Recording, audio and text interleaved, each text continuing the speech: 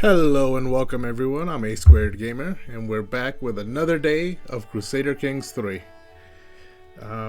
Before I start the gameplay though, there is one quick thing I have to take care of. My keyboard is flashing at me. Or not my keyboard, my mouse is flashing at me.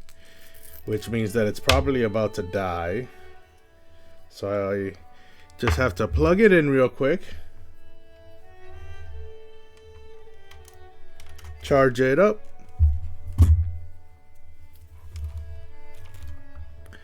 It's a wireless mouse, so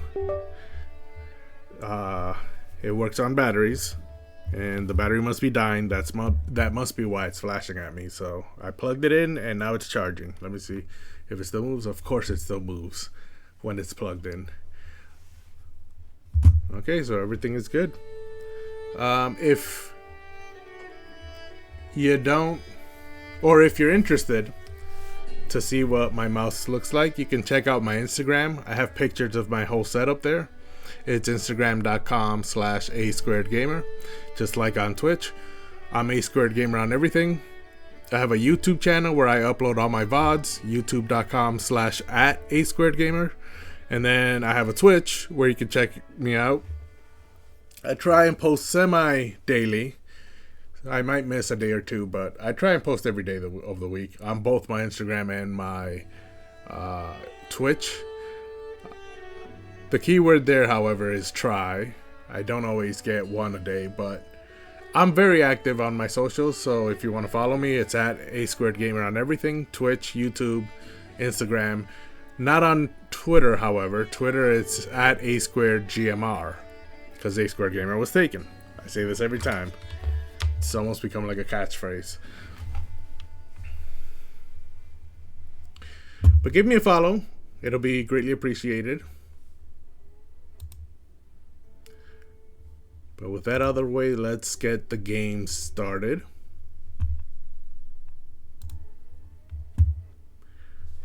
Hopefully you guys can hear. OBS says you can hear. Alright, let's lower the music a little. I always raise it at the end of the day so that we can have good starting soon music when I start stream.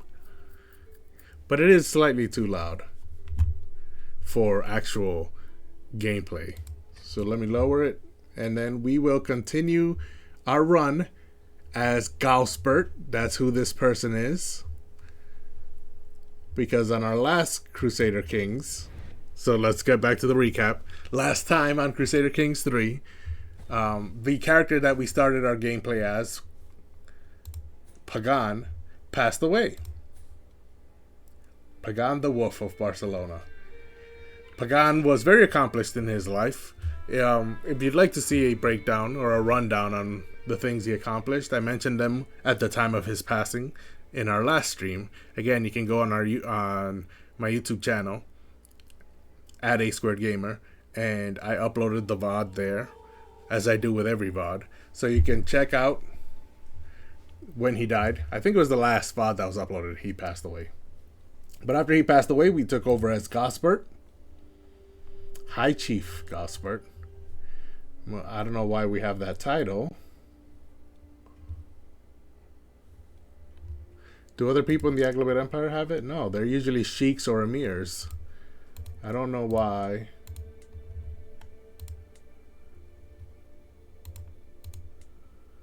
Chieftain. Did the Aghlabid Empire change their religion, or not religion, their culture type?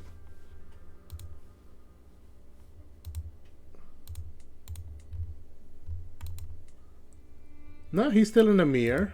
He's an emir. Jafara has an emir. No, these are all emirs. And this one's a sultan. Emir is the Arabic equivalent of duke. Sultan is the Arabic equivalent of king. So I don't know why I'm considered a high chief. No, this guy's also a chieftain. But this one's a sheik. Sheikah is female sheik. This one's a wali, which is Arabic version of mayor. Sheikh. Yeah, everyone in the Aghlabid Empire is considered a sheikh or an emir, or so they're using Arabic titles. Oh, I see. But the people in the French territory that the Aghlabids conquered, they're considered chiefs or high chief. Oh no, this one's a sheikh. So I don't understand why that is happening. Emily, welcome. Thanks for following. But back at it, I'm just going to ignore the chief thing for now because I have no idea why that happened. And let's get on with the recap. So last time on Crusader Kings 3, Gosbert took over after his father passed away, the dukedom, or I guess the emirate of Barcelona. And we focused a lot on stabilizing the realm. So there was a lot of building. We took over a couple of lands to consolidate Barcelona, the emirate. Mostly it was here, Mallorca, the island of Mallorca that we took over. And other than that, there was a lot of consolidation, a lot of stabilization, and trying to get some more money. So when Pagan passed away, we were losing money monthly. Our monthly income, we spent more than we made. Now we make 2 gold per month, so our monthly income has gone up, and our soldiers have topped up, have stabilized, and we have put some of our family members as our vassals. So we own all this land of Barcelona. However, the holdings that we actually administer ourselves are just these 4: Urgell, Puigcerda, Perpiña, and Girona. And that's because if you look at the top right, we have our domain holding limit of 4. So we can only hold 4. And these are the 4 I chose. And as for the others, we gave them to our family members. Right here, Sobrarbe has this county. They're calling it a chiefdom. And that's our twin brother, Berenguer, who administers over those 3 counties, Sobrarbe, Palas, and Lleida, all together. But it's all called together Sobrarbe because Sobrarbe is his primary title. So the entirety of his county will be named after his primary title. And then I gave Huesca over to my nephew, Artau. Because Huesca is not part of Barcelona. It's not part of the Duchy of Barcelona. If you look at the de jure title, which means the land that the game says belongs to that duchy, this is Barcelona. And this little growth here that's popping out of the side is actually part of Saracusta. So it doesn't... Oop, I just got a notification on my phone. I'm sure you guys heard it.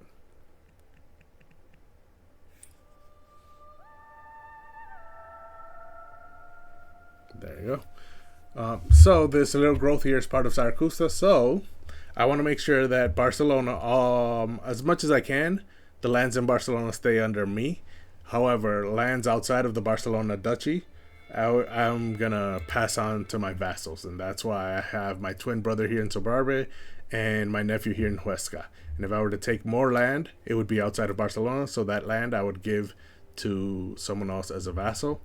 One other thing that happened last time was that this little county here of Barcelona, you can see it highlighted. This county was not part of my land because of a land grab by Murcia over here. They had taken this land, and Murcia has, or had, a bunch of soldiers. I see now they only have 500. I wonder why. Where did they go? Oh, they were all the way over here? Is this Mecca? Medina. So they must be on a pilgrimage. That must be why they're all the way over here. But they had owned the county of Barcelona inside of the Duchy of Barcelona.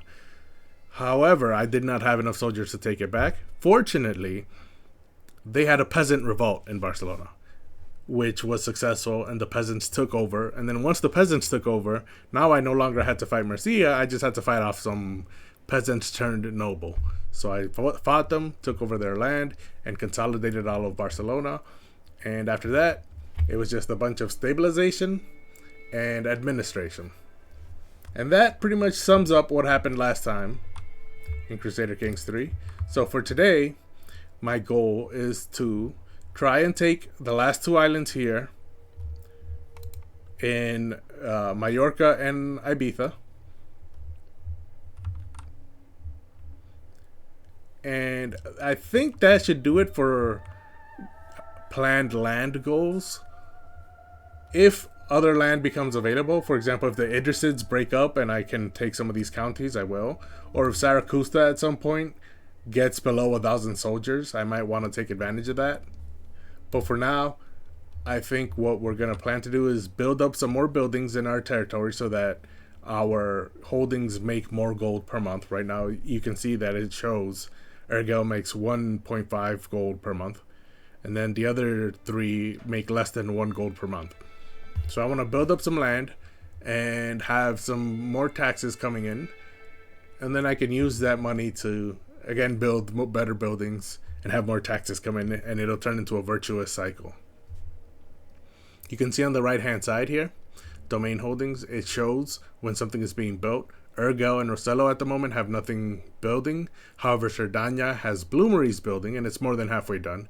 And Girona has Hamlets building, and it's more than 2/3 done. So whenever something is building in a holding, you will see it here in this little corner.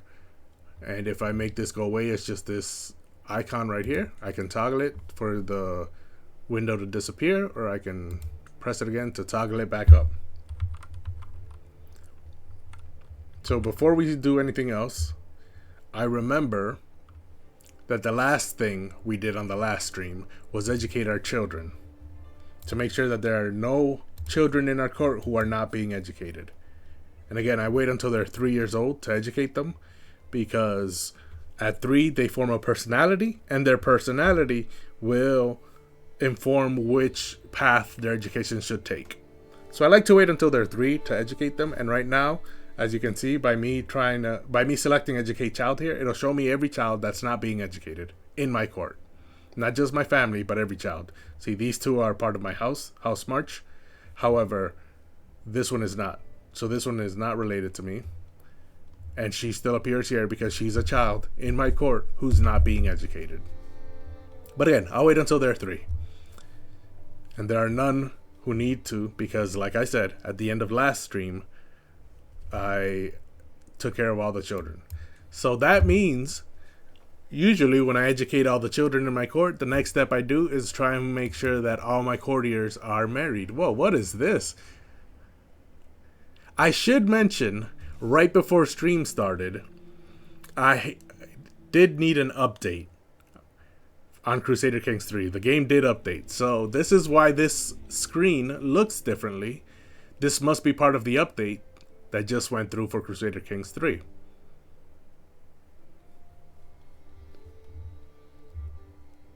I like this.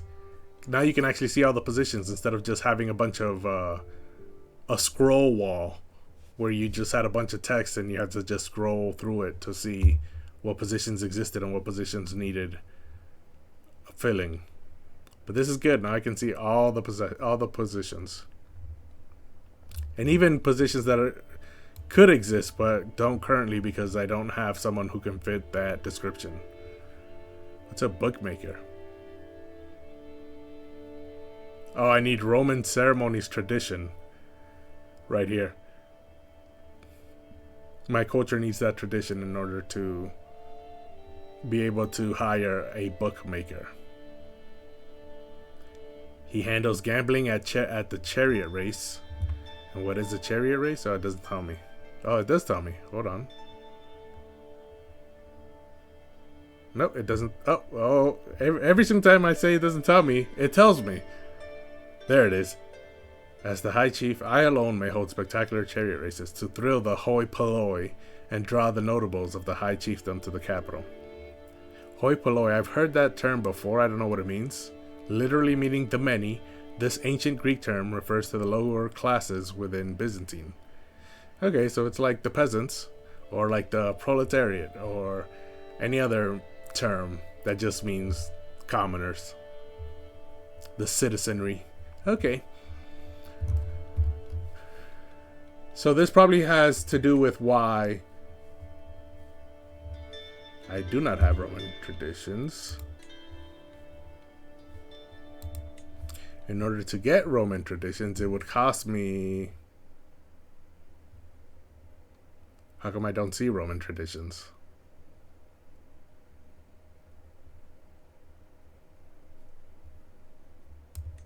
I don't see Roman traditions.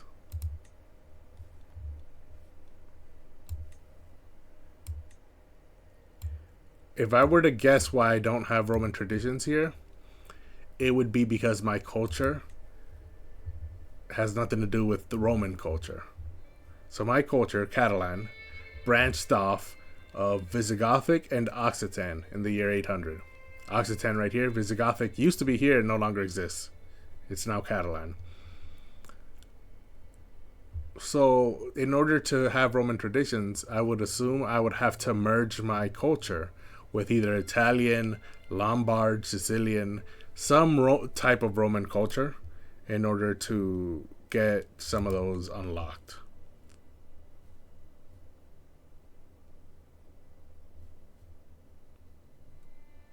You do not have the female-only female preference or equal law. Okay, so how do I get the equal law?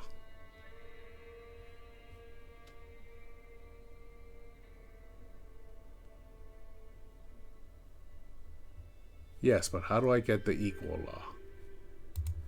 I need the equal law to be able to unlock that.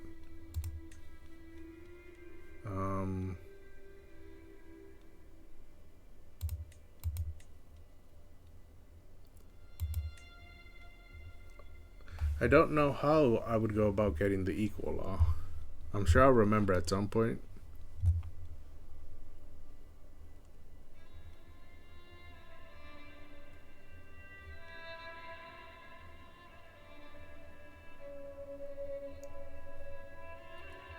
But I cannot remember now.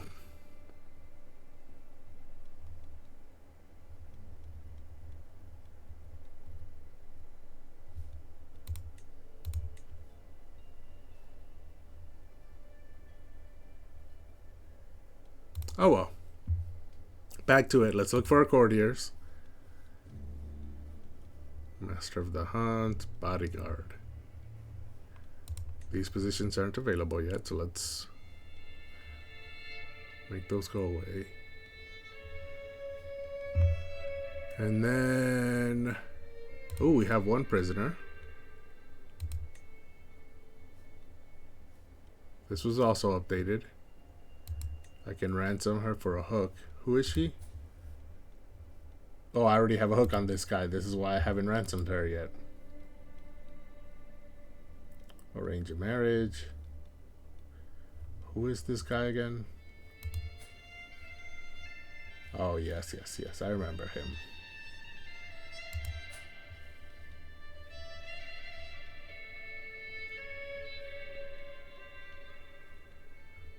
I betrothed her to my son. Okay. So I'll leave her in prison and go through all of my courtiers to see if any of them are unmarried. The first guy is unmarried, but he's a guest at my court. He's not a courtier, so I don't have to do anything.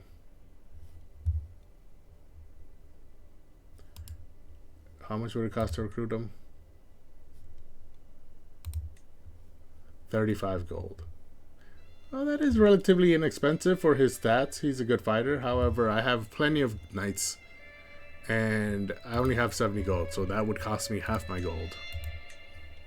And if I look at my knights, yeah, they're really good.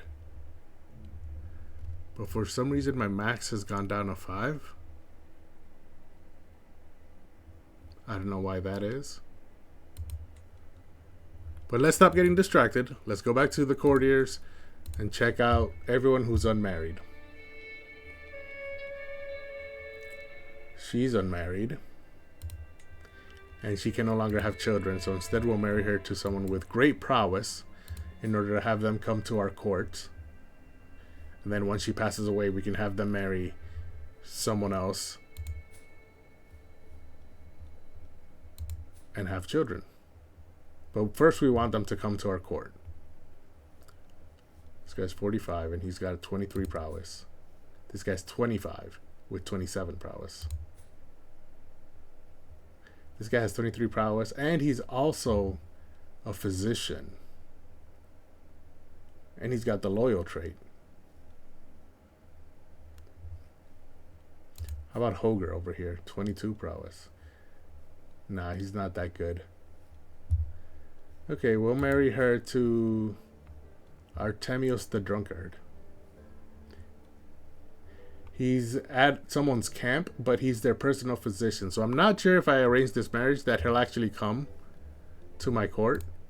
I'll make it matrilineal, which usually makes them come to my court to come to her. However, because he has a position in someone else's camp, I'm not sure if he will. If he had a position in someone else's court, I know that he won't come. He'll stay in that court. But because he has a position in a camp and I'm in a court, I'm not sure if maybe that will be a better opportunity for him, so he'll come anyways. But let's send this proposal anyways. There's not much to lose. She's 57. And then we'll keep going through and see everyone who is unmarried. Alberion is unmarried. Yes. He has the Herculean trait. So I want to marry him to an Amazonian woman, which is the female counterpart of Herculean.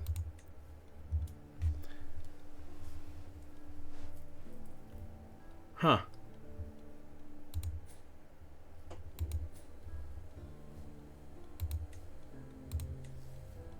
Okay, he's 56, so I don't want to marry him to someone who's only 2, because he'll probably be dead by the time she becomes an adult and is able to marry.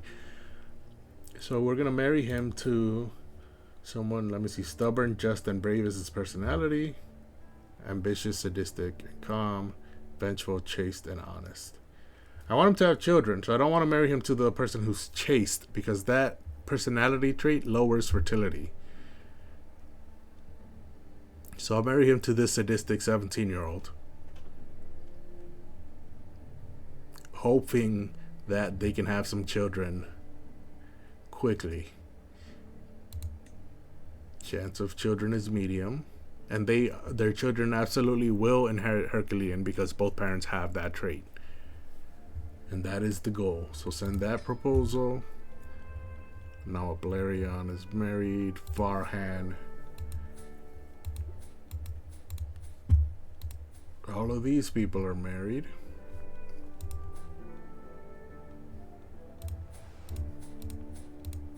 Oh, Aldebert needs a spouse. He has no physical traits.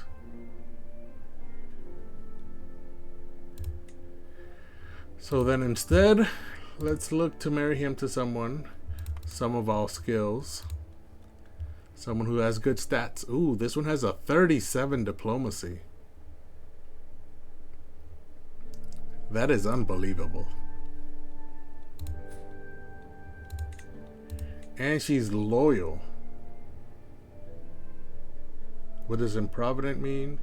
Habitually gives far more money away to charities than she can reasonably afford. Okay, that's fine. That doesn't affect me. But yeah, I would love having this woman in my camp. Unfortunately, because of the male preference law in our culture and our religion, we can't really employ her as a diplomat. She would be an awesome chancellor, but only men can be chancellors. However, because of that high diplomacy trait, whenever a child needs to be educated, we can have her educate them in diplomacy. So we'll go ahead and arrange that marriage for Aldobert. And then keep going through the list. Oh, she needs to be married. And again, she's 50 and her health is poor, so she'll probably die soon.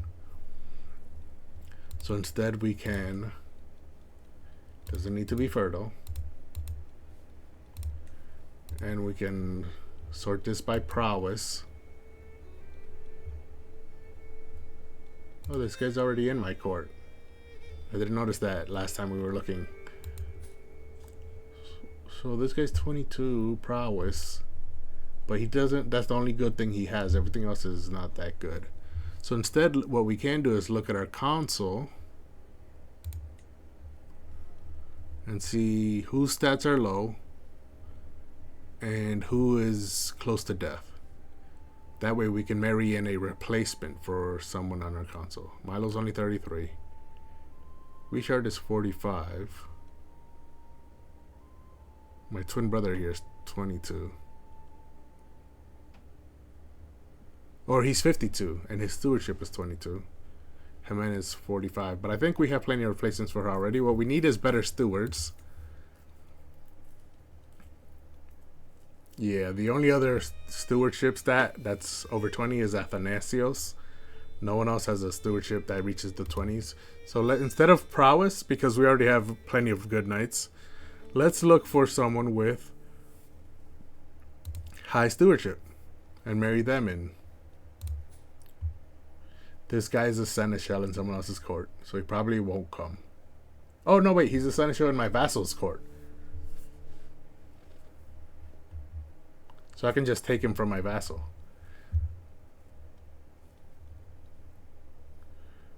Simon the Architect is another duke's steward, so he probably won't come. Guthfrith is a caravan master. Quofin is also a caravan master. See, this is the problem with the stewardship stat. If you're good at stewardship, you're probably going to have a position. This guy has no position. But he's only got a 1-star stewardship education. How about Fernando? He also has no position, and he's really good. I don't like sadistic, but I'm not marrying him to my family, so that's fine. And a 4-star stewardship trait is more than worth it. How old is she? She's 50. So I'll marry her to him, and then when she passes away, I'll have him in my court, and then I could give him a proper marriage to have children, and he can be my successor to my steward. As a 22-year-old, as he gets older, I'm sure this guy, my twin brother at 52, will probably pass away. Then I could have him be my steward. So we'll send that proposal. And then go back to the courtiers. Who was... Well, let's unpause, let some time go by so that I can see who it was that I arranged to marry him. That way I know where I am, where my place is on this list of names. That's Adalbert's marriage. And because of my wife, Girona gained focused recruitment. That's levy size plus 25% for 10 years. So that's good. Let's go back to my console. Make sure she's on assisting ruler. Yes, she is. There's some more marriages. Okay, so I married him to Sethrith. So let's find Sethrith.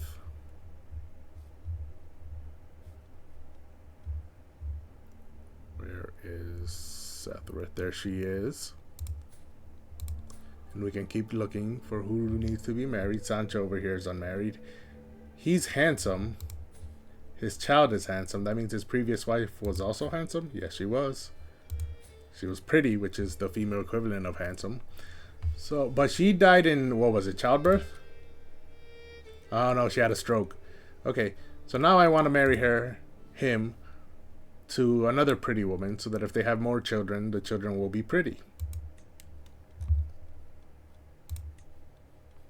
So put this at fertile, and then this at pretty. Okay, and then some of all skills. These are all the pretty women. She's lustful. He's not chaste, so he won't care. She is chaste.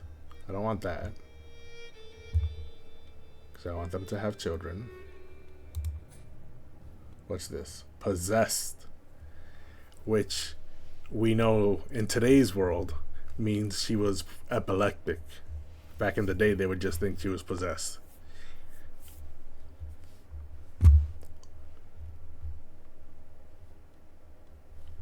So she's got pretty good stats. She'll probably be the choice. Let me just check out everyone else just in case. Well, I like her, but she's 41. So she doesn't have many years left to have children. Okay, everyone else is pretty old, so we'll go with the lustful one.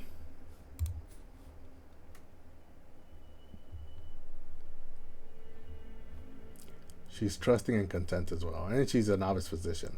It's always good to have backup physicians in my court in case my physician passes away.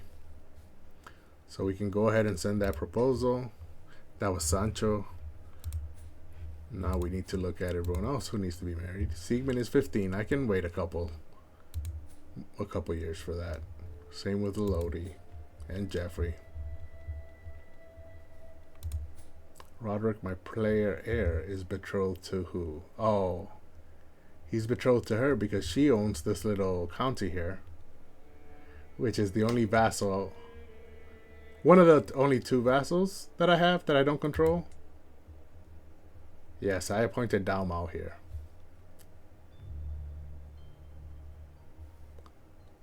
So Barcelona is still the peasant that revolted. I took over, and they're now my vassal.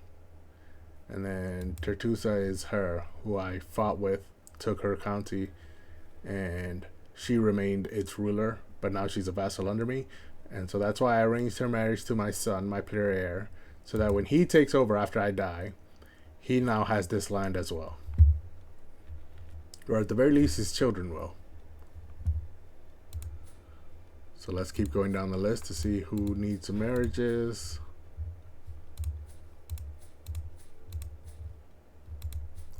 Those are children. Fernando just entered because of a marriage. Okay, this guy's a bodyguard and a knight, so he definitely needs a marriage. And then we'll just sort this by inheritable traits. Sum of all skills. Ooh, she's intelligent. That's good.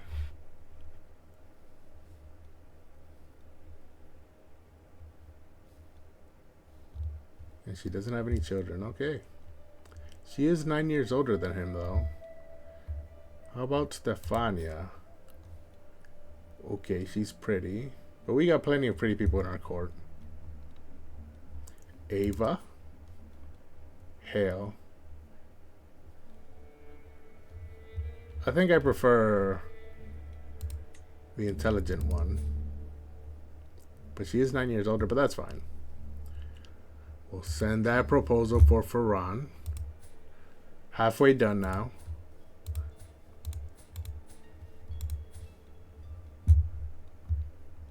Alamanda, my sister. Ooh, who she's married to?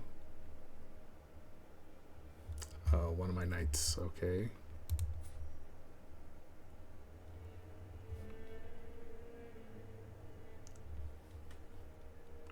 Toda was Pagan's illegitimate daughter, but no one knows about it except for Pagan and her mother. But her mother died during childbirth, and Pagan never let anyone know, so no one knows that she's actually related to me right now. How unfortunate.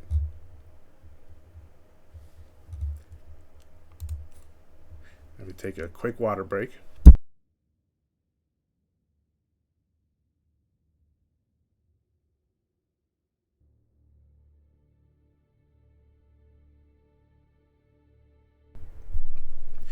That was fairly quick into the stream that I needed water. But as I was drinking, I remembered that this was actually my first drink of water all day. So, for anyone watching, make sure to stay hydrated.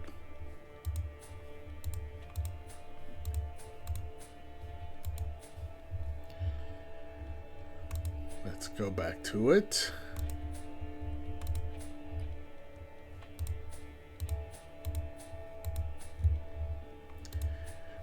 Oh, okay, this guy needs a spouse. He doesn't have any traits really, and he's lustful. So I need to find someone who's also lustful. And this one is lustful and pretty. So they'll have a bunch of children, which means there's a higher chance that the child will be pretty. Because since only one parent has it, the trait only might get inherited. It's not guaranteed to be inherited. So the more children they have, the higher chance of pretty children. So send that proposal. Ermengarde is definitely married. I like saying that name. So I remember her, and I remember setting up her marriage before.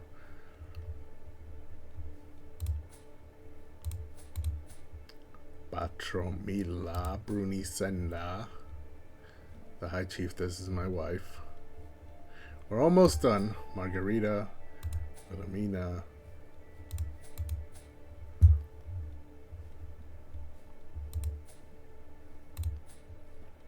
Stanka. That's an unfortunate name.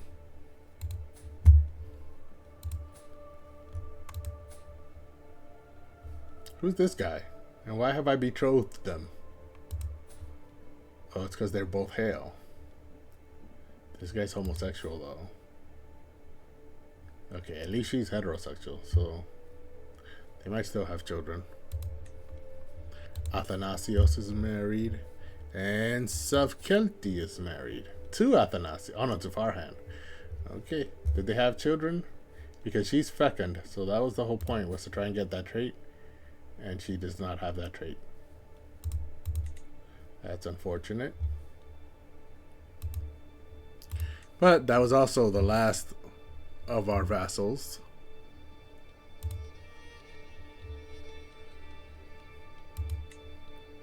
And so we've taken care of that now.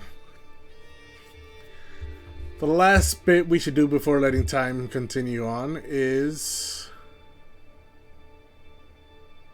I don't think I want to turn on automated armies. So the last thing is these unread messages. So we have low county control in these areas. We're working on it right now. Yeah, right now he's working on county control in Girona, which is not on this list. So does that mean Girona's county control is actually pretty good? It's at 61. Meanwhile, Cerdagna's at 50. I think that's the lowest. So we could switch him from working on county control in Girona, have him switch over to Cerdagna. 4 years. But that doesn't really matter because I keep switching him. I'm using him more as a firefighter to just fight off all the little control fires that crop up. So Girona's at 61, 53, 50, 79. Yeah, they're all pretty good. However, Cerdagna's control does go up slightly faster than Perpigna's, which has the lowest. So as soon as Cerdagna reaches 54 control, I'll have him switch over to Perpignan. But there were other messages other than the county control. I've been trying to negotiate an alliance with this guy since my father died and I took over. But this guy does not want to because I have way too many alliances.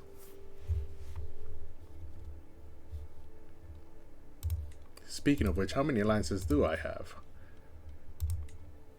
1, 2, 3, 4, 5. Yeah, I have 5 alliances.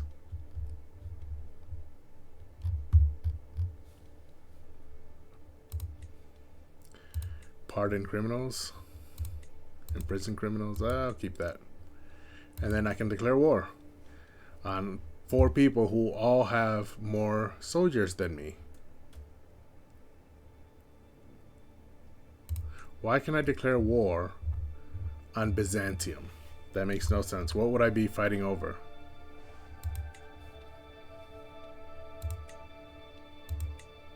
Crimea? Why do I have a claim on Crimea? All the way over here. And what's the other one? The Fargani Emirate? Down here. I don't know why I have claims on those. Oh, the Aghlabids took it. Or the Byzantines took it from the Aghlabids. I still have 200 messages, though. Oh, well. I think that's all I had to do for now, so let's let time continue to move again. Oh, this is paying money to create a hook, but I do not want that because the whole point of me creating a hook is to then blackmail someone and demand payment for it. So there's no reason to pay 50 gold and then demand a payment of 50 gold. At that point, I've done nothing. I've just played around with myself. So there's no reason we should not be friends instead. And that's one of the marriage proposals. Those are a bunch of marriage proposals. And she has 2 months left to find secrets. Another marriage proposal. Let me put this at 4 speed. Siegmund came of age. Let me pause this. Hold on. Chieftain Henry imprisoned my sister, who's heading a camp right now.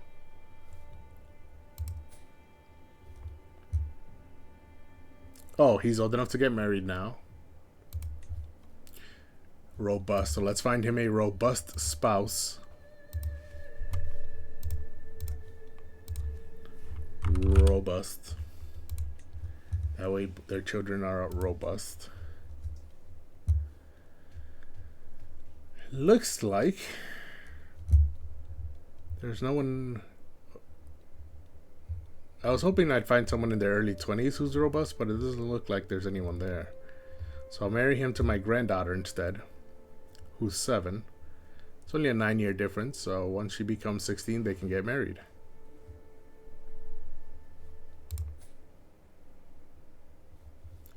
Let's go ahead and make that matrilineal so that he marries into my house. And the children are guaranteed to have robust, and the trait might intensify into Herculean or Amazonian, depending on whether it's a boy or girl. So send that proposal, and now they're betrothed. And okay, my accolade needs a successor because the knights went down from 5 to 8, so I no longer have someone who can take over. So I'll seek a worthy accolade successor.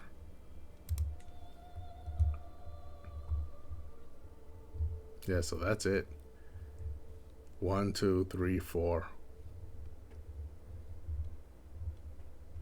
And then who's the 5th knight? Oh yes, this guy, because this guy was supposed to be the successor, but it doesn't look like he's a successor anymore. So I'll stop forcing him, and Artemios now becomes a knight. So that's good.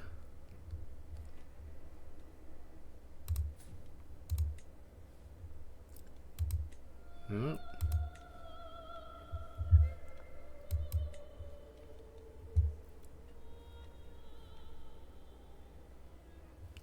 So we'll wait for a successor to show up for that accolade.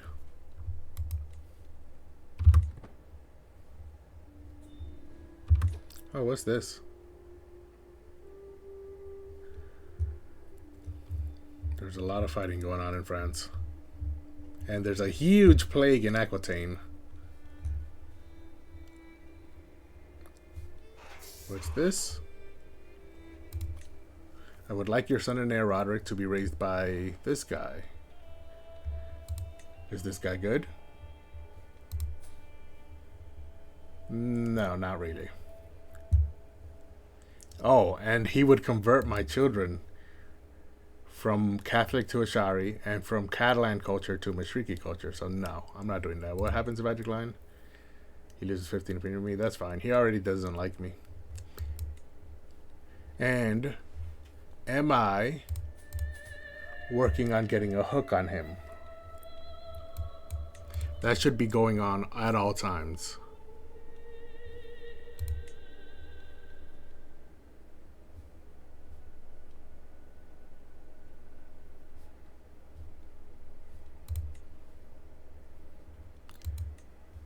Okay, I'm in a disillusion faction to try and tear the Aglavit Empire apart so that we all gain our independence.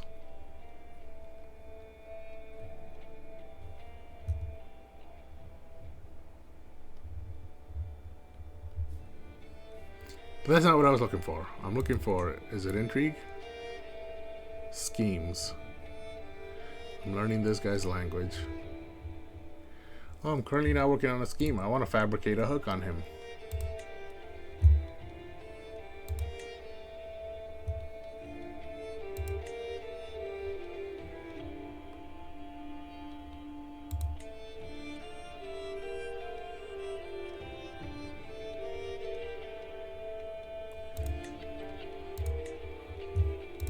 Focus on success chance because I want a hook on him so that I can use that hook then to modify my contract, my vassal contract.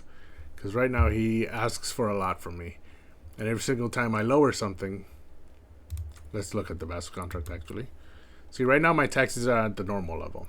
To lower it just by one, I need a hook. It used to be extortionate and massive. I've lowered taxes all the way down to normal by using my hooks. And so I need multiple hooks to keep lowering the contract to make it better in my favor. Ideally, I would be exempt from taxes and I would have no levy contribution. But that would require, from where I am now, for 6 hooks just to get it that low. So I need to always be fabricating hooks on him.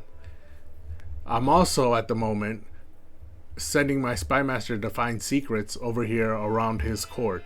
Hopefully, finding a secret on him, which will then automatically give me a truthful hook.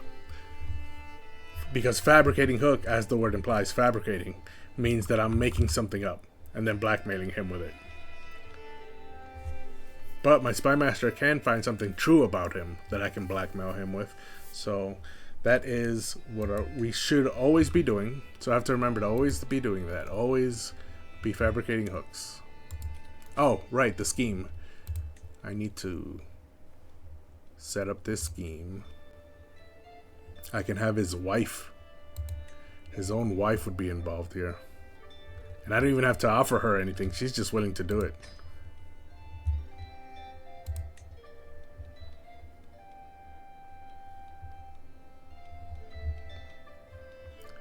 This 26. Oh no, wait, let me take him out of here and look at Infiltrator. Milo. And now we can go over here. Duke Pio of Genoa, Parthena, and Jaffret. Right now it's at 59%. The max is 59, so we invite him, and now the max is 93 and we're at 87 already. So we just need to wait until the advantages reach 5. We'll wait to 10 months because a 10-month grace period means that they will not be able to discover the scheme for 10 months.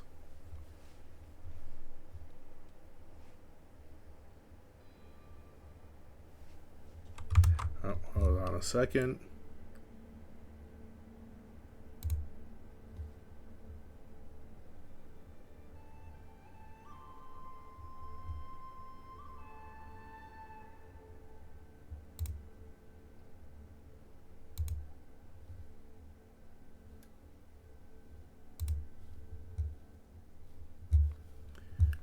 Okay.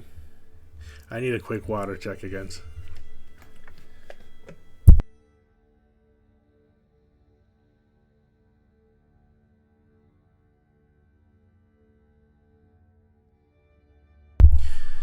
Oh boy, I am absolutely parched today. Okay, so we'll wait 10 months and then see if we have enough advantages to execute the scheme. For now, we can let time continue to move on.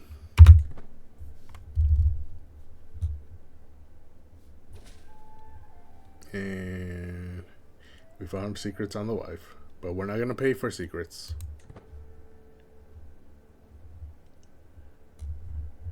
So is she done?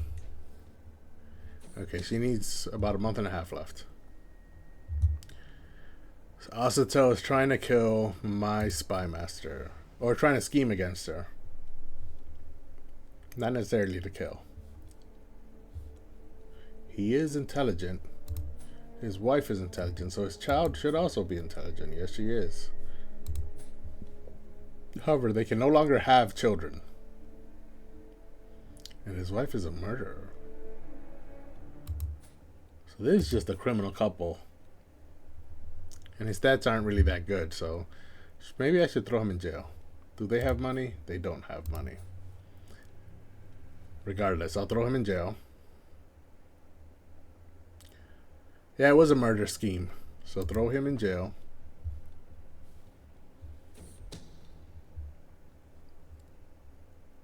My niece now is scheming against this guy.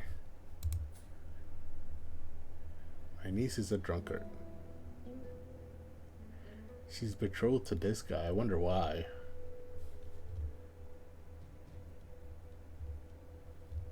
Oh, she's down here in Mallorca.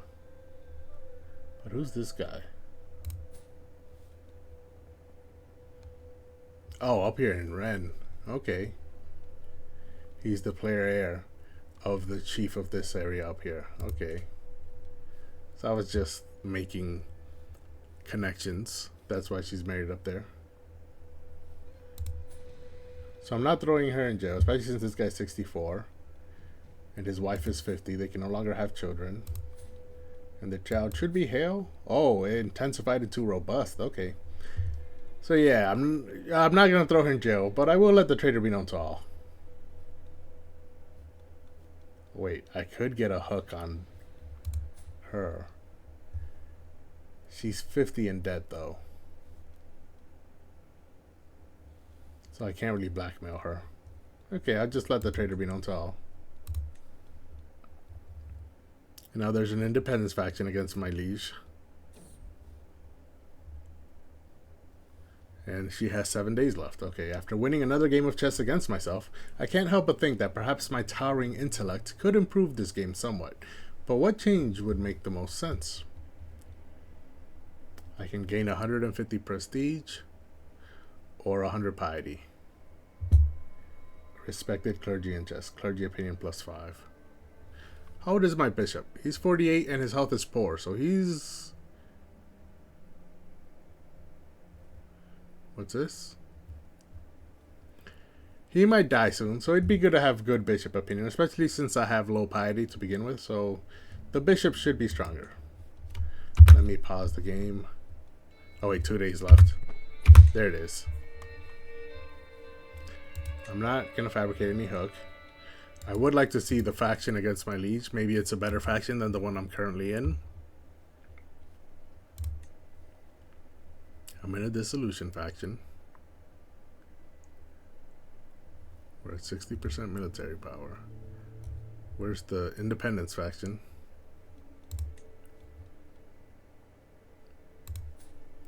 This guy has 1,000 soldiers. Meanwhile, in my faction, this guy already has almost 2,000. 500 and 400.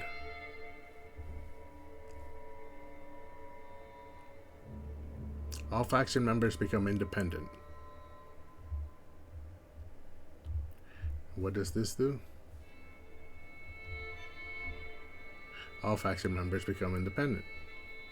Yeah, so it's the same for us. The only difference is this one would just make us, an independence faction would just make us break away and become independent, while a dissolution faction ends the Aglabet Empire completely.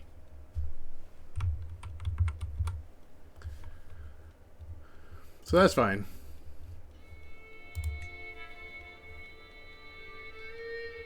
No new messages. We did seek a successor, didn't we? Okay, so we're still waiting for one to show up. Or maybe they did show up and we just haven't seen them. Let's look at our courtiers and our guests.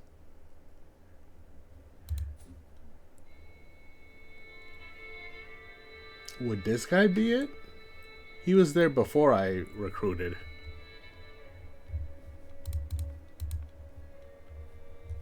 So I don't think he's it. Meanwhile, Asato, can I ransom him? He's in the dungeon.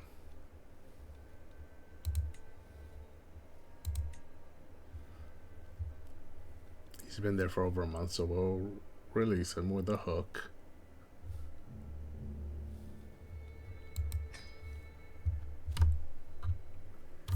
And then move our spy master to find secrets somewhere else. Let's have her find secrets down here.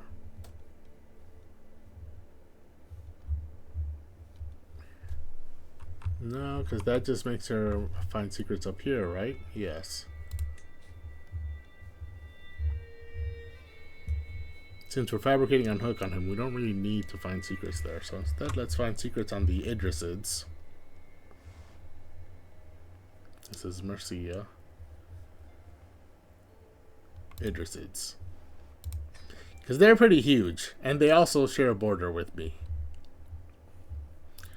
I would like to have a hook on their ruler, just in case they decide they want to declare war on me.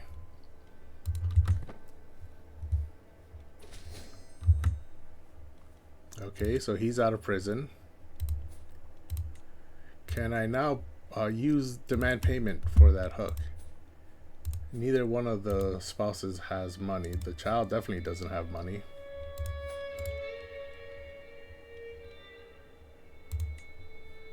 But it does exist there. Okay, so I can demand payment when he has enough gold. That's good to know.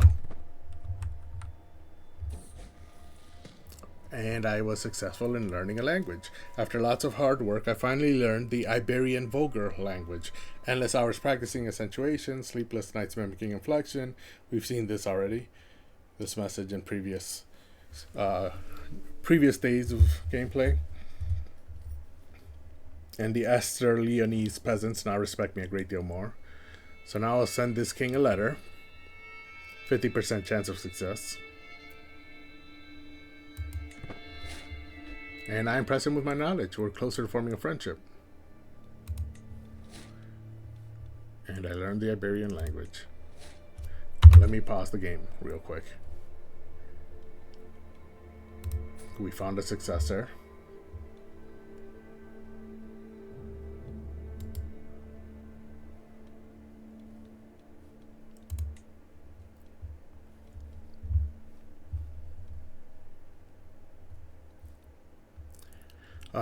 Okay, so first, let's focus on the successor first.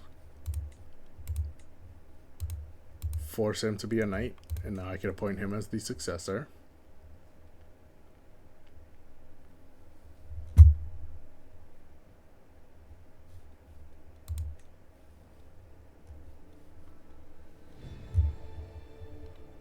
But that takes someone away from being a knight. 1, 2, 3, 4. I think it was Godofres, who was a knight and is no longer a knight.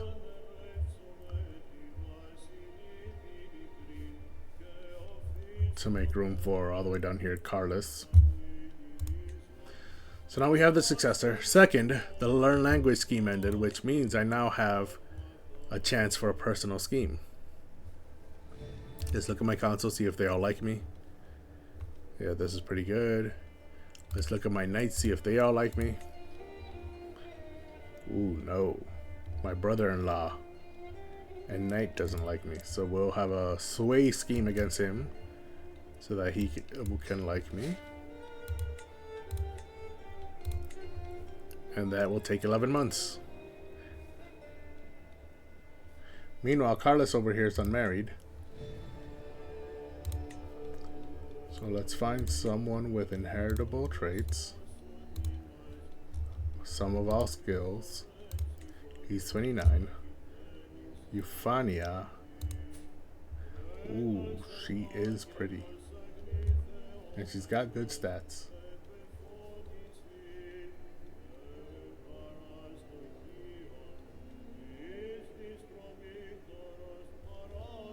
They're French. Okay. Go ahead and marry him to her.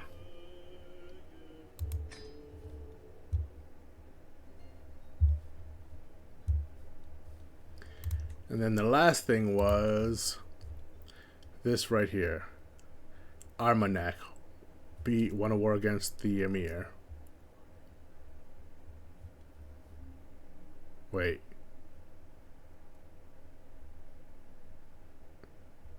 Oh, okay. No. Ansa over here was rebelling against the Emir, and the Emir won. So nothing on the map has changed. Let's let time keep going. It looks like the Aghlabids reconquered Shalon. So Shalon is back as part of the Aghlabid Empire. Also, Raqqa is scheming against Gotzelin. That's the second person that's scheming against this guy. Why does no one like him? He's forgiving, he's humble. I mean, he is stubborn, but that's not enough for people to keep trying to murder him. Is Raqqa a family member? No, she is not, but they're both comely, so I'm trying to get comely children. Oh, but this guy's a leper. Does that get passed down, or is that just a disease? No, it's just a health trait. I don't think it's contagious. Okay, so if they have children, the child might not be a leper. Either way, I'm not going to throw her in jail. Just let the traitor be known to all. Oh, this is the marriage. Okay, she's finding secrets for the Idrisids. And this is... Oh, that's a new faction against my liege. The French just keep fighting against the Aghlabids. The Reconquista, it was supposed to be just in Iberia, but the Muslim Empire made its way all the way up to France, all the way up until the English Channel. So now it's a constant war in Western Europe. Someone's trying to kill Mechthild, who is not my... Oh, she's Gotzelin's wife. So why do people... Man, people do not like this couple over here. I betrothed their child to my granddaughter, so hopefully whatever this couple did, they didn't teach their son to do it.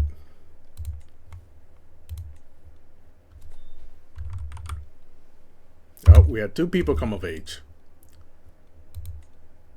Hedwig and Matteo. Let's start with Hedwig. Well, she's already betrothed, so that's fine. Instead, that's what this icon is, right? Yes, it is. The betrothal can now get married. Send that proposal, and now they're married. And they're both Hale, so their children are guaranteed to be Hale, and they might even intensify to be robust. Meanwhile, Matteo over here also needs to get married. He's robust, so he needs to marry someone else who's robust.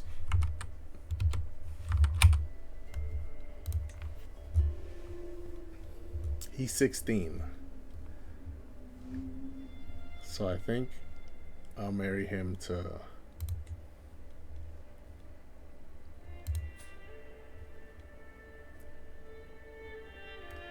She's chaste, so that might not be enough time for them to have children. I'll propose a betrothal with this lady over here.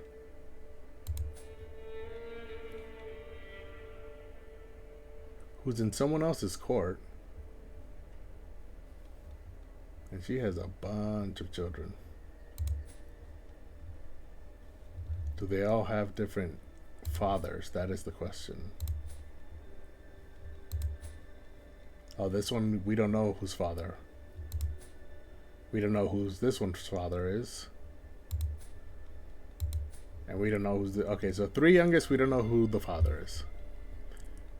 But that's fine, because this one is in my court.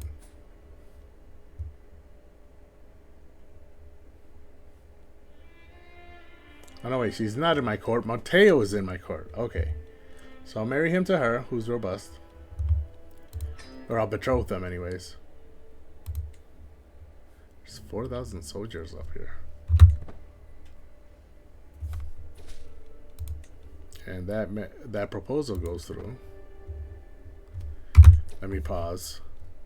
Because this is at 93%. There's 3 months of grace left, but I only have 3 advantages. I need 5.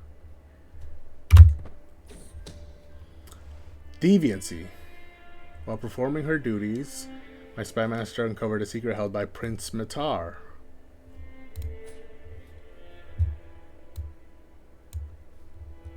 The ways in which he seeks pleasure is revolting. Okay.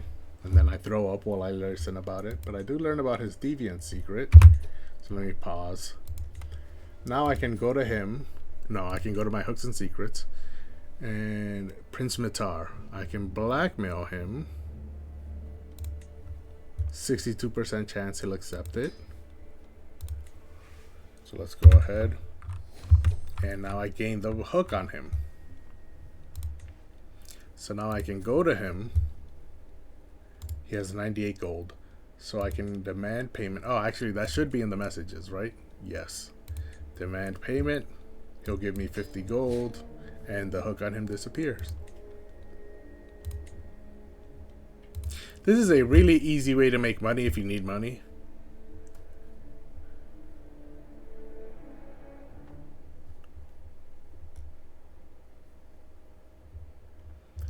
Just have your spy master find secrets all over the world and then blackmail the people of those secrets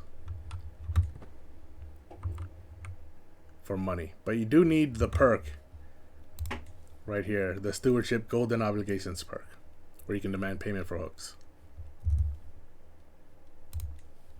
I'm about to gain a perk here in Stewardship, I just noticed. Okay, so now Tybalt, my knight, who I believe is the knight who holds the accolade, he's scheming against my spy master. Why is everyone scheming against my spy master? Are they actually scheming against her, or is she just making stuff up? She is the spy master, so who can check her? I'm not throwing him in jail, because he's my accolade holder, so let the traitor be known to all. Oh, let's pause the game there. There was a faction created. Oh, that's for the French throne. And then this. We got 3 closer to the opportunity phase, but we're very far away from that. And then we're here. I got the perk.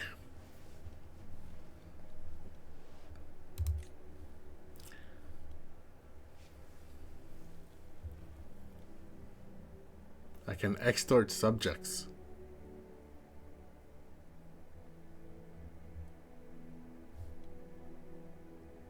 Or I can be better at collecting taxes. I mean, the whole point of this character is that he's a schemer. So he's very intrigue focused. So even though we are no longer in the intrigue tree,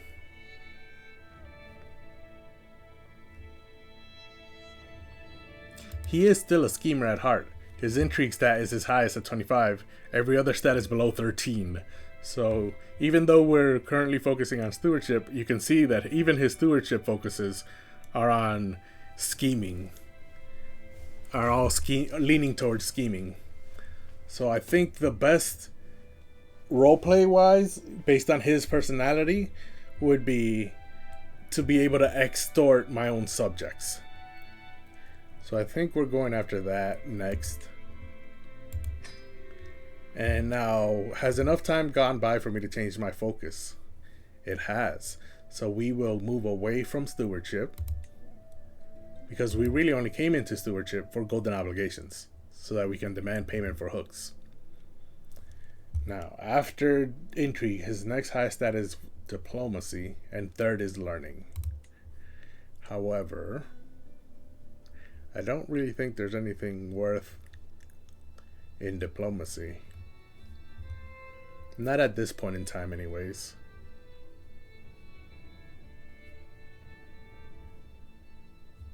It is easier to sway people.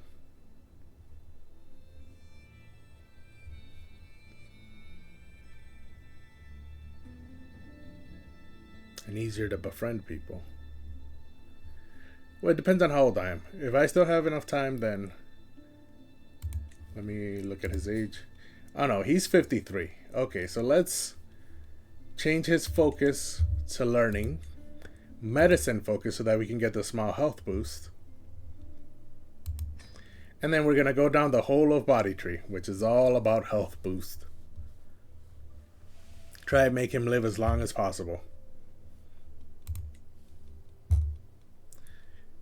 Meanwhile, I constructed 2 buildings, and both of them improved my progress towards the opportunity phase.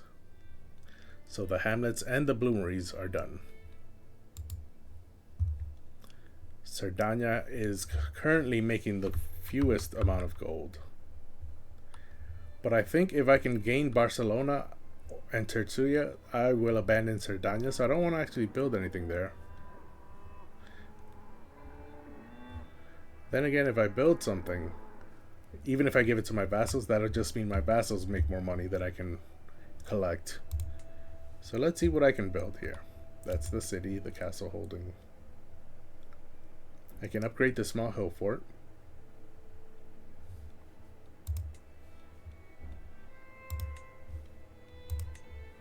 Okay, I don't have enough gold to upgrade that. Bastions and current walls would increase the tax I make per month. That's in Girona. Perpignan. I can't. Okay, there's small hill fort. That doesn't really increase. And Sardania also has a small hill fort. Okay, so I want to go to Girona, to the castle holding, and upgrade the bastion and current walls. I want to upgrade them into a bailey. It'll take 3 years, but it will increase how much taxes I make per month. And that spent almost all the money I had.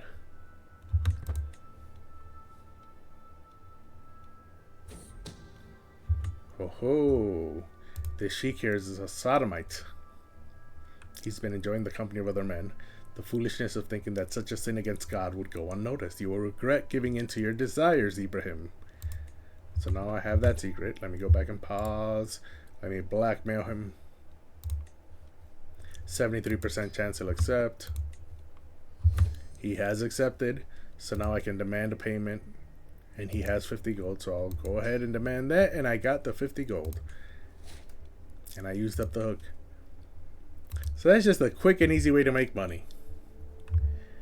Which is makes me glad that I had Gospert here, who's intrigue focused and can continue to give me or could let me go down the schemer tree and have the ability to blackmail people, gain hooks on them, and then demand payments for hooks. All of that is good. Meanwhile, as we speak about that, I see that the fabricate hook scheme on my liege has 4 advantages, and there's 4 months left until the next phase, but only 1 month left in the grace phase.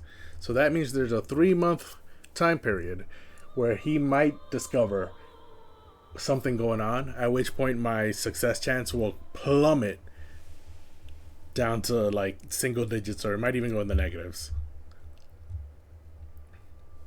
So it's just a game of chance for those 3 months on whether or not my scheme will be successful. Meanwhile, the Aghlabids reconquered Languedoc over here, right?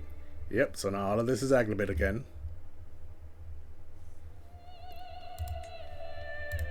Meanwhile, okay, that's him. That's the same war.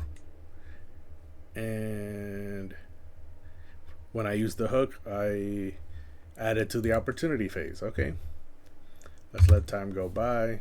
Let's pull this up so that we can watch. Hold on, Arsenda died of heart failure. Who was she married to?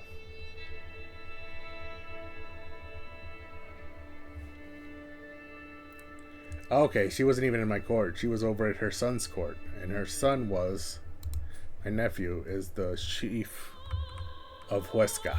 Okay. So that's unfortunate. Did that give me stress, though? I think it did. I'm at 37 stress. But I did gain attentive care. Massive health boost. Thanks to my spouse looking after me. Okay. Do I have new messages? I do not.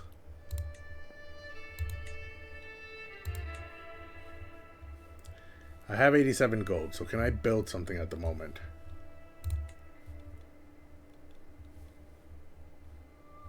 No, I cannot. There was a little hammer icon, blacksmith hammer icon, next to the town name when I could build something. And I don't see that icon now, so that must mean I cannot build something. So let's just keep focusing on our little scheme here. Grace period is over. There's 3 months into the next phase. A matter of taste. My liege is a complicated man. I need to understand him as well as possible if I am to convince people to take my side in any upcoming arguments. So I will soon uncover the truth of him. An intrigue challenge, which I have a 96% chance of success. And my scheme gains studied personality, which increases the success chance. Or a 3% chance I fail, he finds out, and I lose success and secrecy. Or I will take my time with this. It spends 2 advantages and I gain studied personality. That's totally not worth it. It gives me 10 success chance, but I'm already at 93%. And I've got 3 months left until I get 5 advantages. The last thing I want to do is reduce my advantages and increase the time it's going to take for this scheme to be executed. Especially since this is a 96% chance in an intrigue challenge. So I will soon uncover the truth of him. People describe the Malik as both serene and obnoxious, which tells me more about their relationship to him than anything else. Also, a curious number of people mention how he often chews loudly on a biscuit and talks about court politics. I'm sure this information will be useful. I'm not, but I'm glad that he thinks so. So there's the modifier. My max is 93, so that doesn't really affect me much. I just need to wait 3 months. Hopefully nothing happens before I can execute this scheme. Let me put this at 5 speed. Ooh, my spy master learned of her child heritage secret.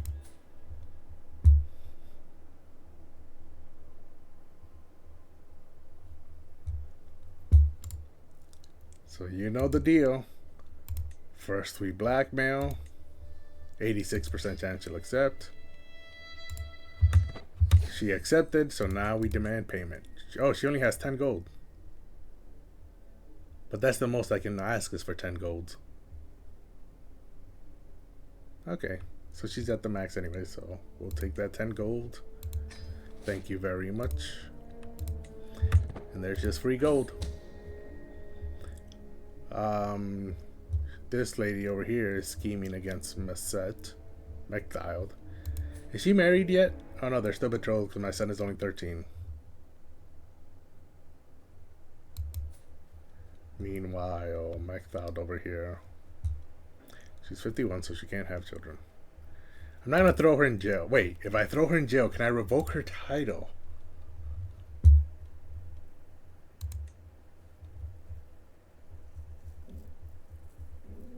I need limited crown authority.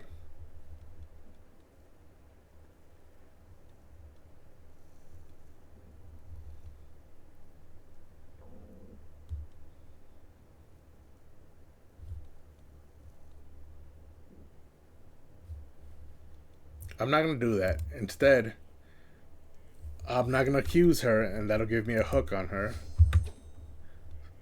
So I now have that hook. And I think I can now demand payment from her. Or I can also demand conversion and use the hook.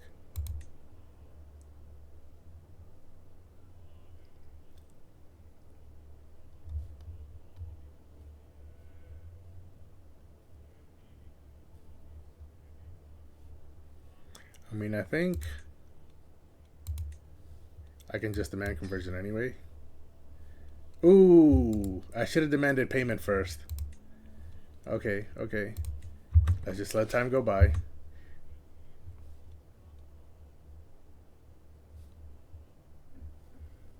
I will not bargain for your soul. Let me execute this scheme first before anything else goes wrong. Seize the moment. Foul words. I have started a series of vicious rumors against Malik Al-Muazzam Asim. None of them are true, and someone should decry them as the obvious lies they are.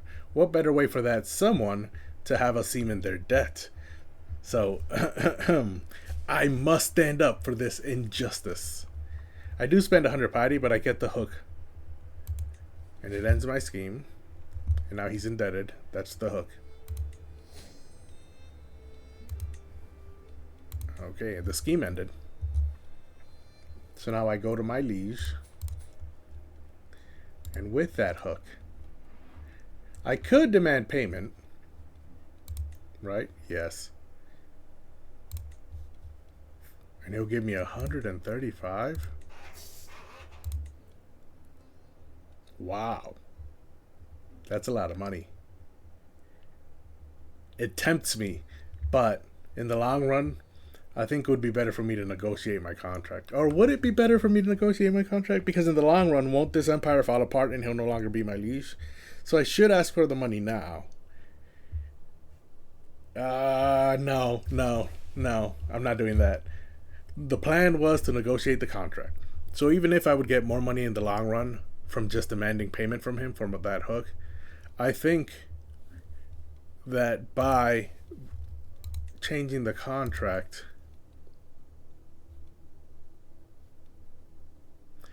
tax will go down to 2.6% from 10.4%.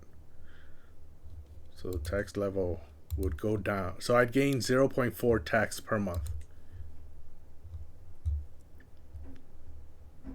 So the question is, how many months will it take for me to gain the 135 gold in taxes that I would have gotten from just demanding payment from him? So 0.4 per month. That means in 10 months I'd get 4 gold. Which means in 100 months I'd get 40 gold. Did I do that math correctly? Which means that in 20 months I'd get 80 gold, and in 30 months I'd get 120 gold. So it would take me about 30 months, just over 30 months, to gain all the gold I would get from demanding the payment. And 120 months is what? 10 years? So if I'm still under the Aglabids in 10 years, I will have made up the money from this contract. I think that's worth it.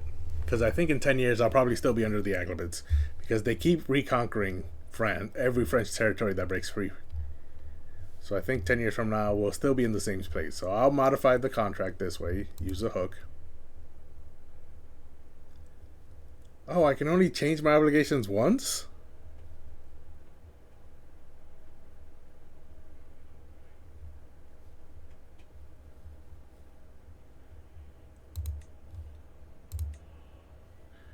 How about my levies? Can I change my levies? No. Okay.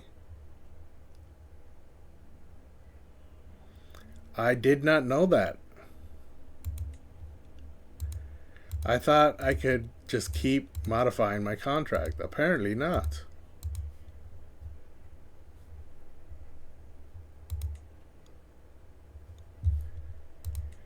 Well, then that was just a waste of time doing all that math. I'm just going to demand the payment then.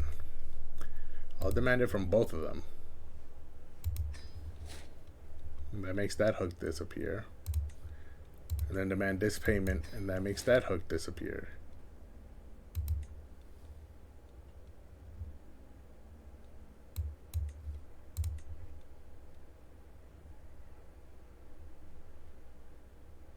Oh, she did not convert. So now I can arrest her. Can I revoke her title? Again, no. Because I need limited crown authority. And to have limited crown authority, my culture needs plenary assemblies. And for my culture to have plenary assemblies, my culture head, which is me at the moment, so that's good. My culture head needs to innovate and discover plenary assemblies, which we are about 3 years away.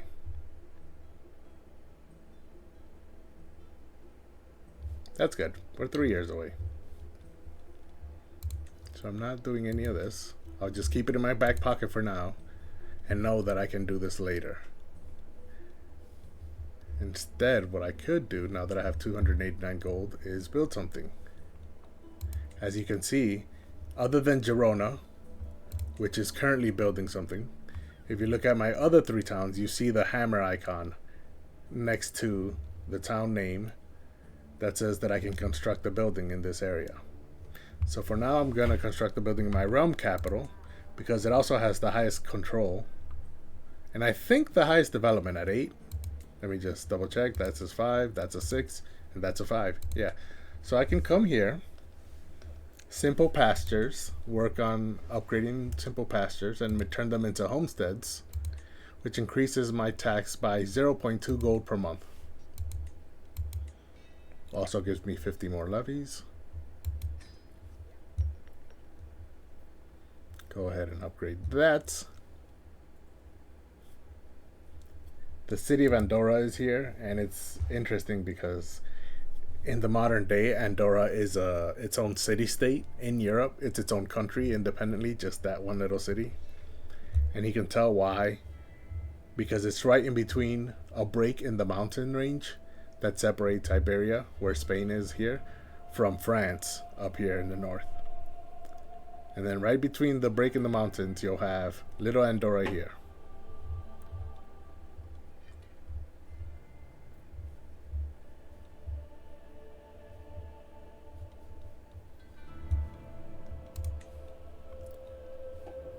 That was just a tangent. My next step is to fabricate another hook on my leash. Can I just continually do it? Or do I need cooldown time? Oh yeah, I need to wait 2 years. So in those 2 years, what I can do is fabricate a hook on my neighboring liege here, who has 107 gold.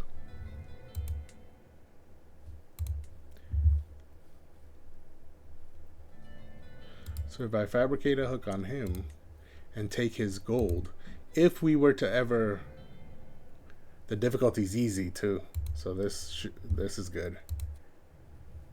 Phase length is only 4 months. So if I take all his gold, should we ever go to war with each other, he won't have the money to hire mercenaries. And he'll also go into debt by having his army just up and about.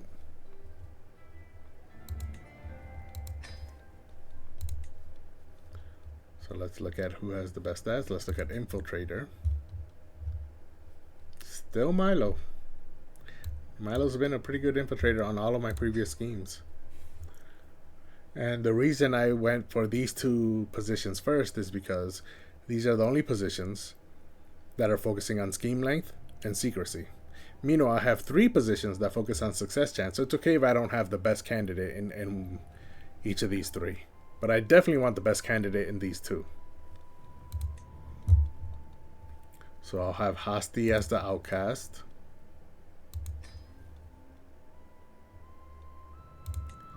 The diplomat will be Parthena, who's also been the diplomat in my last few schemes. And the thief will be Prince Matar.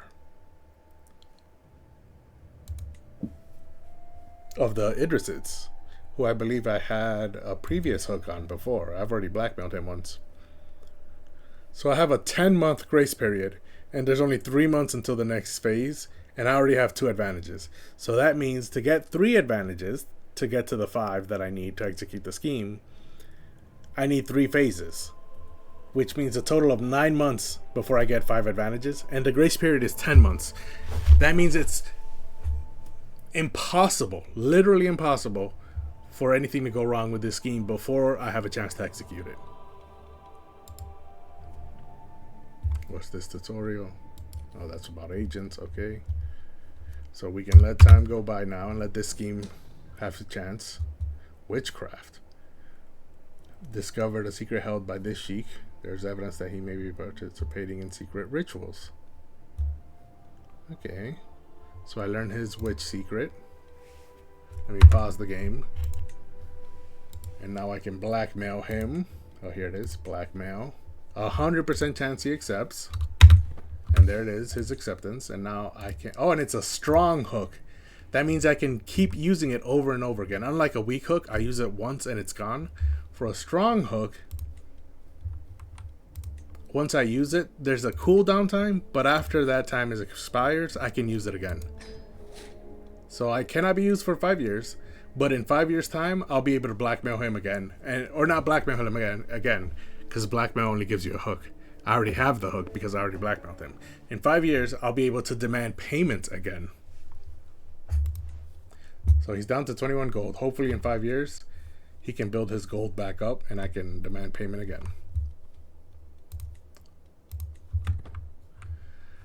So yeah, playing... I'm going to pause this. Before I read that though, I would like to say, playing as an intrigue character, I can see how easy it is to make money, because all you have to do is find secrets, and the game already has an option for your spy master to go out into the world and look for secrets. And as soon as you have secrets, you can just blackmail. Most people, from what I've seen so far, have an over 50% chance of accepting that blackmail, which means that you'll get a hook. And if you get the golden obligations perk in stewardship, you can just demand payments for hooks. Also, as we saw when I was playing as Pagan, before he became a landed ruler, as an adventurer, because my camp was a scholar focus, I automatically could demand payment for hooks. So I didn't even need the golden obligations perk to do so. So if you're ever playing this game and you find yourself in need of money, that's a good way to go about it. Now, this religious convictions. Okay, this is my sway scheme. I'm trying to make this guy like me more. I have gotten an idea in my attempts to align Exartan to my interests. Perhaps I could argue that it is in the interest of all apostolics to support me rather than any other Catholic ruler. Apostolic is a different Christian faith. The Armenian Apostolic Church rapidly gained followers in the region and shepherded the Kingdom of Armenia into becoming the first state ever to adopt Christianity as its official religion. So there's a nice little history tidbit for you. Armenia was the first country to ever establish Christianity as its religion. And if you're wondering where Armenia is, it's in the Caucasus Mountains over here. Right around here. I always forget if it's the one on the eastern side or the western side. If I zoom in, will it show me the counties named Armenia? Is there a county named Armenia? No, it doesn't look like there is.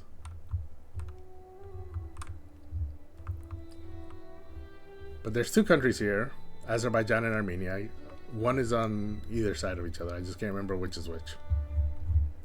But that's where it is, just so you know. Back to the religious convictions. 60, a learning challenge. His learning is 7.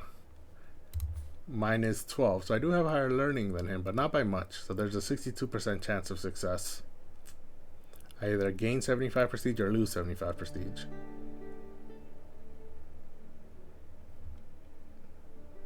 Or I could just continue to keep this diplomatic niceties, where he gains 30 opinion of me.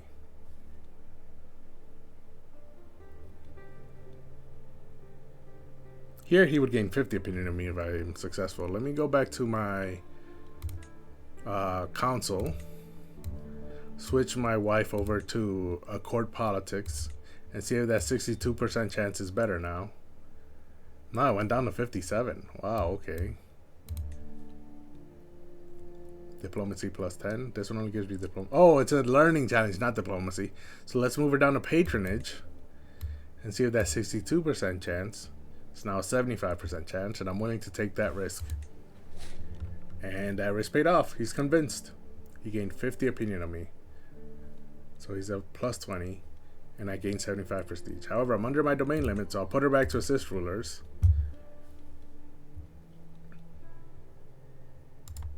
And I think I can give up this scheme now. Now that he's at plus 24. I'll go back to my military and my knights a Blarion over here, my Master of the Hunt, is at minus 16 opinion of me. So let's go ahead and start swaying him instead. And that abandons my current scheme. So now we're on him.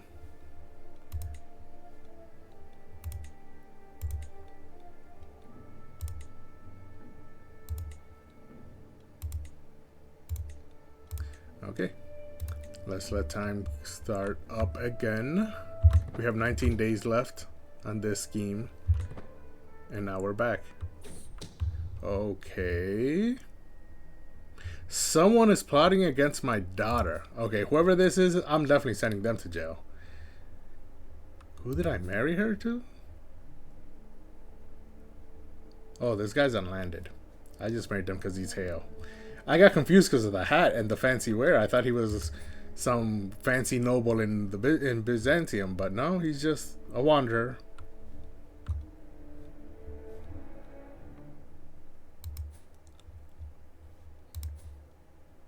Okay, I was just making sure that the girls did belong to him, and they do, and they both intensified the Hale trait into robust. So we must stop the villain trying to kill my daughter. And we found out a secret. Jamila is a bastard. So that must mean this is not her rightful dad. Is that what that means? Let's blackmail her. 86% chance she'll accept. And yes, she did. And now we can demand that payment. Oh wait, she has 0 gold. Oop.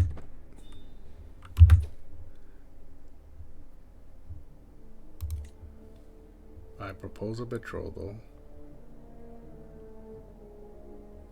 My granddaughter. The granddaughter of my twin brother. And my grandson.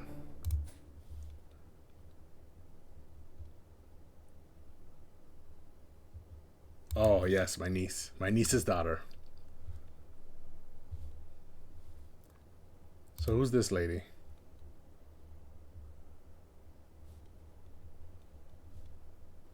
Mallorca? Oh, she controls this little island. Oh, what did I just press? She controls this little island and nothing else. And nothing else. And she wants to set up. Where did it go?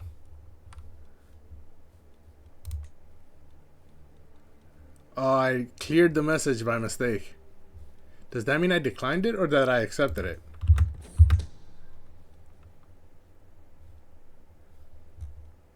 Okay, so these two have become lovers.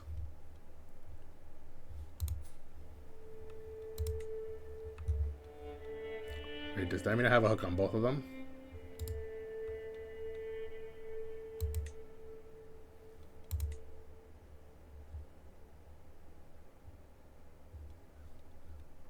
Wait, I already had a hook on him. Just what exactly is this guy up to? Sheikh Ibrahim. He's a sodomite, he's a witch, and he's this lady's lover. That's 3 different hooks. What am I supposed to do with all of that?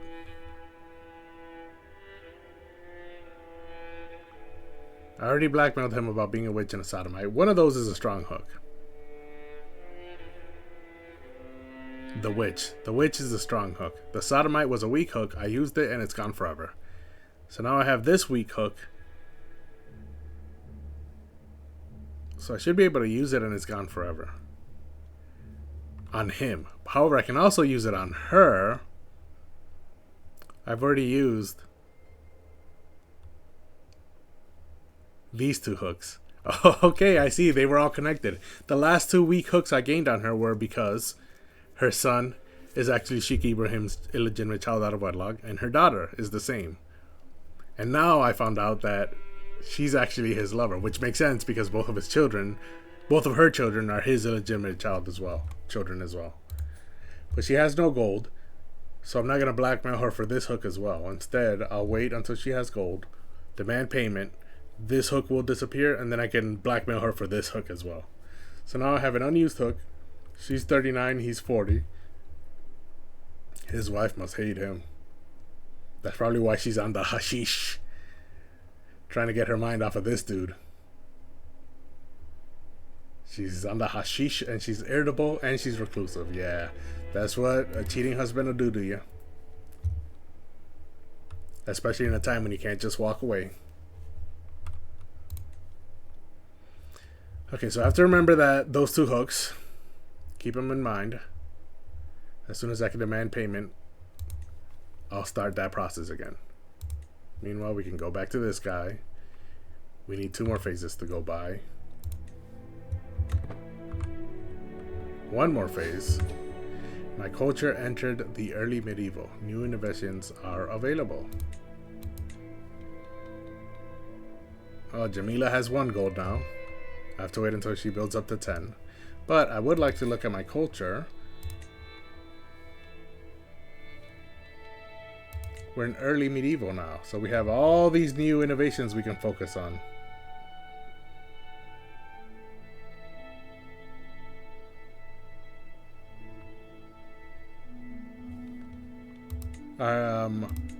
However, we're still focusing on the tribal innovations.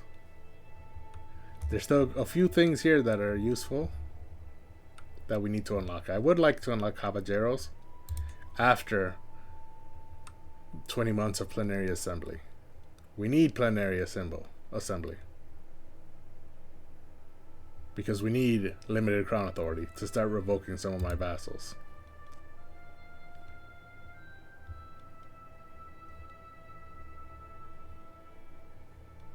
And public works might be good. But I'm sure there's better stuff here. Unlocks all early medieval era economic buildings. So manorialism looks really good. Royal prerogative for better crown authority.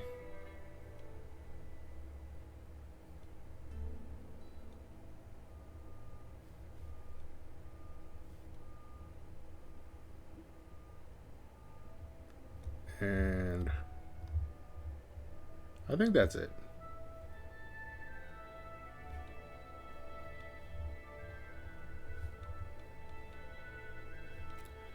There was more. I forgot to scroll up. Mangonels. Better siege equipment. Oh, household soldiers. Yes, to increase the size of my military. And this gives me armored horsemen.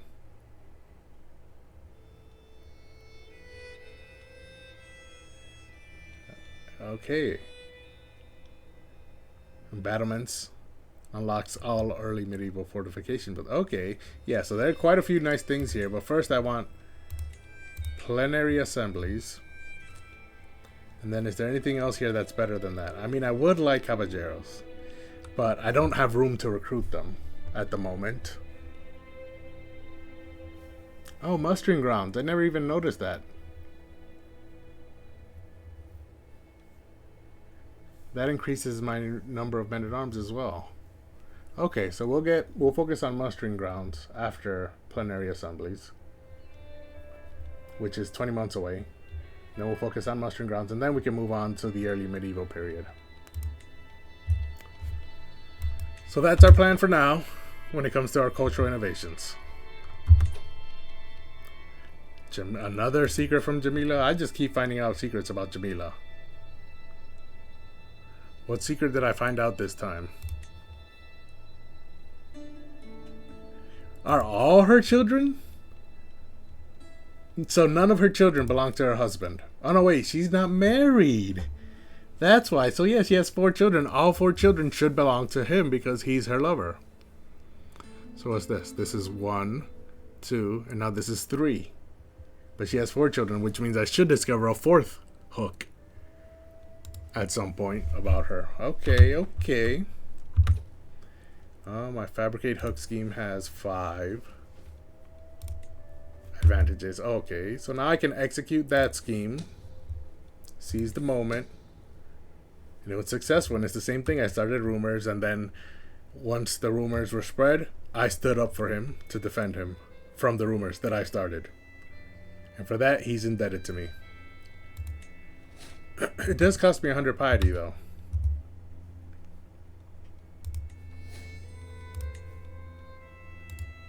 So now I can demand that payment, right? Yes. So that's 50 gold. That hook disappears. He still has 94 gold. That's not good.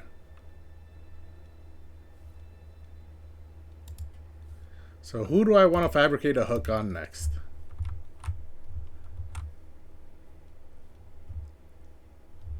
Can I fabricate a hook on my liege now? Has the cooldown expired? No, it has not. Still about a year and a half away. How about on his wife? She has no money of her own. The princess of the Aglabid Empire?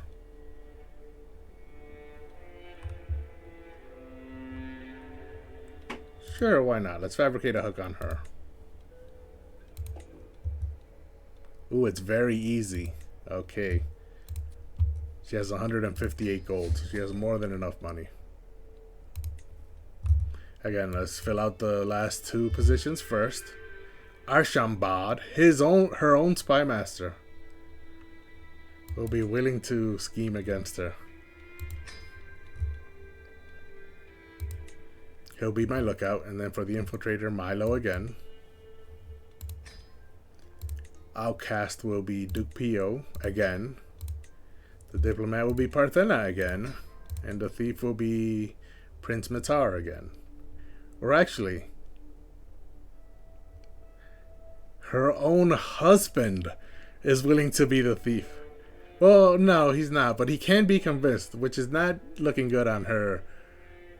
That I can, that her own husband is persuadable to scheme against her. Man, she has no one she can trust around her. And her dad is the emperor, so he's not doing very well for his own children. If his eldest child can be schemed against so easily by her own spy master and her own husband. I kind of feel bad. I'm still going to run the scheme though, but I do kind of feel bad. Kind of.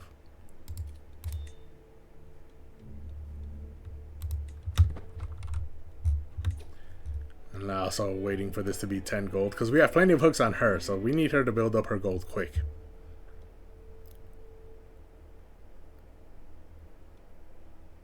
Okay, this is Armagnac and Bordeaux fighting against each... Oh no, Armagnac and Marsan fighting against each other. These two, Armagnac and Marsan, fighting against each other for Bordeaux. And Armagnac won. Where is Bordeaux?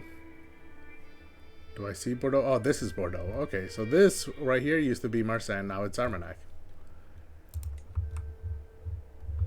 Countless infighting in France. It just never ends. Although it looks like the Abgabids have reconquered most of it. They took over Brittany. They took over all the small counties that had broken away. The 2 Burgundies still exist.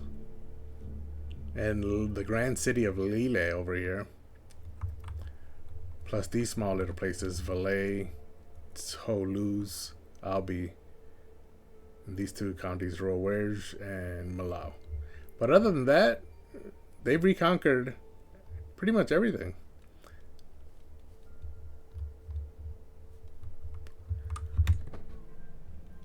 Oh, another secret. Oh, thankfully it's not about Jalila anymore. Jamila over here, because I have plenty of secrets on her already. I can't even blackmail her because of how many secrets I have. Aliyah here is a witch. There's a 100% chance she'll accept my blackmail. And she accepted it, obviously. And then I can demand payment. Oh, she's at 0 gold, so I can't demand payment.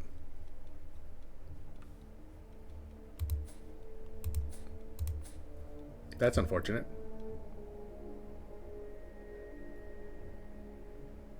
She's accused of decadence by her househead. And she's also on the hashish to deal with the stress of everyday life. Okay. So she's a fun old lady. Oh, a snake at court. Hold on. I recognize the anxious look on my servant's face. He is here to bring me bad news. My lord, you must come quickly. Your nephew, Chieftain Artau, was just seen leaving the chambers of your daughter Katarina?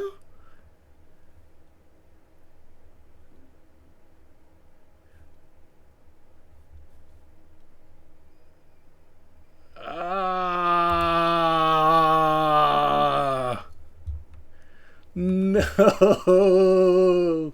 I was hoping I did not come across any incest. I was really trying not to have. But, you know, Crusader Kings 3 can't have a single game without incest, so here it is. Then again, he's my nephew, right? Okay, so they have the same grandparent. And his mother was my sister. Okay, yeah, so this is pretty close. They're cousins. And not even far removed cousins, they're first cousins. Some Sweet Home Alabama stuff going on here. Okay, I'll expose the secret, I guess. I'm not paying for hooks. Oh, that's unfortunate. That is unfortunate. The children are both robust, however.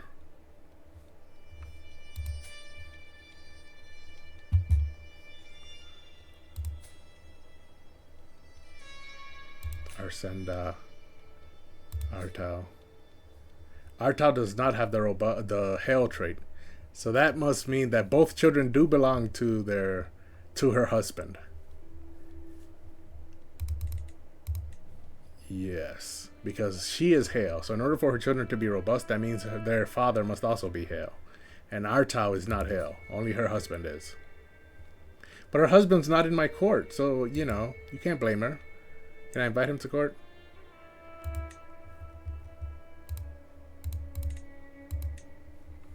No, he won't come. So who's to blame that his wife cheated on him if he's abandoned her all alone in my court? The youngest child is 6, so he's been gone for at most 6 years. Might be less, but at most he's been gone for 6 years. However, even if she's gonna cheat on him, I would prefer it not to be with family. That would be nice.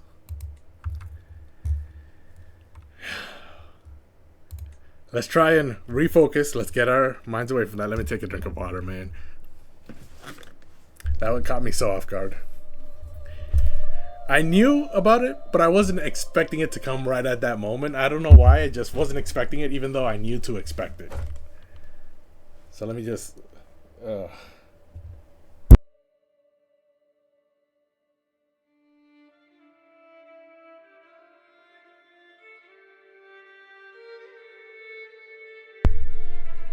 I've drank a lot of water. My water bottle is almost empty. Okay, there's some courtiers who came of age. So I can marry them off now. First, let's go with the Lodi. The women are easier to marry off. Oh, they're siblings. Are they twins? Yes, they are. She's quick. Is he also quick? No, he's not. So even though women are usually easier to marry off, her marriage is actually a little more complicated than his, because I need to find her a quick husband so that their children will also be quick. And I think quick has a chance, and it might intensify into intelligent.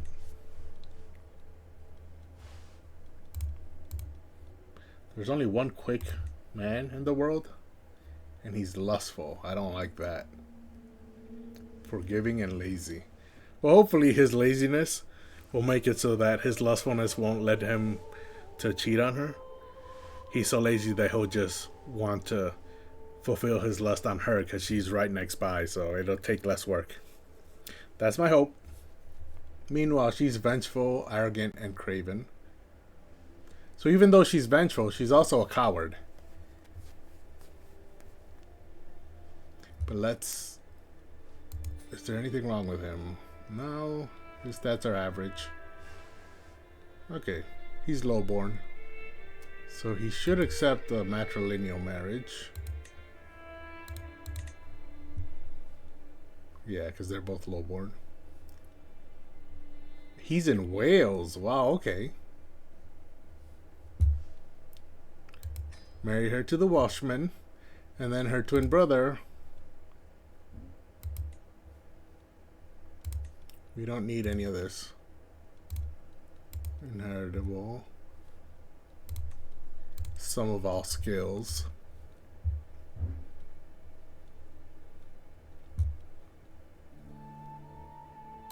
She's in my court, but she's intelligent. I would like to wait. Did he die in my prison? No, I released him from prison. So died under mysterious circumstances. Someone else must have taken him out. Because the whole reason I imprisoned him in the first place was because he was trying to murder someone. Svetlana's already in my court. So I think I should try and bring in someone from outside the court. Let's try and lower the age difference. So I don't see all the 40-year-olds.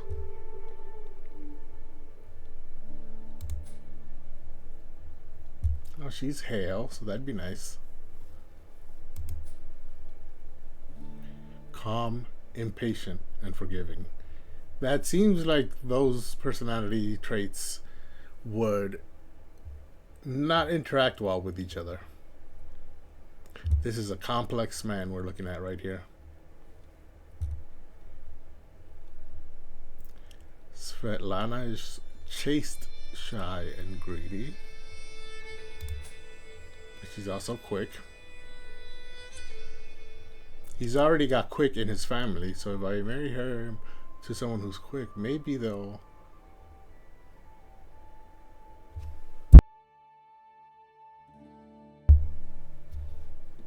Maybe they'll have children who are quick. Plaisance is beautiful. I don't think we actually have that many beautiful people. Amazonian. I'll save her because I know there are some Herculean people who need wives.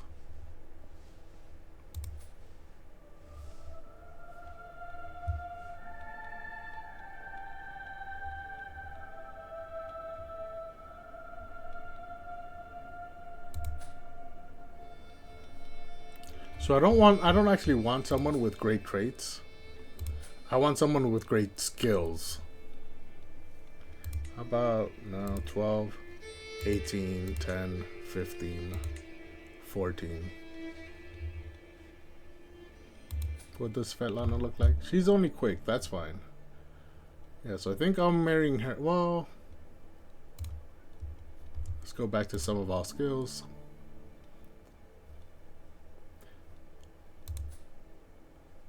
It's either Birthfled or Svetlana. They're both shy.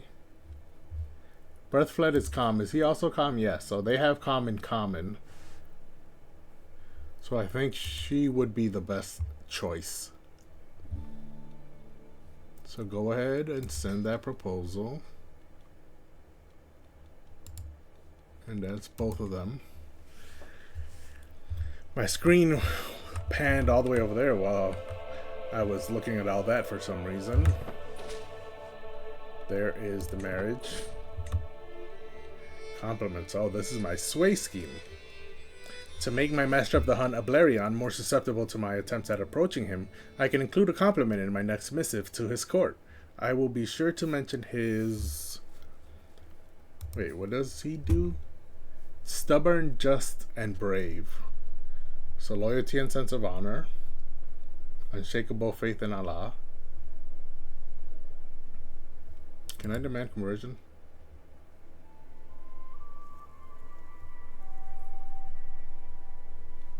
I mean, he's not zealous, but he's not cynical either. Unmatched people skills. He's not gregarious. I can keep it short and professional. I think if I go with loyalty and sense of honor, he is just, but that's a sense of justice. And brave.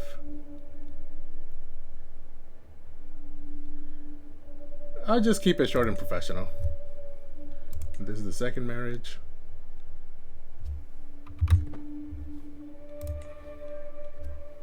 And I swayed him. He's at +10. Meanwhile, the Aghlabids conquered Isodun. Where is Isodun? Over here. Just another small place that they reconquered in France. Over here. Meanwhile, Jamila's gold is up to 2 now. My hook on this guy will expire soon, but he has no gold. So I can't demand payment from him. He is my courtier.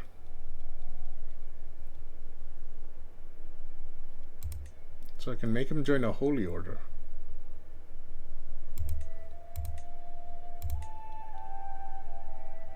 Or I can make him become a priest. His learning is 5, so that won't be helpful. However, he is a great marshal. So if I ask him to join a holy order, I think then I can...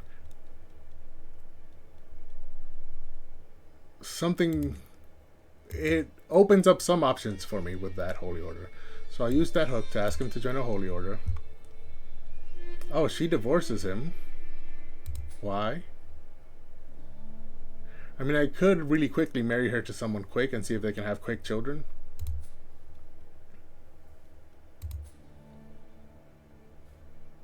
So he gains the trait order member.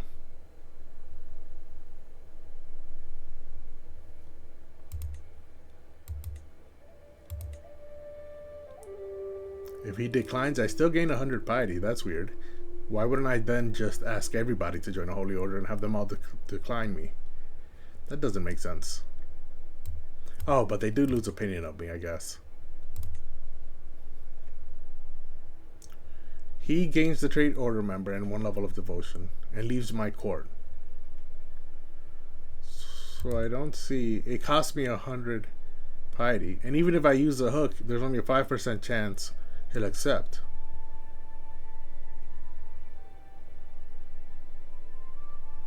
Oh, because he's married. That gives him -50.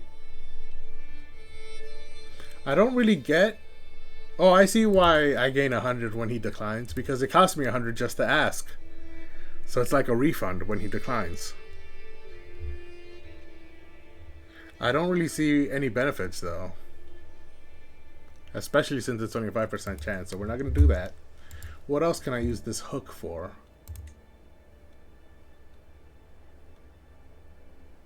What is this hook for in the first place? A favor. And I can imprison him over a favor? That doesn't make sense. Although imprisonment does last longer than a hook. Because then I can just imprison him and wait for him to gain money to ransom him out. But no, it doesn't look like he's useful in any way, so I'll just let the hook expire.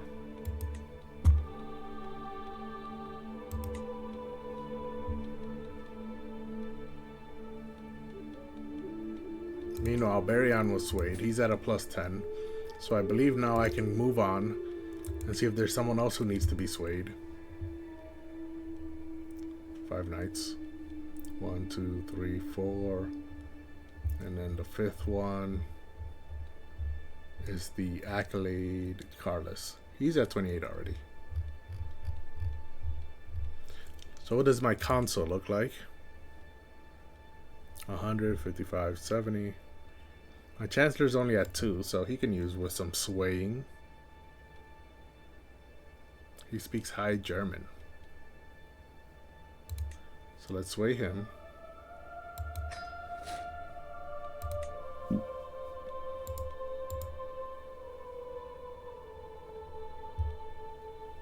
And while we're swaying him, we can also try and learn a new language.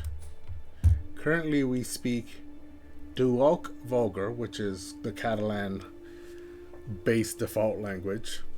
Then the Vulgar, which is a French language. Then we speak Arabic and Iberian Vulgar. Let me see here.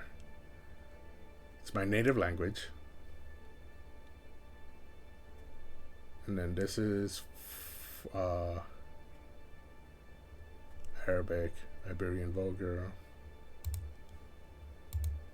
I was hoping it would tell me where it's from, but I guess not. Other than my native language. Am I scarred? Yes, I am.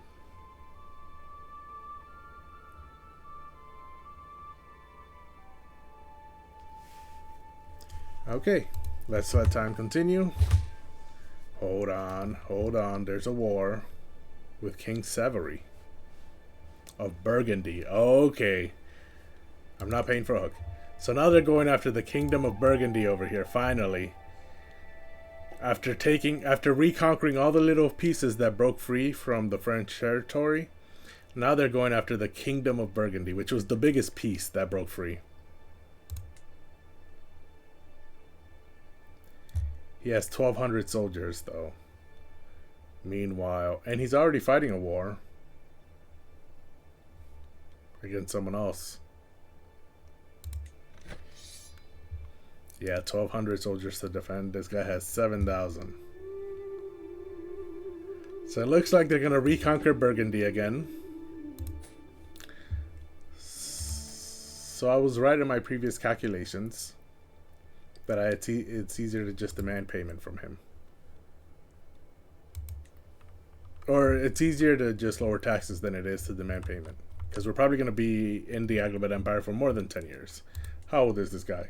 49? His health is fine. Yeah, so he probably has at least 10 more years left of his life.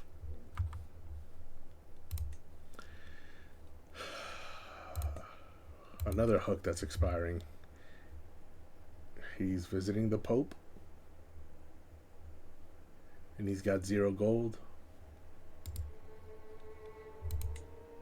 So I can't really use that hook for anything. I could use it to invite him to my court. But I don't really need him in my court.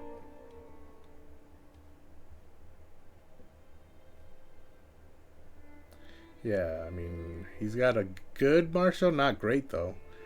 And everything else is, average diplomacy and stewardship and terrible intrigue and learning and prowess. Yes, I don't really need him in my court, so that's another hook that I'm just going to let expire.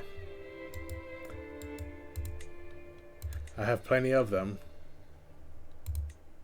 Let me pardon my daughter. We're definitely doing that.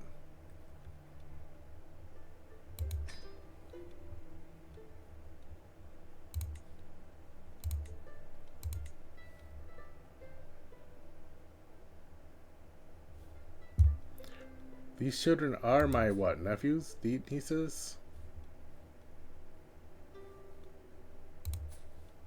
Oh no, their mother is my niece.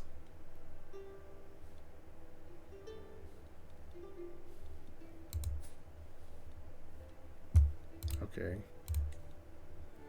So our current goal is waiting for Jamila to get 10 gold. And waiting for this scheme to get 5 advantages. We're almost done on that end. We're definitely not anywhere close on this end. And what's this? Oh, this guy's invited me to his hunt. Of course I'll join.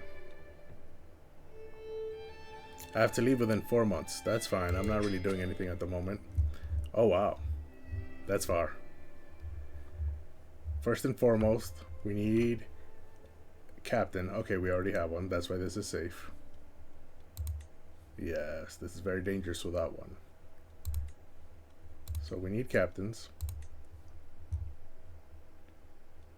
That still leaves 4 high danger areas, mostly here. Is there any way I can just sail around?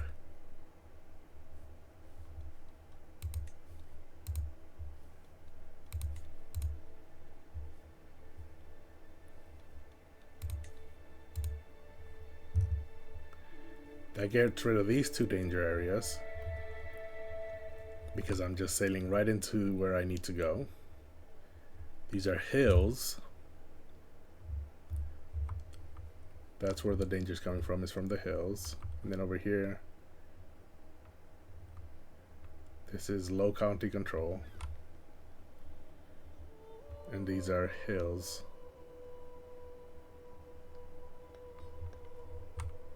Hills, hills, hills. Low county control.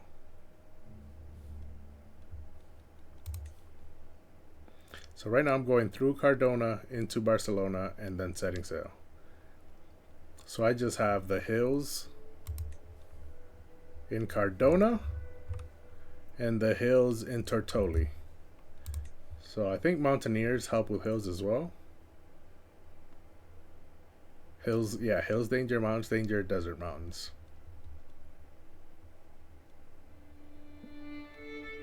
Forest and taiga, plague danger.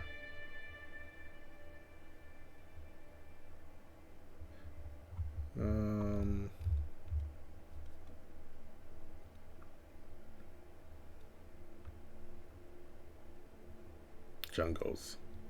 Okay, so if I hire this, 2 high danger, 1 medium, 5 low. And it goes from 215 to 035.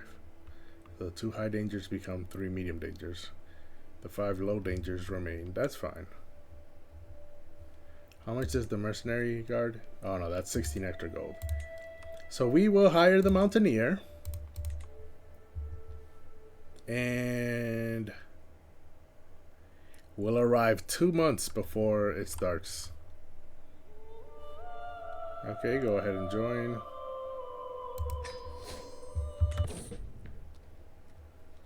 Pontag is a captain. He's the sea captain that we hired. Meanwhile, Ramon Borrell is the... Ooh. He's the mountaineer we hired, but he's intelligent. So can we go ahead and set up a marriage between him? Oh, let's do this first. A fresh start. My fellow vassal Wali Al-Khair is hosting a hunt in Tortoli, and time has come for us to depart. I should be able to proudly represent the House of March. This should be good sport if the event is properly organized. I hope it goes well. The Merchants Guild. As my entourage is traveling through Cardona, we end up in a conversation with a representative of the local Merchants Guild, an enthusiastic and charismatic man named Felipe Damo. From Barcelona, you say? We have actually been interested in setting up a workshop in Ribagorza. You wouldn't happen to be able to do us a favor here, would you? He gives me a wink and puts a coin on the table. Felipe Damo.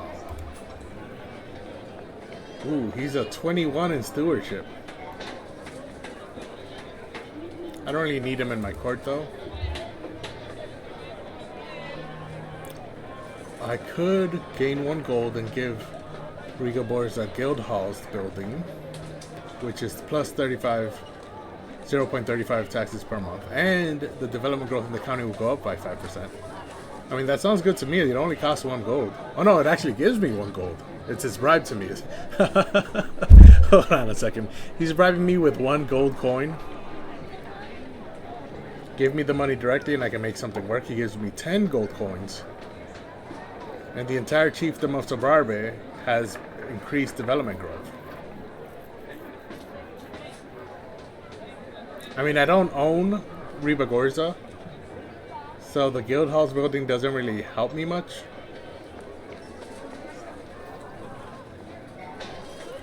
Rather, tell me, Bora, about your business and fair city. That just gives me 75 prestige. I think I'd much rather have the 10 gold and the development growth of the chiefdom of Sobrarbe, which is already, I think, the most developed chiefdom under me, but it's not directly ruled by me. It's ruled by my vassal, my twin brother. So let's go ahead and select that option. The game is paused. Oh yes, my brother is my regent while I'm away. Where am I now? I'm not too far away. I haven't walked far. But I did pass Cardona just now. From Urgel, which is where we started. Okay. Development in Reba Gorza is 9. And in the entire chiefdom, the chiefdom has 3 counties. Reba Gorza has a development of 9. Yes, I think it's the most developed area. Yeah, because this is my realm capital and its development is only 8. Okay, so now we have this guy up because I want to find him an intelligent spouse within my court so that he'll become a member of my court. Right now, he's only with me because I hired a mountaineer, and he is that mountaineer. So let's find him an intelligent? Yes, intelligent. Let's find him an intelligent wife. Age doesn't matter. Svetlana, who is in my court. This is why I didn't marry her earlier, because I knew I would need her.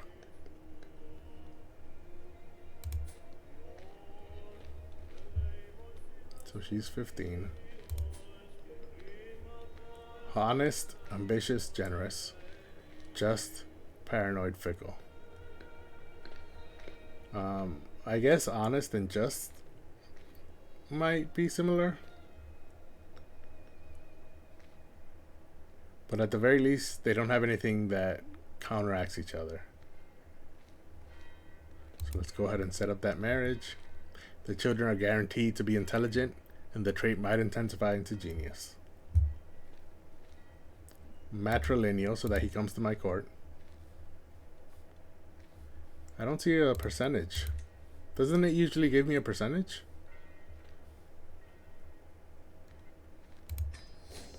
I guess since it's only a betrothal. Or is it because they're both currently in my vicinity? She's my courtier and he's in my entourage. He is homosexual though. I hope. Okay, she's heterosexual. So they should have children.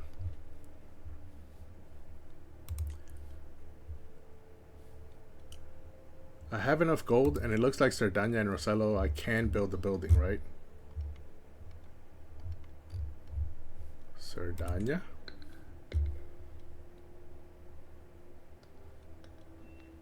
Yes, the hill fort. And Rosello. Ooh, I can improve the harbor. The trade port, right now it's a small harbor.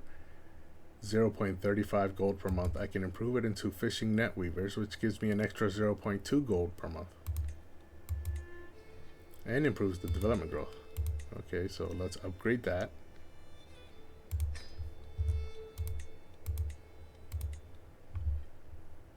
Now I'm back down to 49 gold.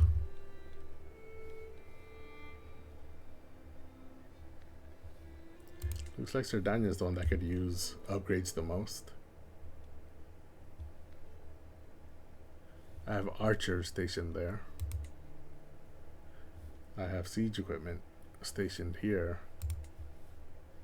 Nothing in Girona.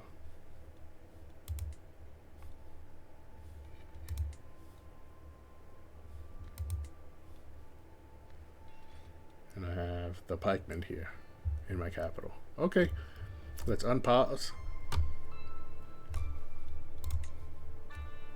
36 days until my next ski advantage.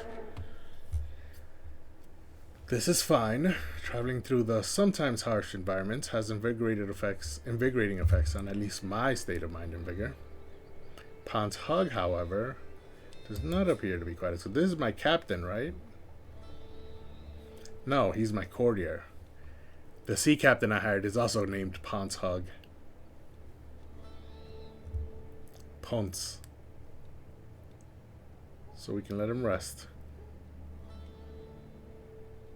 Our doctor can treat him. It's just a little cough.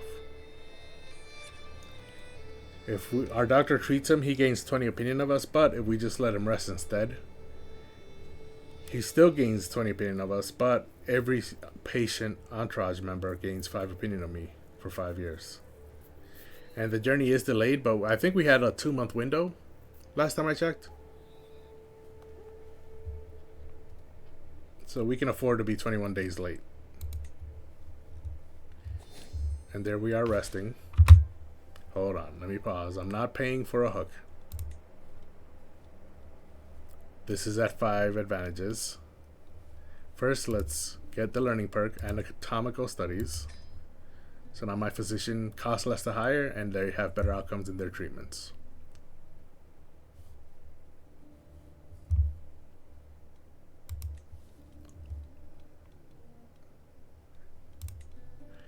Next, we go to this scheme.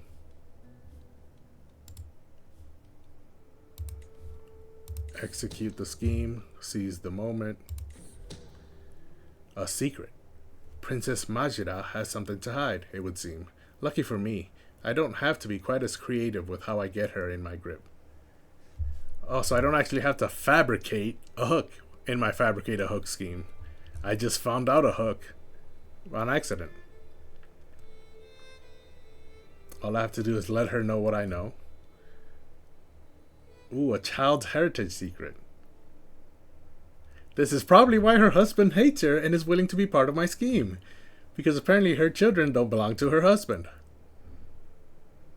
I could expose it, but why would I do that?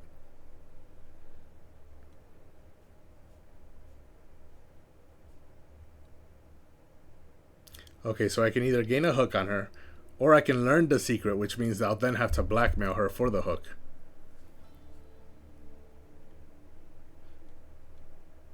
Yeah, so I'll just let her know what I know. Gain the hook. Ooh, look at his face. It's almost like he knows what we just found out and is shocked. Asim is his son, but Hussein is not. Oh, we don't know who Hussein's father is. He's pure-blooded, apparently. I don't know whose blood is pure, because he's a wild oat born out of wedlock.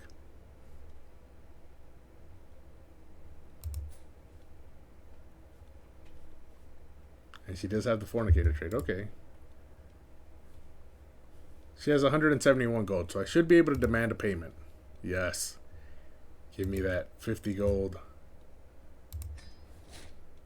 I'm back up to 102.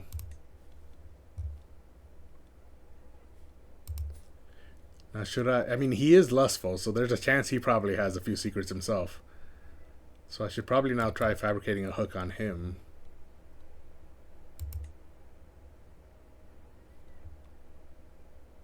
Well, that's a moderate success, and he already has 0 gold. I want someone with a lot of gold and who will be easy to blackmail. The Sultan of Tahert has 197 gold.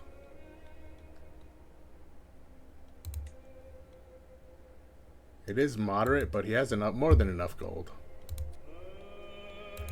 So let's see.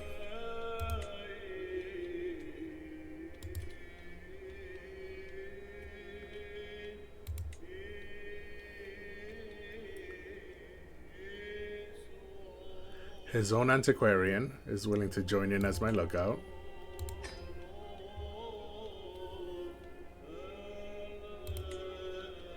Milo will be my infiltrator, as he tends to do. And the outcast will be Duke Pio of Genoa. Parthen is my diplomat. And Prince Matar is my thief. These are the things that usually happen. So those three have been in those 3 positions. I think in almost every scheme I've tried. These 4, actually. The only one that changes is the lookout, who's usually a member of the person's court. So that's a 95% max.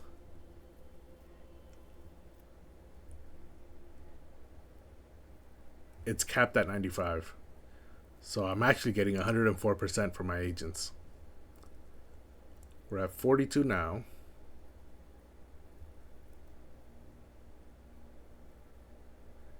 What does circumspect mean? Oh, it's because I'm traveling.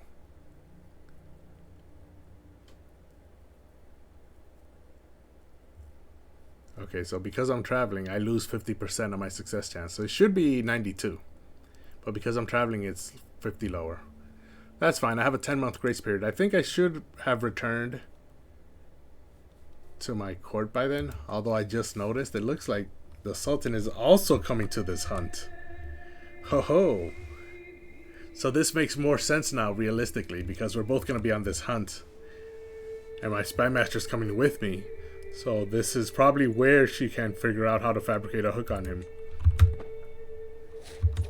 Oh, my hook on this guy expired. My hook on this guy expired. Yeah, I couldn't do much with those hooks if I remember correctly. So there's the boat. I'm on my way.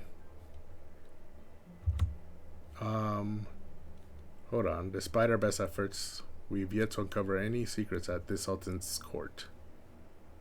However, I still believe there's something going on in the shadows. I only need a little more time. Okay. If there's anything, we shall find it. You can keep going. Man overboard! The choppy waters are enough to make any experienced sailor seasick. As we roll back and forth on the waves, the people on the ship are slowly moving to seek shelter below. I notice Ramon Burrell looking out over the railing before turning to make his way towards the hull deck. But before anyone has time to react, the ship hurls sideways and he falls into the dark water.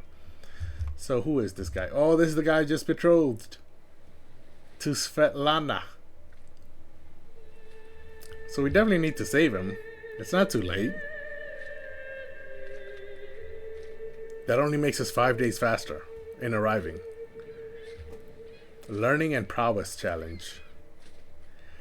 57% chance the crew scour the waves and saves him, and he grows closer to forming a friendship with me. I lose 32 stress. 37% chance they save him, but he was injured. He gains the trait wounded, but still gains 30 opinion of me. And 11% chance he drowns. So we definitely need to save him. And I got the highest percentage chance. He grows closer to forming a friendship with me. And he's not wounded. I need him around to have children.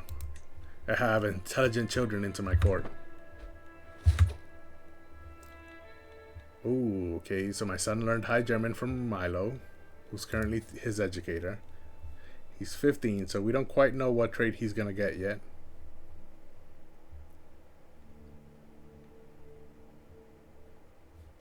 He's working on diplomacy. Callous gives it -2 to diplomacy. So that's not good. However, Diligent does give him +1. Oh, +2 to diplomacy. And Comely gives him +1 to diplomacy. Okay. He's got good stats. This is a good guy that I'm going to take over as.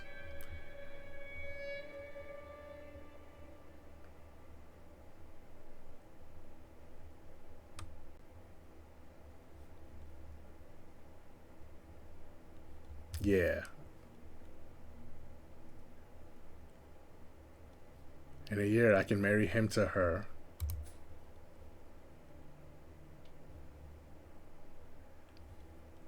And he'll take over this little county. And then she can die for all I care. After that.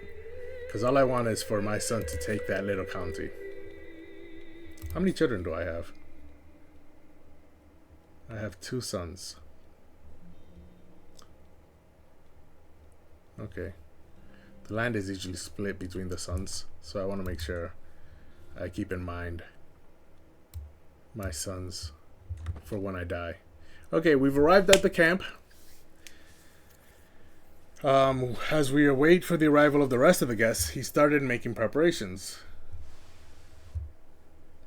Okay, we've seen this before. Soon. Oh, hold on. Bogomils and Rab. She and her vassals have converted to Bogomilism because they become disillusioned with the teachings of the Catholic priests. I can convert, but I'm not going to do that for now. So now the faith has appeared in Rob. Let's take a look. If we look at the... Ooh, we're down at 3%? Why is that? Oh, -50 because he's a spy master? Ooh, it doesn't look like we're going to get this. I think I'm going to abandon this scheme. Yeah, because even if we finish traveling, that's still a 53% chance. So we're going to abandon this scheme. It's not worth it.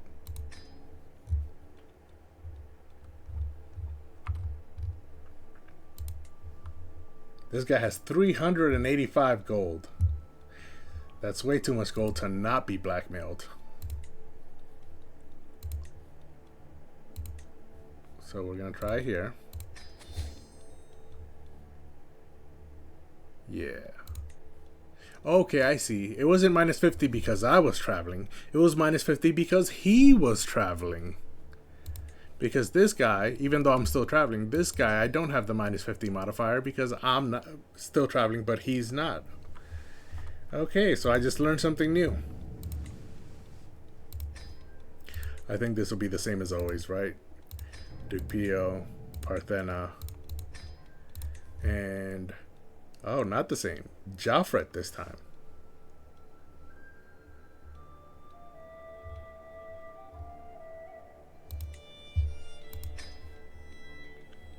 Although Prince Mitar still is the lookout.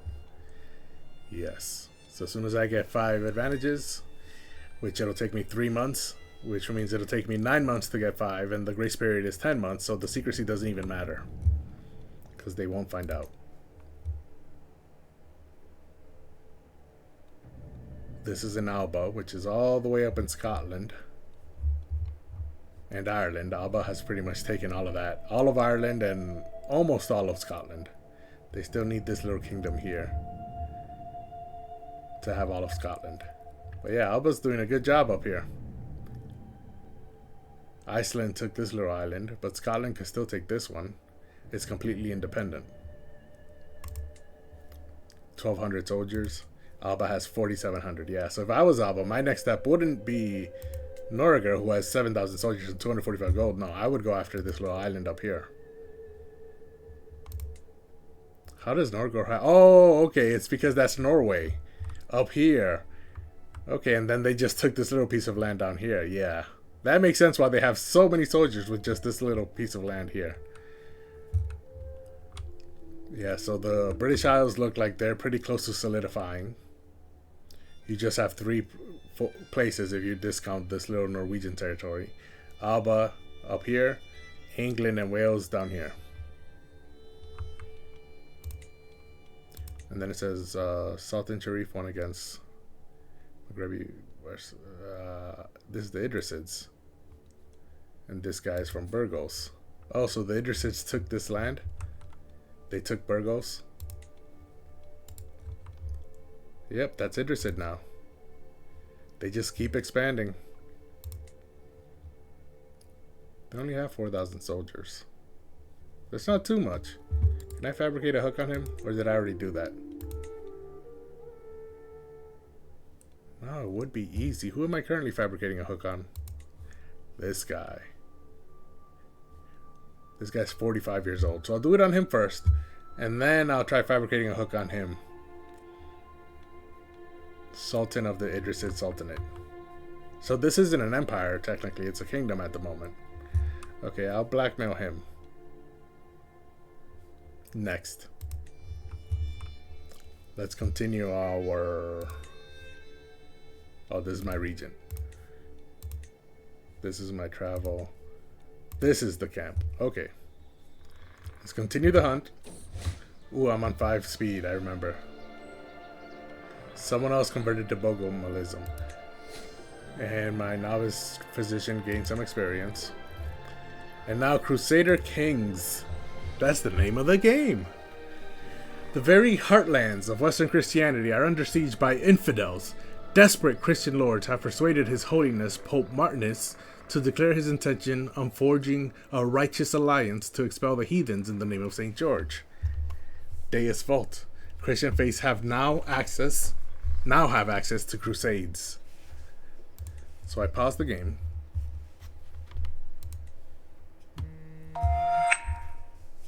Oh. And first, let's look at the faiths and try to figure out where Bogomalism is. Is it this up here?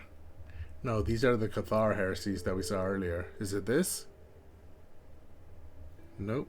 Where is Bogomalism? Ooh, the Orthodox have spread.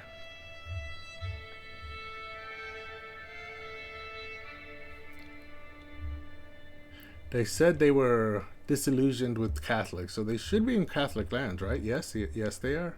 Bogomolist, right here.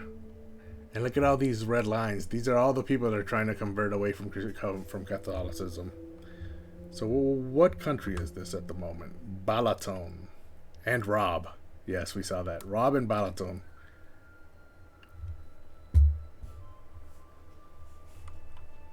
Okay.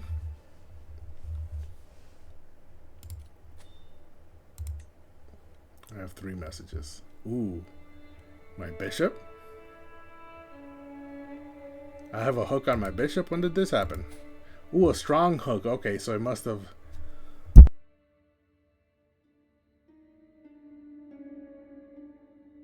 excuse me, I had to sneeze there. Muted the mic for a second. Oh yes, he's a cannibal. Okay. And I demanded payment already, but because if it's a strong hook, after 5 years I can demand payment again. So go ahead and take that 10 gold. And I'll see you again in 5 years, you cannibal. Meanwhile, I have hooks expiring soon. They still don't have any children because he's chaste. Okay. Neither of them has any gold. How about Toda?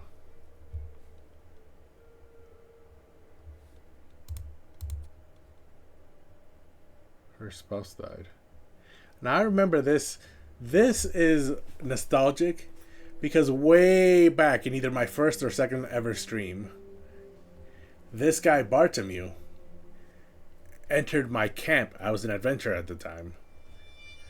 And the reason he entered my camp was because my daughter had a crush on him. And not my secret daughter that no one knows about, Toda. No.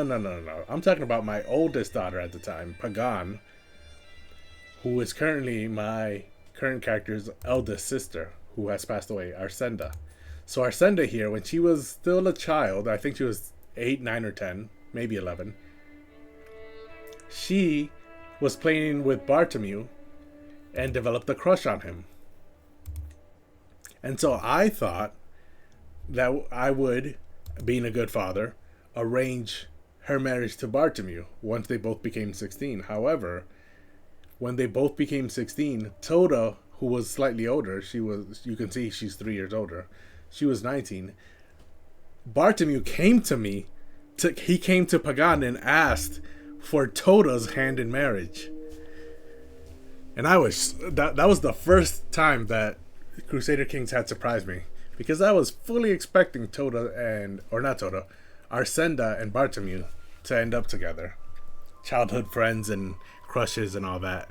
But no, they became adults, and as things tend to happen, your childhood crushes fade away. And now he's dead, as is Arsenda. So let's find Toda a spouse. We don't need any of this. What we actually need is someone who has good stats. The stat doesn't matter, they just need to have good stats. Let's look at my console. Richard has 26 martial.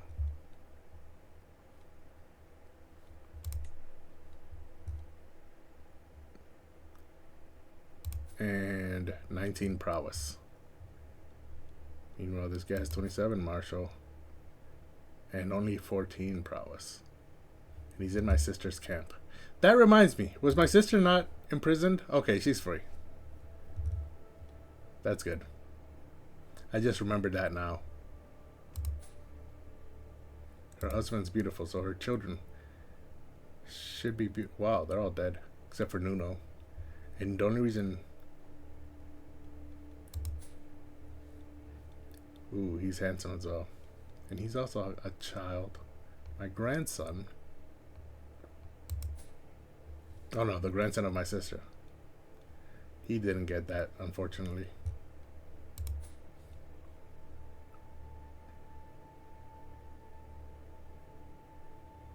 Do I have someone in my court who's handsome? No, we'll leave that alone for now. Let's focus on her. We don't need a marshal. Those spy masters aren't good enough. Milo's only 36. This guy's 55. And 50. 31 learning. Oh, he's someone else's chancellor.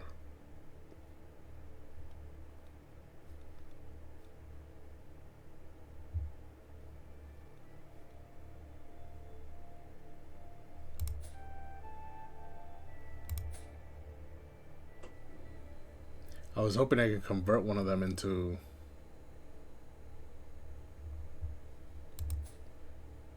a priest and have them take over for this bishop when he dies. But it doesn't look like I can do that, so for now, stewardship is going to be the name of the game. This guy's already a steward. This guy's a chancellor. This guy's a caravan master. This guy's a steward.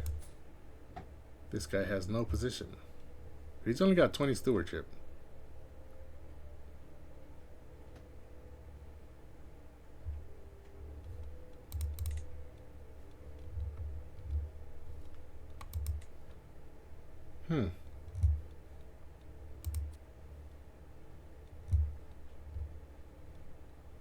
Where's the caravan master? This guy?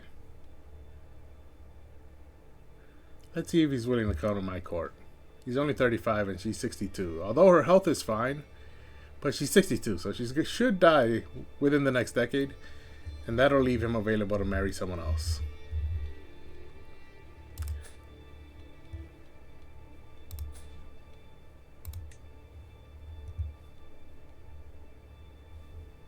So send that proposal.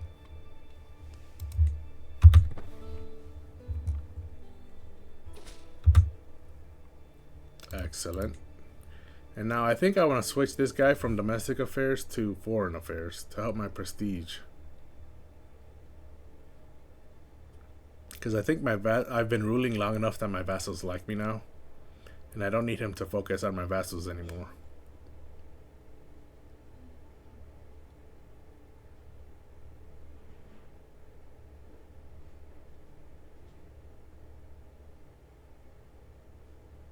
Yeah, so let's have him focus on foreign affairs for now.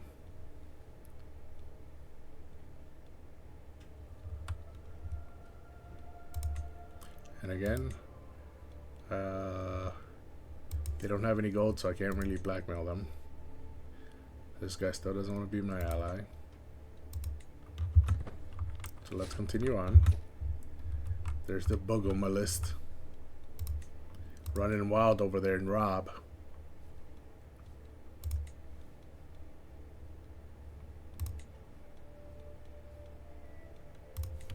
Oh yeah, we were on a hunt. That's what we were doing. Okay, so 2 weeks left till it begins.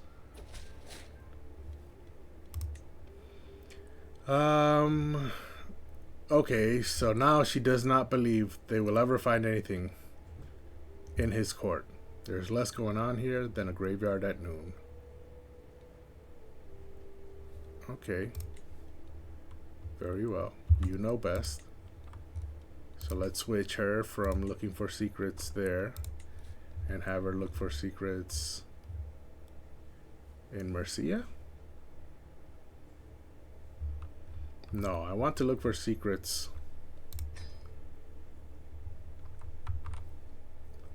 Castillo, maybe?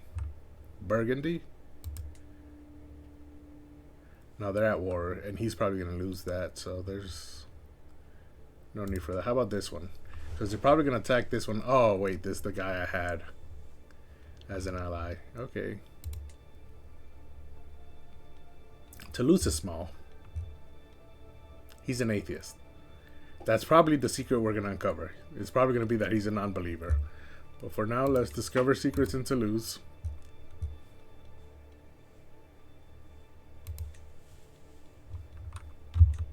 And continue the hunt. Slim pickings. Gublenou assembles the party as the sun rises over the camp in the hills near Tortoli. The local gamekeepers have scoured the vicinity for recent tracks and fumes. While there is sadly no sign of a buck in the area, There are evidently plenty of foxes. So he wants to hunt a fox today. We got a month left till the next. Ooh, success increased. And what's this?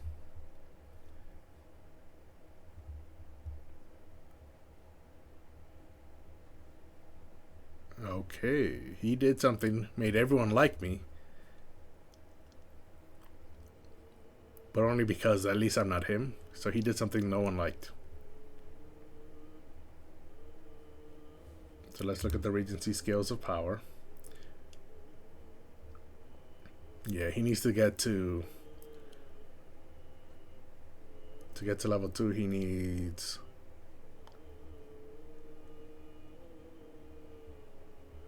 I don't even know how much he needs. Oh, he did here promote authority. Characters and counties leave factions against me. It boosts crown authority and consular opinion. Okay, so that's what he did.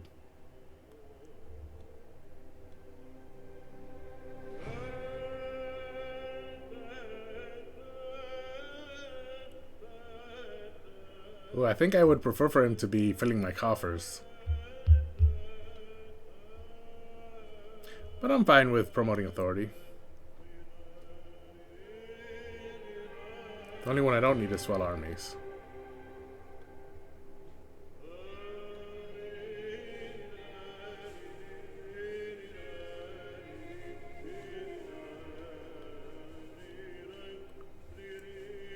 My oldest daughter is selfless. Oh, but she's ambitious. Okay.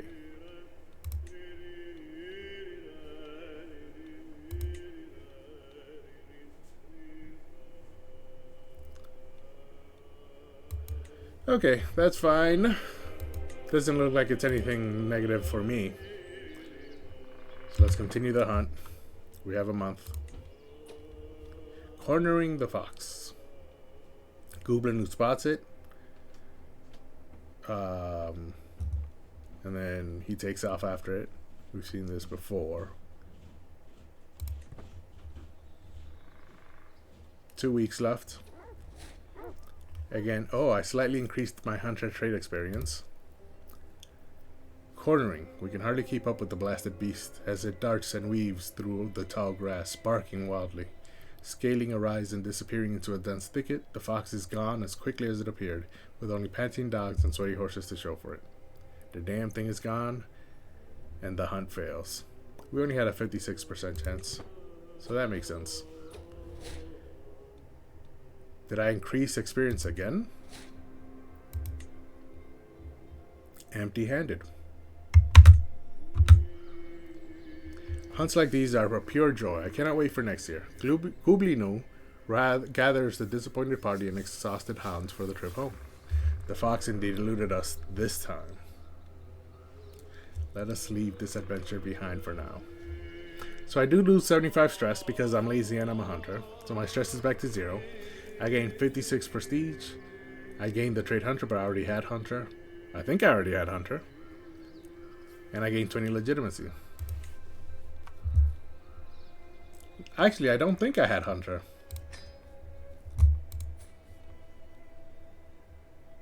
No, yeah, I had hunter. Because I gained 12 experience in Ben Raider. But where did my falconer experience come from? Obviously, it was from previous hunts. So yeah, I'm good. I had that trait already. Ooh, my health is poor. I'm at death's door. And my player is only 15. I would like them to get married before I die. So that he can take over this land after I die and I start playing as him. Svetlana came of age. Oh, that's I already betrothed her, so this is the marriage.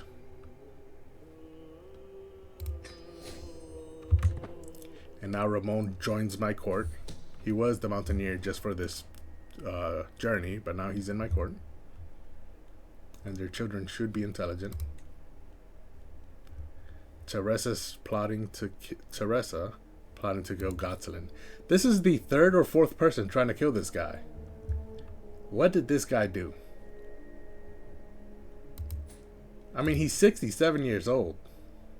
And his health is poor. Like, just leave him alone. Time will do the job.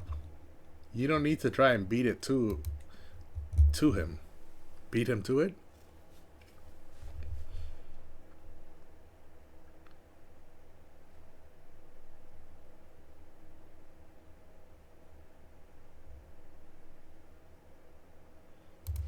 Okay.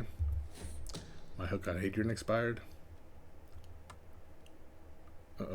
Yagbu over here is scheming against Farhan. Who's Yagbu? I don't even recognize this name. Oh, I married him in because he's fecund. And I'm waiting for Wilhelmina to die so that then I can marry him to someone else who's fecund and have the fecund trait passed on in my court, because right now this is the only trait that we don't have anyone in our court passing down at the moment. He's also a poet.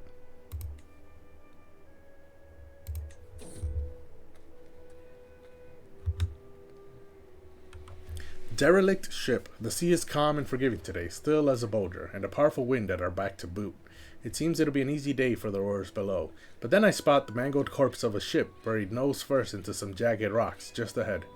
There doesn't appear to be any survivors, and the rocks would be no trivial thing to navigate, yet I feel compelled to go and investigate this mysterious wreck. Ooh, intrigue challenge. And intrigue is my best stat, and yet it's only a 67% chance. So let's see if I can increase that chance by making my wife focus on court intrigue. Assist ruler only gives me +1, and court intrigue only gives me +1, so I don't think it actually will. No, it's still 67%.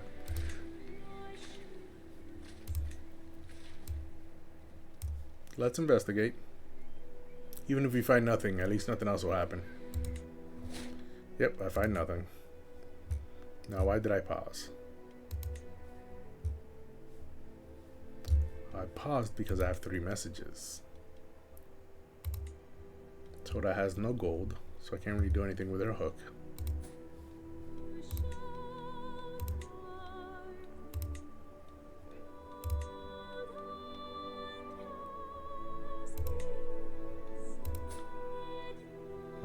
When does this hook expire? I still have 6 years on this hook. Okay, he should be able to collect 15 gold in 6 years. And Jamila finally got up to 3 gold. Okay, let's get back home.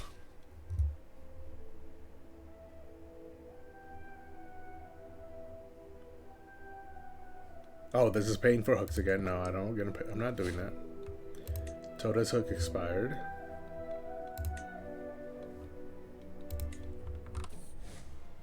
The faithful prepare for war. A papal envoy has reached my court, bringing news from the Vatican. Pope Martinus issued a call to arms to all righteous Christian rulers. As a Catholic high chief, that's why I'm a high chief, because I'm Catholic. I am expected to prepare my men in support of this most holy cause, sponsored by the Universal Church itself. And for those who don't know, Catholic just means universal. So the Catholic Church is actually, its actual name is the Universal Church. To all those who will take the fight against the vile infidels desecrating the holy grounds of Jerusalem, the Holy See promises full absolution from all sins and a guaranteed place in heaven. Ooh, okay. I gained 36 piety and lose 73 gold. That's fine. I want to join in the war, so I'll gladly help to finance this holy cause. Farhan is the one plotting to kill my child. Again, she's this dude's wife, right? Yeah, so this couple, man, they just have plenty of people trying to kill them. Oh, let me pause the game. I'm not paying for hooks.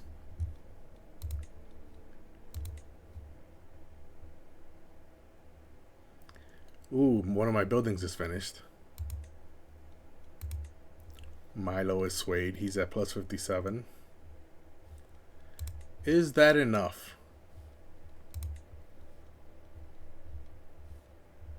Yeah, let me try swaying my spy master again.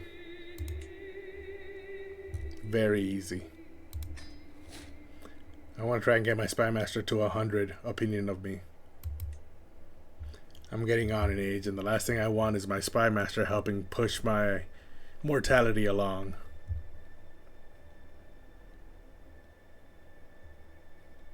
I can promote culture.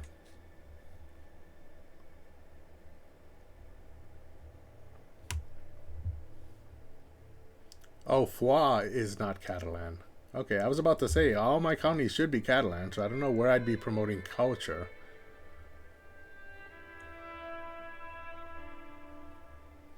Yeah, Foix.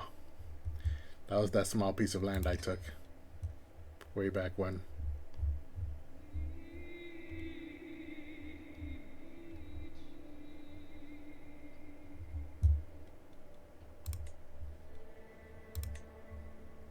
Sassari. Where is Sassari? Ooh, I was gonna say that's far enough, but I was just there. Hopefully no one caught it. And then Homestead's Innergel. So I should be able to build something new? No? Oh, I don't have the gold. I need 255 to build something.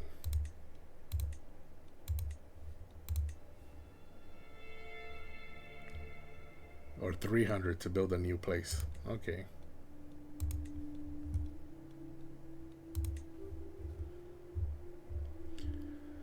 Oh, there's my boat. So we're almost home. Let's get back to it. Seasons of change. As we prepare to set off in the morning, I see Nyla, my wife, stand outside the camp all alone. As I walk over to talk to her, I notice a change in the wind. A surprisingly warm breeze caresses my face for a moment. A noticeable change from the cold weather we've had recently. It is finally spring. Oh, my voice. I need more water. More water.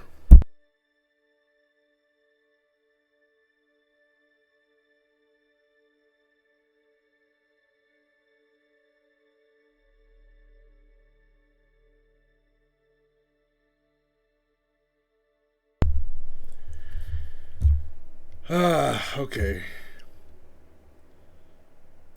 15 opinion of, or the journey progresses by 2 days. She's at 100 opinion of me.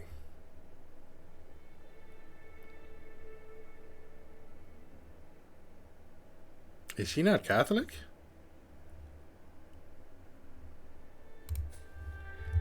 Hold on a minute. How long had that been going on? I'm about to demand conversion, so I might as well have her gain 15 opinion of me. I definitely have a hook on her. I know that. I have an imprisonment hook. I can imprison her or revoke her title, but I guess I can't use it for anything else. Oof. Man, I'm starting to feel hot. Took my sweater off. Starting to be that time. I think spring begins this week. The first day of spring officially.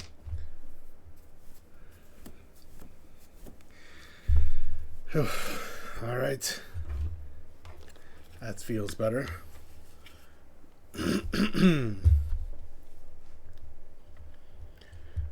Demand conversion. Well,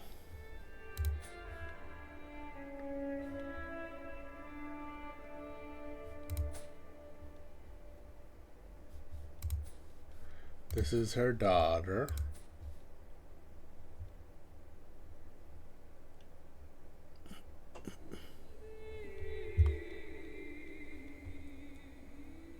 Banbaluna. Where is Banbaluna? Okay, so her daughter is wandering around over here with her spouse. Anyways, I'm back, I think. Oh no, fire in the night. We are walking among the hills late in the day. The darkness comes suddenly, brought by the dark clouds above us. Then there is a distant loud rumble of thunder. Soon there is another, combined with a dazing flash of lightning, and another strike, brightly illuminating the area. The afterimage burned into my eyes. I blink and see where the lighting has struck. Now there is a quickly expanding brush fire, and it is spreading toward us. So I can tell everybody to run. 60% chance the fire catches us. Pagan gets wounded, and the journey's delayed. I can tell everyone to put the fire out. Pagan gets wounded. Yeah, so Pagan's gonna get wounded, is what I'm seeing here. But this one has a 37% chance that I gain wounded. I mean, that's fine. Let's put the fire out. Yeah, the 53% chance is what happened. I'm back at court. Let me look at my schemes. A month and a half left until this scheme. And I've almost arrived. There I am. Thank God I can go inside again. Okay. Everyone. Control. Let's focus on control now that we're back. Wait, I can end the Regency, right? I'm back. I'm not able... What do you mean I'm traveling? There I am. I'm not paying homage. Wait, do I gain anything from paying homage?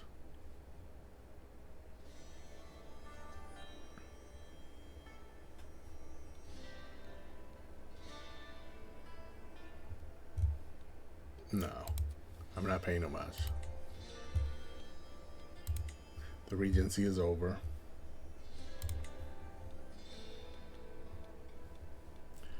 This trinket over here is about to expire.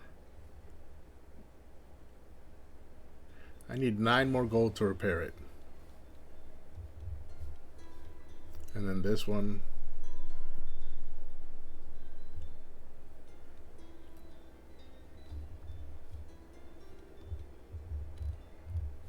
Okay.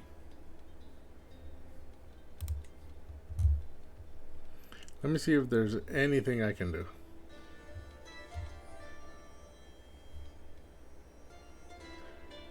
That's right, I gained this extort subject thing.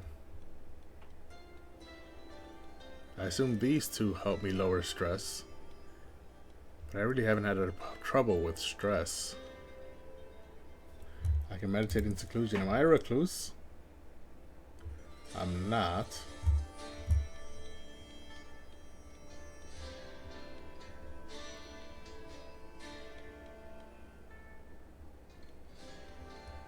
So what happens if I extort subjects?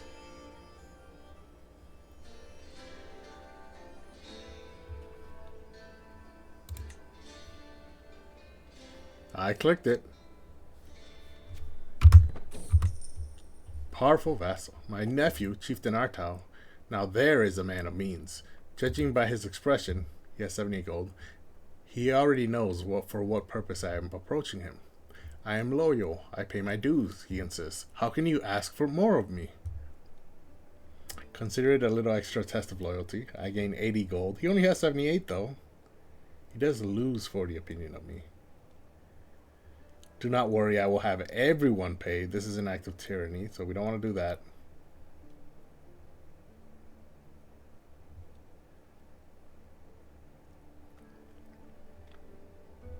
But yeah, that's fine. He's an adulterer. Why?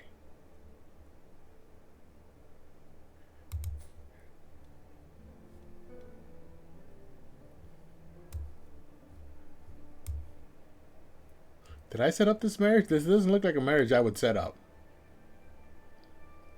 Because club-footed is a congenital trait, meaning it can be inherited by the children. I would never set that up.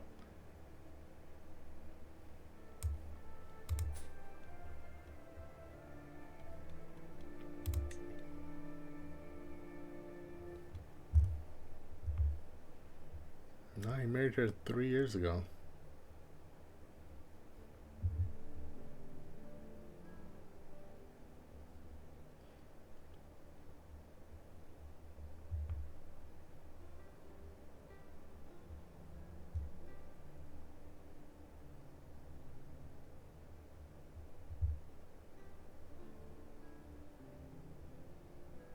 Huh.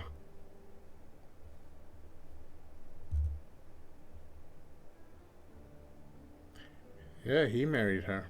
By his lonesome.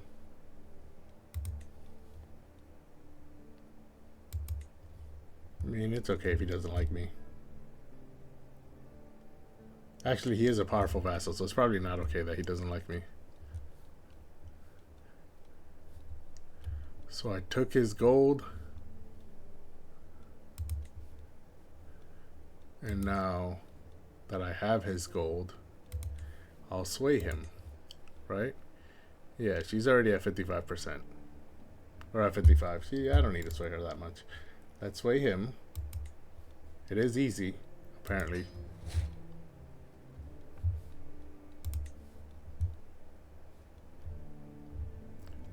Where is this lady finding secrets from? In Toulouse, right? Yes, in Toulouse. Okay. That is fine. I have a month left to fabricate a hook on this Emir. What just happened? Rico learned Arabic. That's fine. I'm not paying for hooks.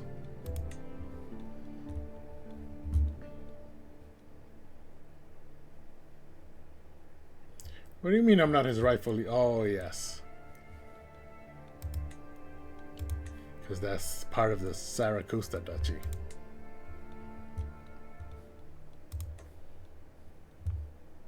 Seven more days. Okay, Siegmund is scheming against Farhand. That's fine. Let him traitor be known to all. And now we have 5. Let's execute that scheme. Seize the moment. Again, we spread rumors and then defended him against those rumors that we spread. So now I got the hook because he's indebted to me. And then we can demand payment. 90 gold. And we lose the hook, but we gain the money. Now, who's next?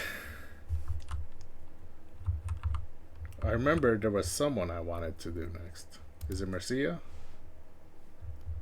No, I had a whole plan, didn't I? The Idrises, this guy.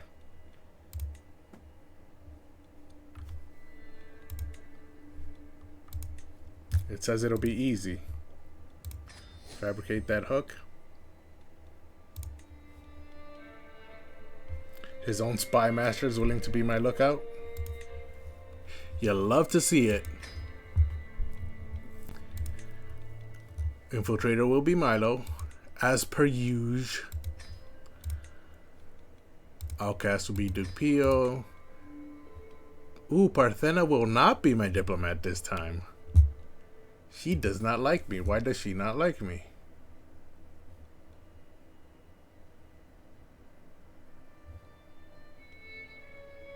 Huh. Cultural acceptance is really low between Catalans and Greeks, apparently.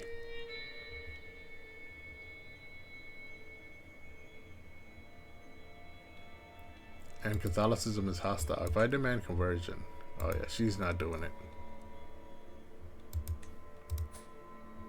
Her husband is Catholic, though.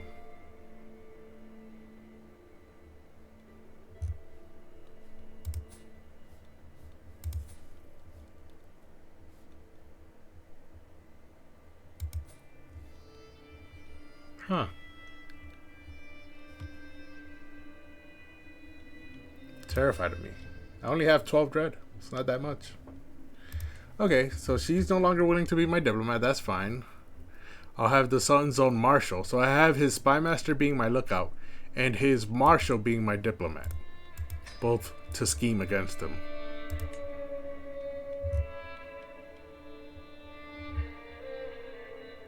And then this prince here will be my thief. I believe he's also part of the Idrisid Empire, kingdom, sultanate. So this is a first to have three members of his, three of his vassals willing to scheme against him for me. 4 months. I need 3 schemes, so that needs 12 months. So after the 10-month grace period, that means there'll be 2 months that I'll have to risk my secret coming out. So let's go ahead and fabricate that scheme. Meanwhile, there's a crusade about to happen. So that's exciting, our first crusade. However, I don't know where I go to see that. Ooh, the Pope does not look good. Holy fire. Afflicted by painful seizures, headaches, nausea, and diarrhea. The involuntary spasms make it look as if he was dancing. How ironic that the Pope is afflicted with a disease called holy fire. But that is besides the point. The reason I clicked on him in the first place is because I want to see the crusade. I joined a crusade. How will I go about... How do I look to see... Is there an icon somewhere? This. Crusade for the Kingdom of Jerusalem. Launches in 12 months. We have 3,000 soldiers. They have 800 soldiers. What is happening in Jerusalem at the moment? The Tulunids. No, not the Tulunids. The Shaiban Empire has... Can I not? Okay, Shaiban. Ooh, they're currently in 2 wars defending against the Bersekid Empire. The Bersekid Emirate. On the claim for the Arab Empire. And they're about to lose a war for the Emirate of Palestine. Okay.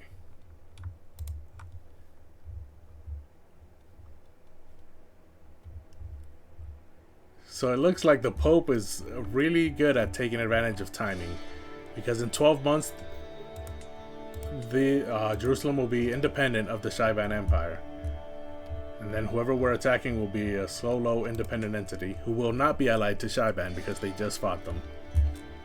And Shaiban is the largest empire in the area, so that's good timing for that. Meanwhile, we're waiting for these people to get their gold up so that we can then demand payment for their blackmail. What we're doing is blackmail. It's really easy to collect gold as a intrigue-focused character. Again, because all you have to do is just find out people's secrets and blackmail them for money. The Wandering Master. I'm on my way through my courtroom when a scuffle at its far end draws my attention. A strapping man is being advanced upon by my guards, only for their weapons to clatter to the floor in the blink of an eye. The stranger flourishes his sword and salutes toward me. "My lord," he begins as I wave away more guards. "I find myself without a liege to serve, and judging from your protection here, you could do with my help." From the cross he wears around his neck, I deduce he is a Mozarab. Sunifred, the Mozarab. Ooh, 25 martial and 25 prowess. That is great. I have really good knights. I'm not sure if that's actually good enough to be one of my knights, though. I have 5 knights. This guy has to be a knight for my accolade. So that's 1, 2, 3, 4, 5. Yeah. Oh, no, wait, 4. He'll take over Abelarion's place. Unfortunately, Tybalt has to be a knight for my accolade.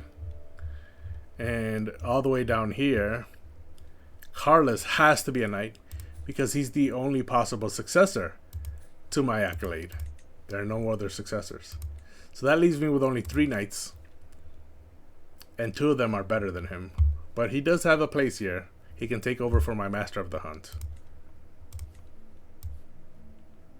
So for Man of Your Talents, absolutely. I spend 50 piety, gain 18 stress, and he joins my court. I would rather my knights be Catholic. 25% chance he joins and converts. Or a 75% chance he refuses to convert and continues wandering. Or be gone, heathen! I mean, I'll recruit him. Now he's in my court. Let's make sure he's a knight.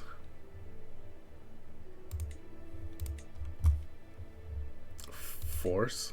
Allow. Okay. There you go. What's a Blarion's marshal? It's only 4. Yes. And he's 60, so I'm fine with him not being... Yeah, he's already lost 7 prowess due to old age. So his prowess in his prime was 30. So I have some really good knights. But they're getting old. Ferran's only 29 though.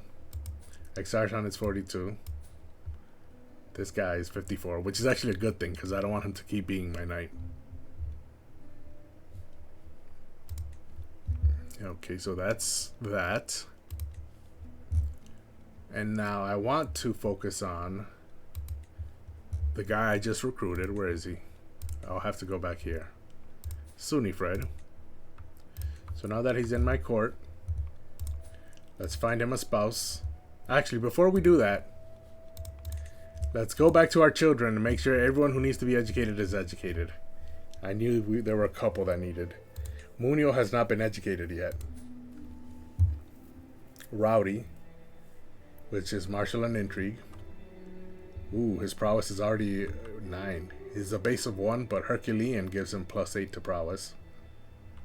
Base 1, base 0, base 1, base 3 in martial, and base 1. Yeah, so he's definitely having a martial education. And then we have him educated by our best marshals.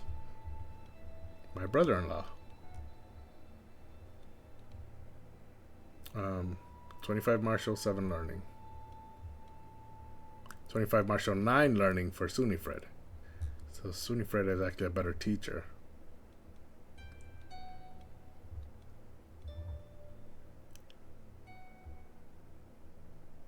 Yep.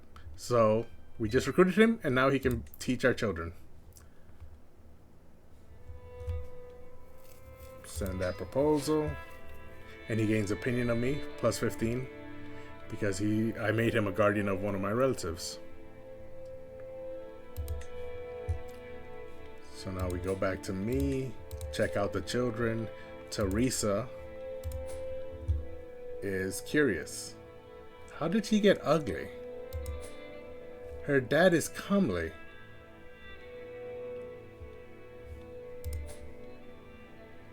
And although her mother's not comely, her dad is. So how did she get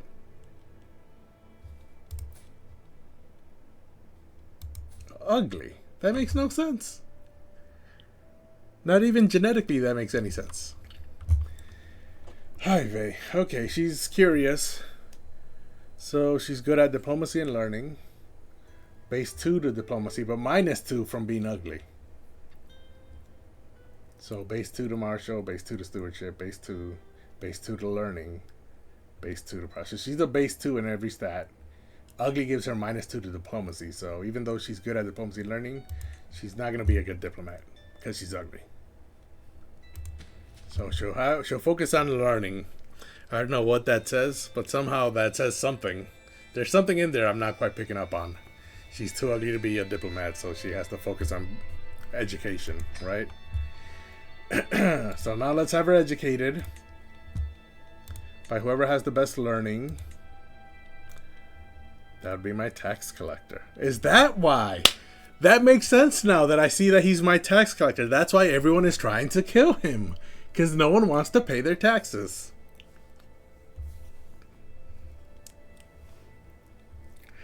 Some things never change. Alright, let's have him teach her. Make her be my future tax collector. And let's see what other children are left uneducated. So, I've mentioned this every time, but I wait until they're 3 years old to educate them so that they can have the personality trait. Before they're 3, they don't have a personality yet. So for Joan, oh no, this is actually Juan. Juan March. He's rowdy, which is martial and intrigue. Base 1 of diplomacy, base 1, Base 1, base 1, base 1, base 2. And he's Herculean, which gives him +8 to prowess. So he's definitely focusing on martial. These are the future knights of my kingdom, of my duchy, because we're not a kingdom yet. And then we'll have him educated. I think we can educate him by Sunifred, who just joined. He can educate this guy as well.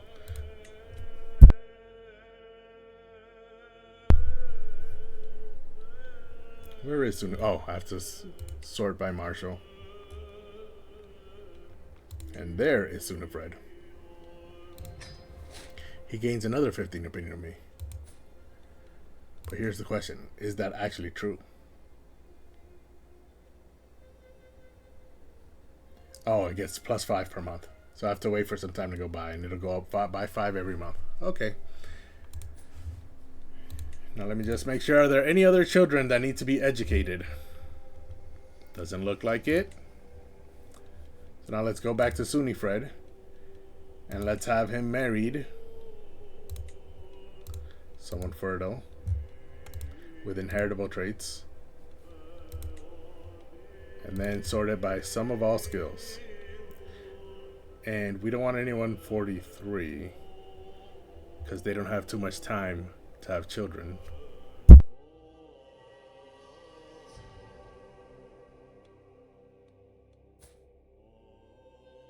She's beautiful, so this would be good.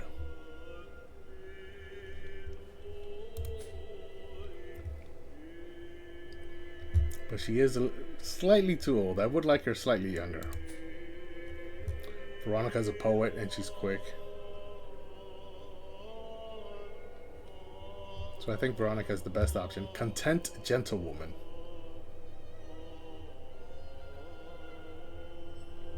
She's honest, shy, and content, yes.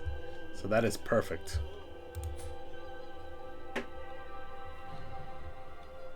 Svetlana's in my court, isn't she? Oh, no, she's not. There's someone in my court named Svetlana, but it's not her. Okay, so let's set him up with Veronica. They're both lowborn, right? Yes, they are. She's Occitan and he's Catalan. Send the proposal. Ooh, what's this? Strengthen sentries. Watchful eyes keep out prowling suitors just fine, but struggle against well-organized, well-armed conspirators. Protect against spur-of-the-moment intruders. 100% success chance for opposing schemes like seduce, convert to witchcraft, or elope. Plus 15% success chance for opposing schemes like murder, overthrow region, or steal artifact. I'm not doing any of that.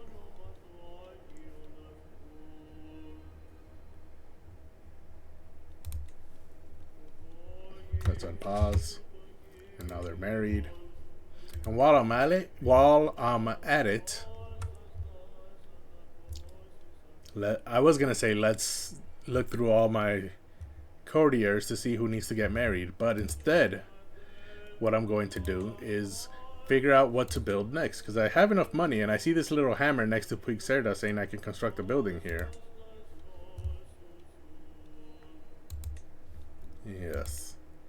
I can improve my guild halls into carvers guilds, which gives me 0.2 tax per month more, and also increases development growth. But that would cost 237 gold. What's this? Constructing your vassal's holding. Oh, yes, because I don't hold that barony. This is the castle holding I hold. So I can upgrade the small hill fort. Does this at some point give money? No, it does not.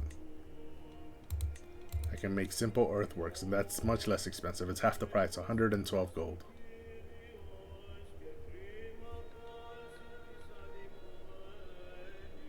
So we're gonna do that. And the control is at 90, so I can go to my council. This guy only has 10 months left, but that's fine. He can stop working on control here. And actually, let's go back. I want to see what the actual control is. 86, 90, 60, 69.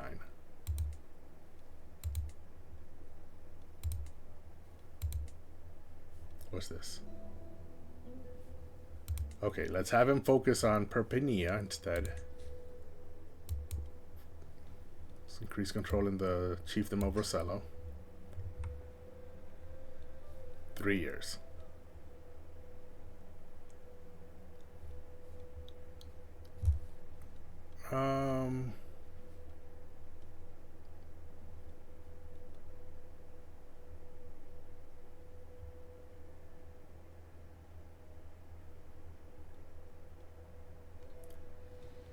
I was just wondering what else the steward can do other than collect taxes.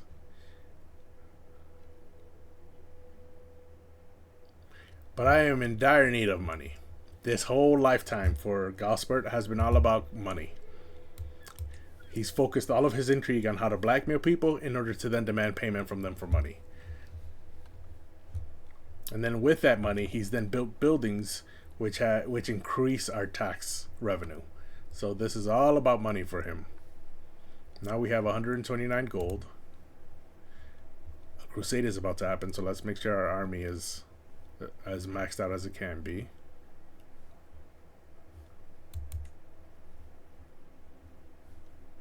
I don't know why those levies are missing, but whatever. It looks like everything is all set. Ooh, there's a scheme at court. Someone's plotting to kill Christoph. I mean, it's probably his wife. Look at her face. You know she's scheming something. And she's an adulterer. Yeah, she's definitely scheming something. These children might not even be his.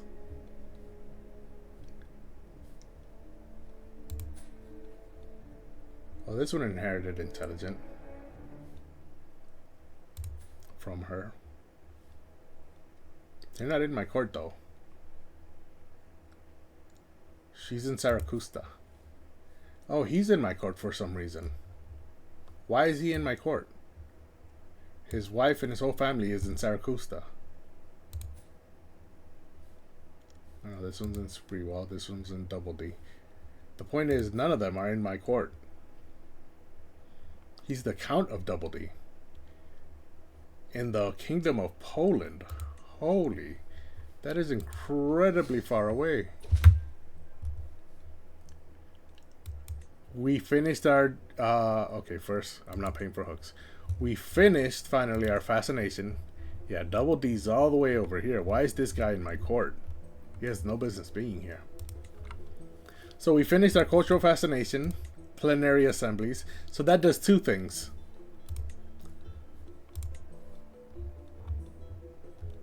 One, it helps us... well, first, it helps us enact limited crown authority and helps us build fortified tribal holdings.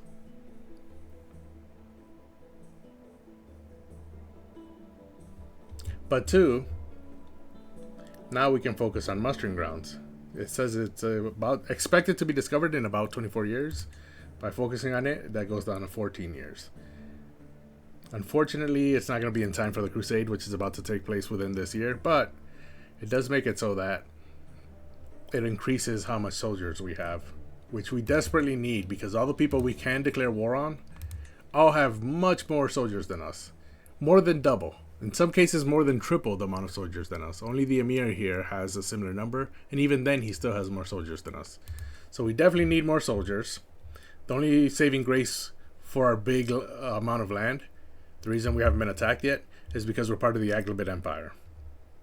If we were not part of this empire, we probably would have been attacked many times already. So we definitely need more soldiers. And that was the first thing. Just more people trying to fight for the French throne. The second thing is now we can get limited crown authority.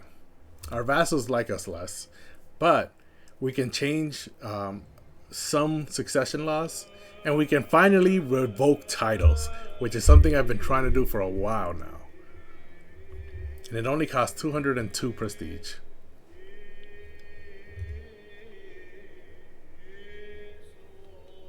So let's go ahead and pass that.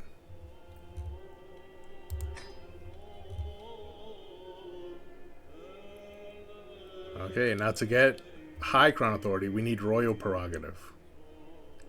But there's a bunch of things I want to unlock in our culture before we get to royal prerogative. So we're going to be on limited crown authority for a while now.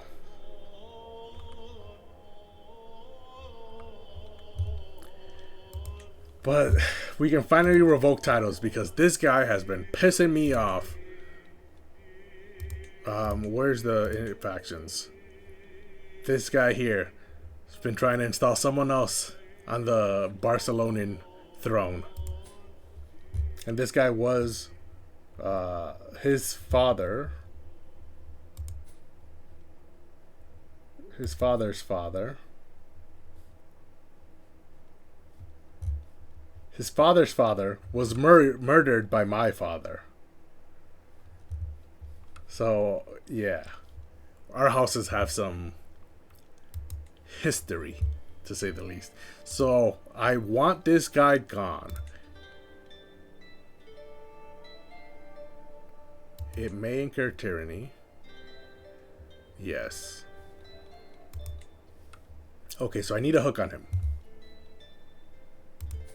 He's Catholic. I can't demand conversion and then do it that way. Can I imprison him? No, that's also tyranny. Yeah, so I'm definitely going to fabricate a hook on him. But first, I think I'm already fabricating a hook on somebody. Yes. So as soon as this one ends, I'm fabricating a hook on him and I'm taking this land for myself. This is the capital of my duchy. And I haven't been able to hold it because of these guys. Well, originally because of these guys. But then these guys lost it to a peasant revolt. And this guy took over. The peasants put him in power. So that is my next plan. First, finish this intrigue scheme here. And then I think the crusade will start before this scheme ends. And then, so crusade first, then this scheme, and then this county. That's the plan for the future. Someone is plotting to kill my guest, Maurice. I mean, he's just my guest, so I don't really care. Who's his spouse? Yeah. His child? Yeah, none of them were from my court. Oh, he left the scheme. Oh, he was in prison, that's why. Okay, that's fine. We'll add, I mean, we're still at 95% even without him. I can add Joffre instead.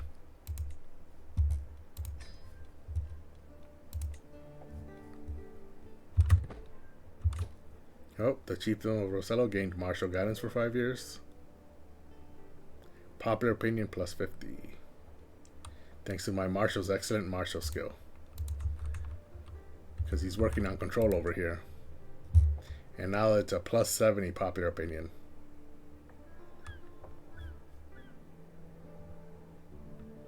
They really like me over here.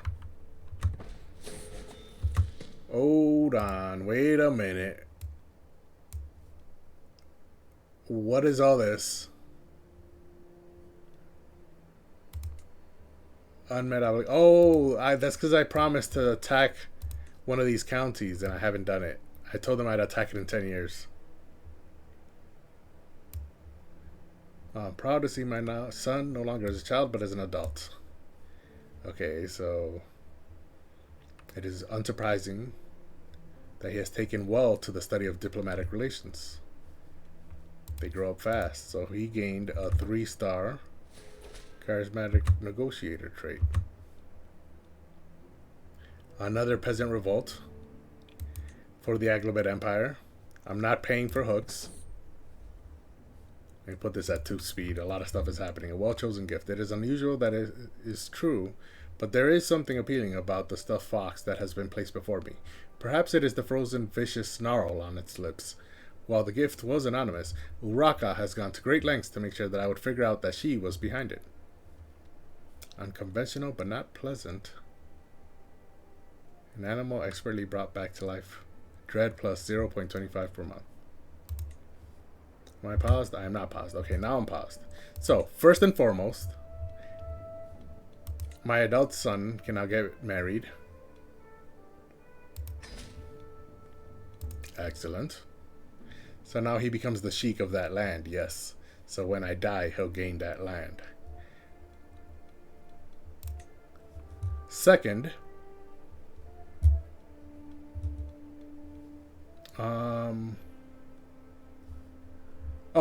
second is that there's another peasant revolt for the Aghlabids, and Orleans has broken away. So this is what I keep mentioning. Ever since the Aghlabids took over the French territory, the Kingdom of West Francia, it's been a game of whack-a-mole. I keep mentioning this. A couple of regions will break free. They'll gain independence either with peasant revolts or by liberty factions or independence factions. And then once they break free, the Aghlabids go to reconquer it. And while they're reconquering the land that broke free, another piece of land breaks free. And so then they reconquer that one, go to the piece of land that broke free while they were reconquering it, and then another piece breaks free somewhere else. And this has been the game the Aghlabids have been playing pretty much since, for most of my gameplay. It was probably a bad decision on their part to invade France, because the French people are not putting up with it. They just keep revolting over and over again. No matter how often you put it down, they'll just stick back up again.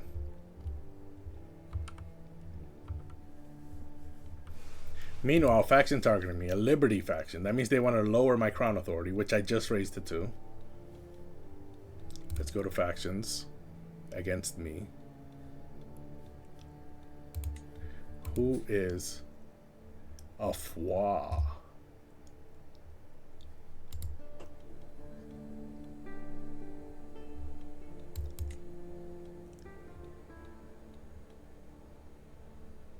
Can I murder her?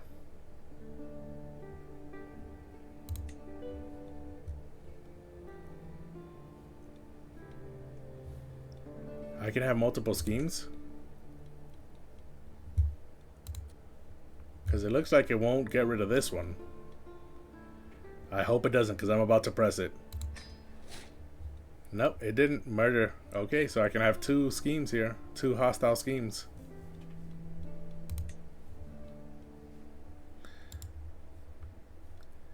Let's see. I need an alibi. Oh, this is going to be the B squad. I do have a 10-month grace period, so hopefully this scheme can be executed before this one. And then I can move my A squad down to here. But for now, let's have him here. Parthena will be here. And then we can have Exartan. Oh, so this won't be the B squad because they're different roles. Exartan is a 50 for assassin, but he never shows up for these roles up here when I'm fabricating hooks. Neither does Pharaon. And then the thug will be Anfos. He never shows up either. Oh, that's because he's her marshal. Okay. Her own marshal. And then what's this guy? Oh no, he's just someone else. Another chieftain. Okay, so that's a max of 95.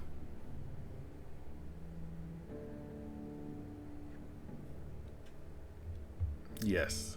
Now we can murder her. Does she have children? He's 11, and his younger brother is 4. So can I arrange a marriage with one of my granddaughters?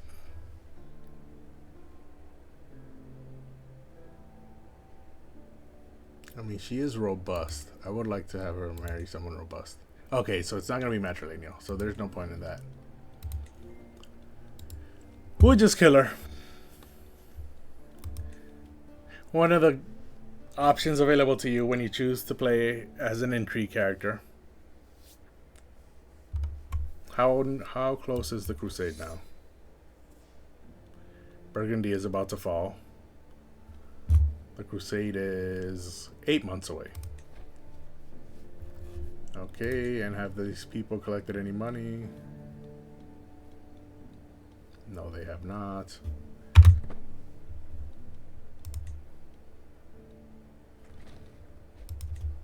Oh, I just constructed something. Girona. Yeah, so now taxes up to 1.3 per month from Girona.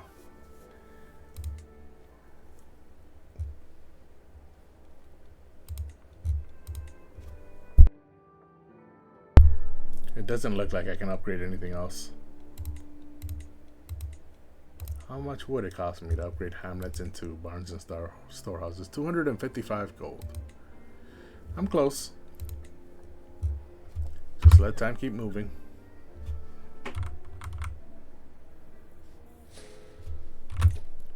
Sharif and I became rivals. How? Did he find out? I don't think he did.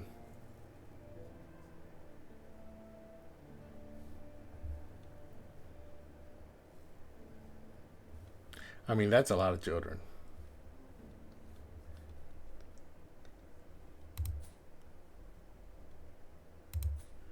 That's fine. I can take him out too. After I finish off Chiefess Esclarmonda. After she's done, he can get it too.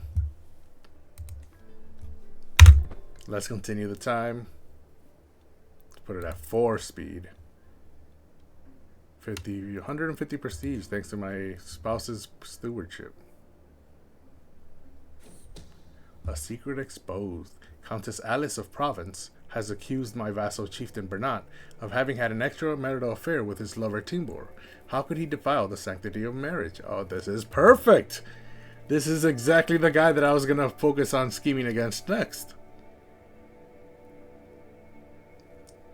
So he's an adulterer. I can punish this crime. I imprison Timbor. Oh yeah, the time period. So the woman gets in prison and the guy just gets weird looks. So his legitimacy level decreases to illegitimate. Who's Countess Alice? Is that his wife? That is his wife. I don't want them to like me. I want them to be imprisoned. So this crime cannot go unpunished. I call the guards. Let me pause. There's some things I can do now.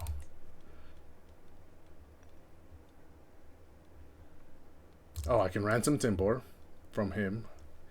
10 gold.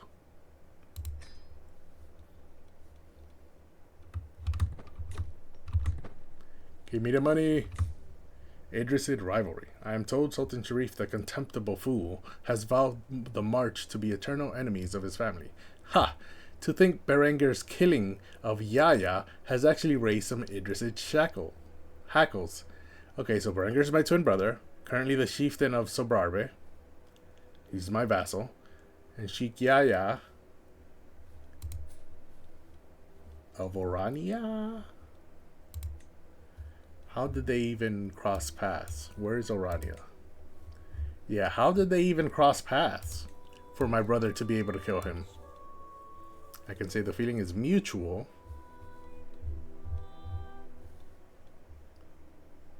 But I'm calm, so I would gain stress from that. And we gain house feud. That doesn't really help. Or I can say how childish. And then that's it. Yeah, how childish. Oh, okay. I accepted the ransom. Or he accepted the ransom. Someone is plotting against me. Let me pause the game. And now I can repair. I have enough gold, I think, to be able to repair some of my artifacts. Because I know a few of them need repair. The brooch. 75 gold. And then next is the Lucky Rabbit's Paw, which costs 38 gold. And I still have 46 gold left over, thanks to all the blackmailing I've been doing. I still have 2 more blackmails available. And Jamila, I have a string of blackmails. As soon as she gives me this 10 gold, I'll immediately blackmail her again with another secret of hers I know. So I'm just waiting for her to make up some of that money. It's been 2 years now that I've been waiting.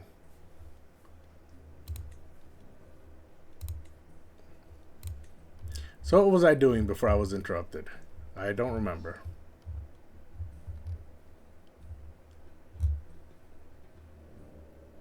Oh, looks like Burgundy has fallen. The kingdom of... Yep, no longer the kingdom of Burgundy. So the Aghlabids have reconquered most... Because that was the big chunk that had broken free from the Aghlabids after they conquered France. So it looks like they conquered it back.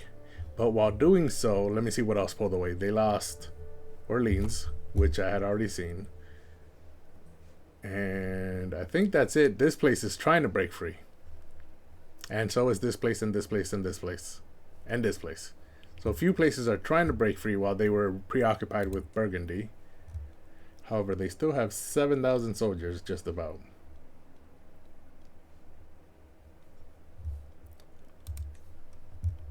Oh, this place broke free.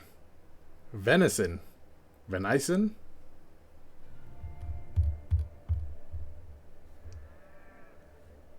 Arles. Avignon and the city of Orange. Okay. So that place broke free. Meanwhile, I still have some schemes going on. So let's let time go by. The crusade is about to happen in 6 months. So we have 6 months for a crusade. I'm not going to pay for a hook. And my schemes are... This one's 3 months away from being executed. And this one's about a month away from being executed. Okay. I might have to wait on this one. So let's go ahead and let time keep moving. Oh, my acquaintance Andre is scheming against my guest Maurice. Oh, it's this guy that's trying to kill him. That's fine. How do I know this guy? He's an imbecile. I can't even arrest him because he's not in my court. And this guy's a guest at my court. So they're just bringing their trouble into my court for no reason. Just get out. Leave me alone.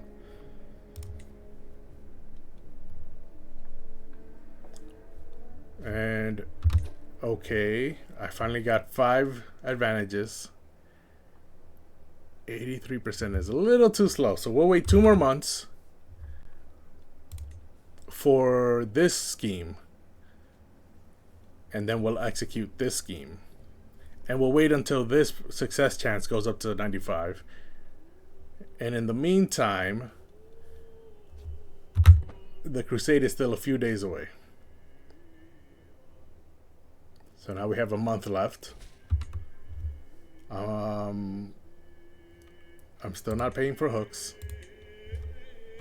Because the only reason I want a hook is to demand money for it. So there's no point in me paying for a hook that's going to demand money from it. Okay, we're at 5 advantages. So now we can execute the scheme. Seize the moment.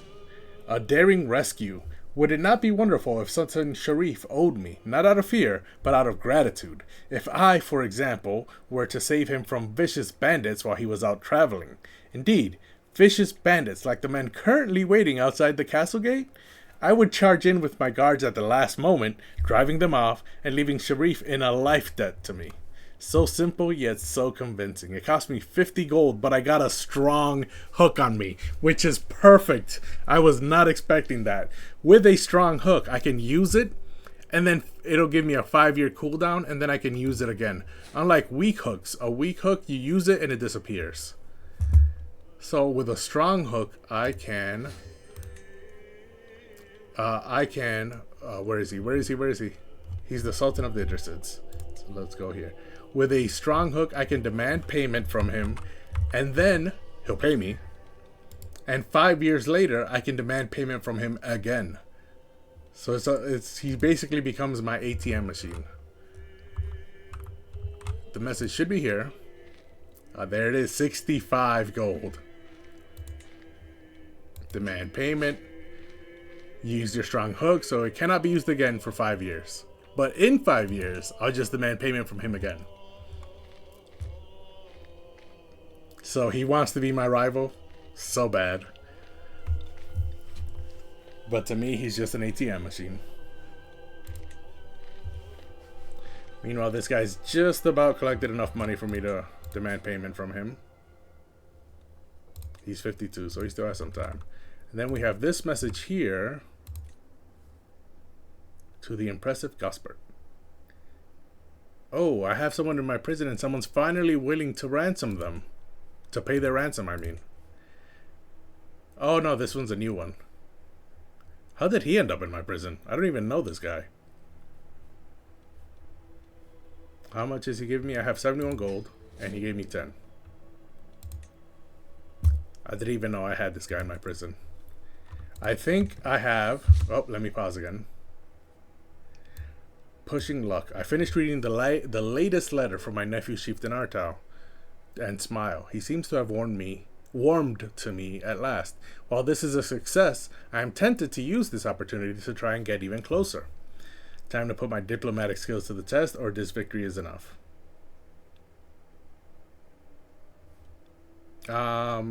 He's a minus 21. This victory is enough. Will give him 30 opinion of me, so he'll go back into the positives. So there's no need to take a chance. This victory is enough. And now he's my nephew. But he's also the chieftain of Huesca.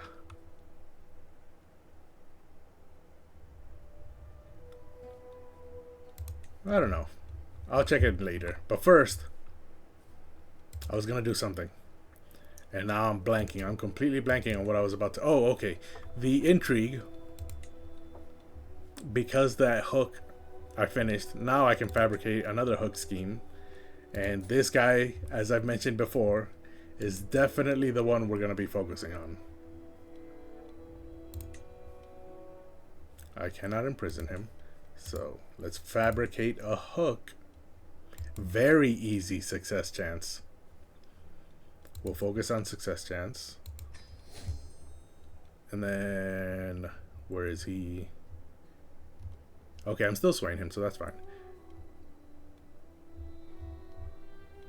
And we can go back. Krenosh. I don't even know who this is. Did I marry her in? I think I did. They're both robust, but they have not had any children. That's unfortunate. I married her in from Ireland. Okay, so she'll be my lookout. Milo will be my infiltrator, as he usually is. My thief is usually... Well, actually, no. This time I'll have Jaffret be my thief. My diplomat will be Othan. And my outcast will be... Sultan Sharif Spy... No.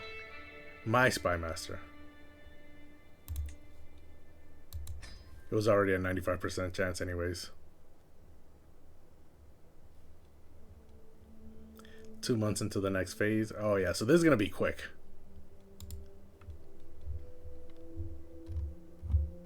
There's a lot of schemes going on. Oh, someone's trying to seduce me. A lot of schemes going on. Okay, so this scheme is next. I think we can execute it already, can't we? Murder her? Should I wait?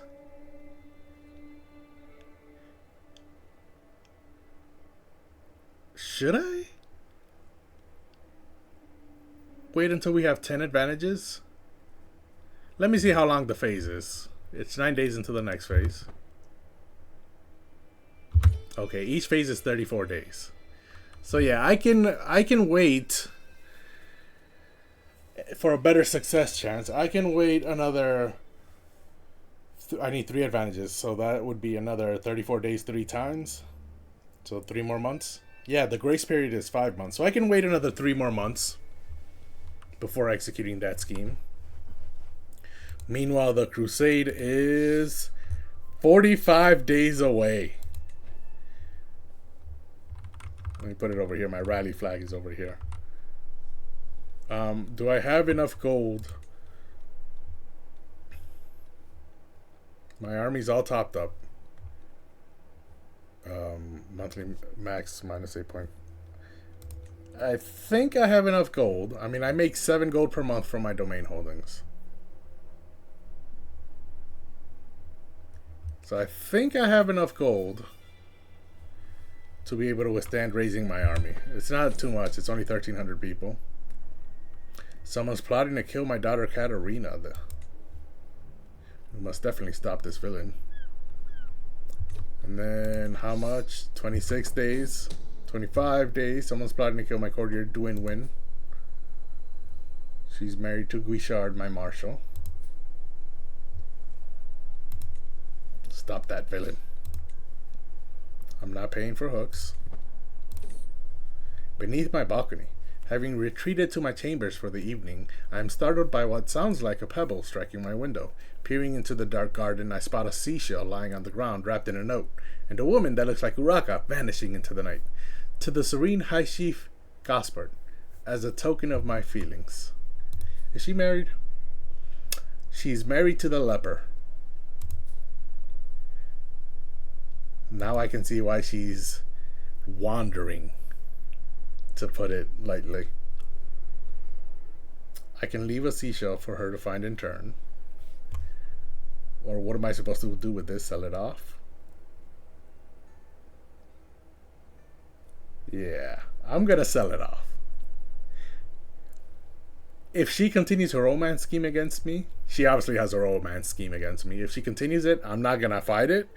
But if she's giving me something I can sell for 25 gold, I'm definitely gonna do that. Oh, what's this?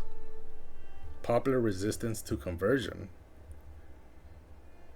Oh yes, because I own this island and I'm trying to convert it. This island down here. They're Mozarabist and I'm trying to convert them into Catholic. Which is why control is only down at 1. I should probably be focusing on that, shouldn't I? Okay, so control up here is at 72, 91, 88, 71, 72.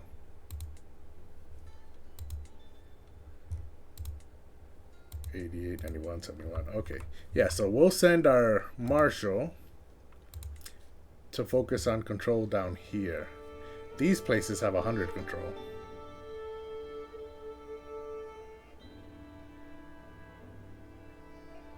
So Barbara is corrupt. That's not good. But these places have 100 controls, as does this place. So let's send them down to Mallorca. Increase control down there. 23 years. Do I have a better marshal? I do not.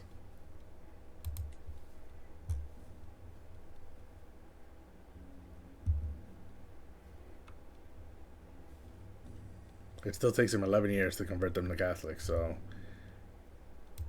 he's not that good. But regardless, he's lost 1 gold. Regardless, how many days? 11 days until the crusade begins.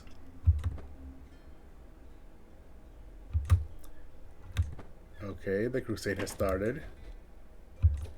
I built fishing net weavers in Perpinia, which is in the county of Rosello over here.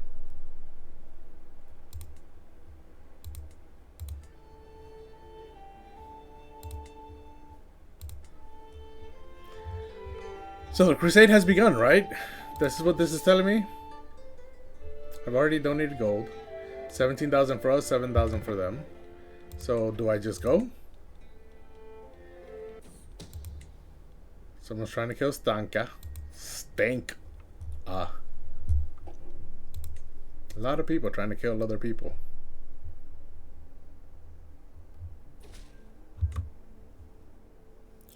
I'm not paying for hooks. But something just distracted me for the moment. Because I realized Corsica is completely independent. They have 1,000 soldiers, but this is free real estate that I can expand into.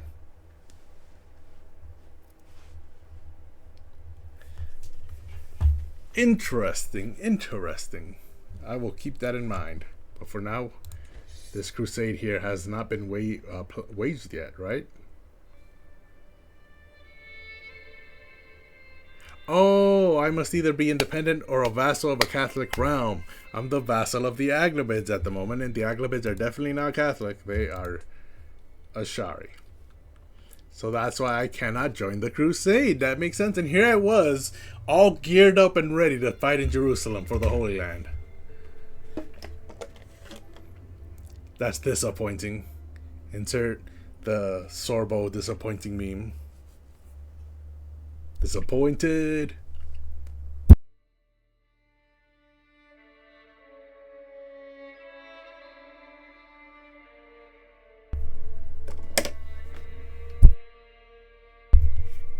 Just had a quick sip of water. My water bottle's just about empty. I've drank a lot of water today.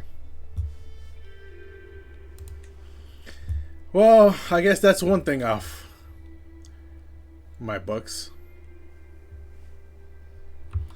If we're not going to be able to get involved in the crusade, I guess we just go back to focusing on our schemes.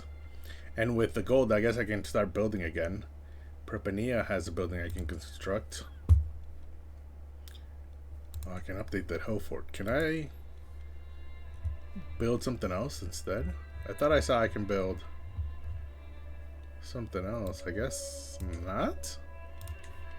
Was it the castle?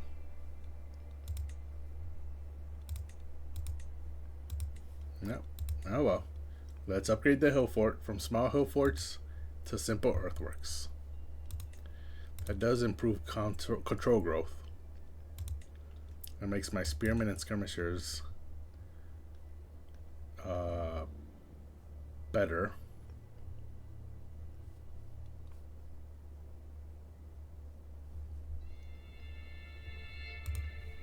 So upgrade that. And now I'm down to 8 gold. This guy's up to 10, so hopefully I can blackmail him soon.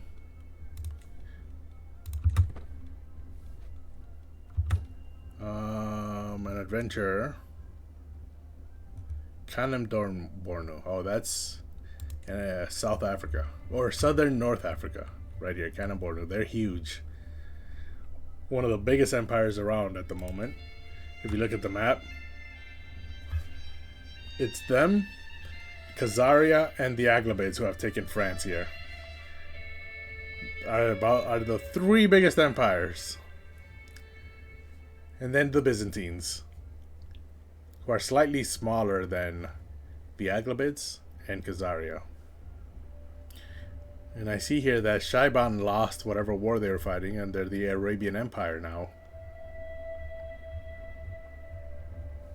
But since we're already looking at this map, if you look at the religions, while the largest empires are over here, I do know that the largest religion is this huge Tengri block right here, which is a Mongolian religion, if I remember correctly. Unreformed steppe faith, yes. So they are huge. And then the Ashari are pretty close second, thanks to the Aghlabids and the Tulunids and the Arabian Empire now. To the point where they're even trying to spread up here in France after the Aghlabids took it over. And Catholic is really being pushed back thanks to the fall of France. The fall of France really hurt the Catholic faith. And then you have the Asatru faith up here. This is the Norse faith. Ukunosku, I'm not sure. Finno-Ugric faith. You have the Insulars up here. I believe these are the Insular. There it is. Organized Christian. Yeah, so it's the Irish variety of Christianity.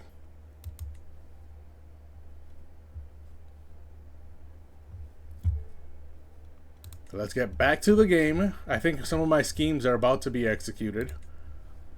Yeah, this one has 1 day left until I can execute it. Let's put this at 2 speed, unpause, pause again. 10 scheme advantages. So let's go ahead. We have 1 month of grace left, so we were able to execute 10 advantages before even reaching a place where our scheme might be found out. So let's execute this scheme, and instead of seizing the moment, we can now execute with confidence. Assassin! My agents... Oh, that was loud. My agents have succeeded in murdering Chiefess Esclarmonda. A thorn in my side no longer, thank God. Ferran's hireling executed our plan perfectly. In the dead of night, the man snuck through a gap scouted in the roaming patrols, let himself into our courier's chambers with a stolen key, and brought Esclarmonda's wretched existence to a wet, gurgling end. I have covered my tracks well, and if anyone suspects me of being behind the attack, then they do not dare say it out loud. I do love surprise visits. I lost 72 stress because I'm callous. So killing people makes me happy, I guess? Or at least makes me stress-free. And that Liberty faction targeting me has disbanded. Oh my, I wonder why. So I only have this one faction left against me. And the one who's creating it is this guy who's I'm already trying to fabricate a hook on. Because I'm taking his land. And there's nothing he can do about it. Can I blackmail her? Does she have gold? No, she doesn't. And she is the mother of my children. Well, she's the mother of my male children. The mother of my female children is dead.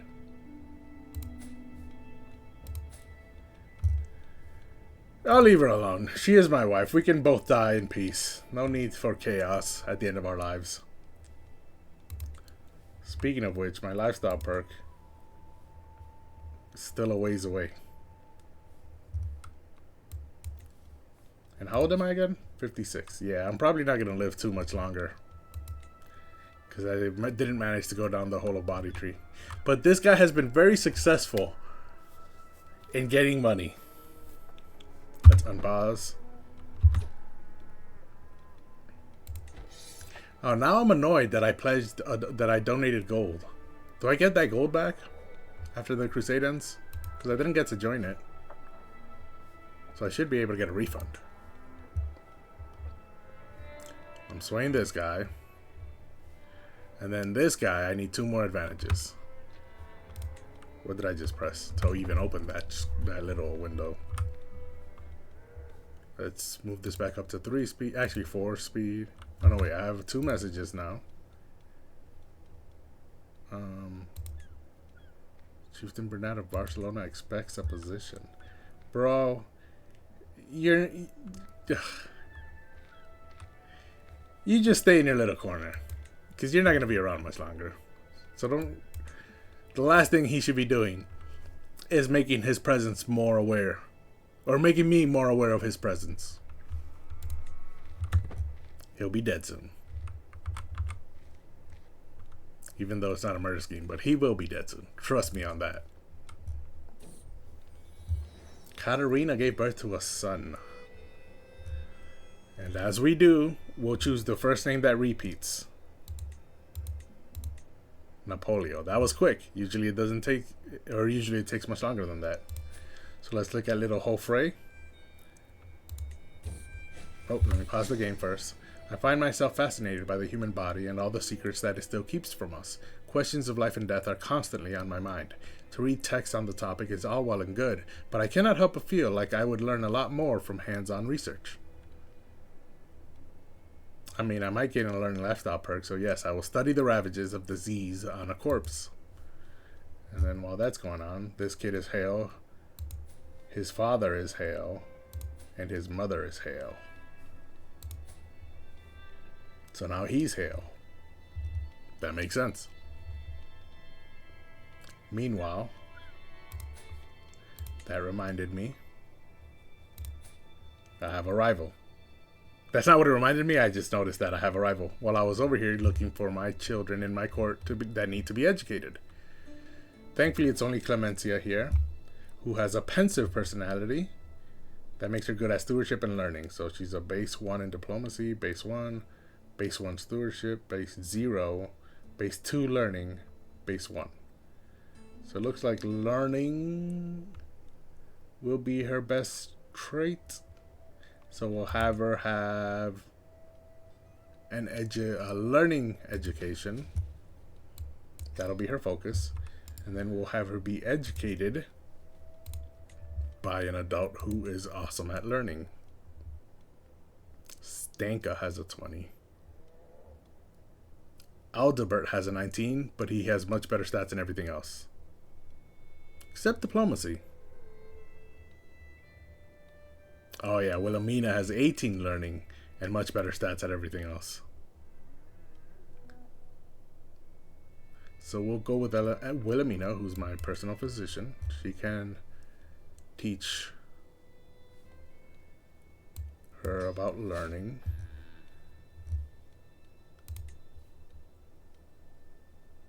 And then I believe that was it for children that need education, right?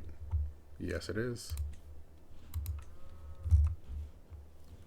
And now we are 39 days away from being able to execute this scheme. Secrets of the body. I try to hold my breath as I sift through the tangled mess of slimy, swollen entrails sprouting from the corpse's belly. But it is to no avail. The putrid stench of decay slowly finds its way to my lungs, making me gag. Something then tears open, and a stream of viscous, yellowish ichor spills all over the operating table. What was that? Maybe Wilhelmina can help. I can have my doctor help me, which helps me gain experience. Or I just need to find more bodies somehow. I gain 50 experience, same as this. But I only gain 9 stress because I'm callous. Oh, this hurts popular opinion in our girl. Or enough, this isn't seemly. No. For 50 patty, I'm not going to stop this experiment. So we're going to ask Wilhelmina for help. However, there's a 40% chance that she'll lose 20 opinion of me because she's appalled by my experiments. So to make that better, we'll go to our council, go to our spouse. Instead of assisting ruler, we'll have her focus on court politics. Increasing my diplomacy plus 10. And now the percentage for success has gone up to 76%. So maybe she can help. Maybe. Wilhelmina was ecstatic to learn about my newfound interest in anatomy. With her help, I have significantly deepened my understanding of the human body. I only wish there could be some way to stave off the smell. I am starting to fear that all this exposure to bad air might not be good for my health. Perhaps some flowers could help. What is this symbol? What is this symbol? Let me hover over this symbol. Ill. Perhaps some flowers could... Oh, there's a 28% chance I gained the trait L. But a 72% chance I gained 1 learning lifestyle perk. I could say I think I've learned enough. No. I'm definitely getting some flowers. There's a 72% success chance, and it's a learning challenge. So let's switch her from court politics back down to patronage, which gives me plus 7 to learning. And that 72% chance is now a 100% chance. So let's get some flowers. I'm not paying for hooks. The Idrises lost against Almeida. So they were trying to vassalize. Wait, what exactly happened here?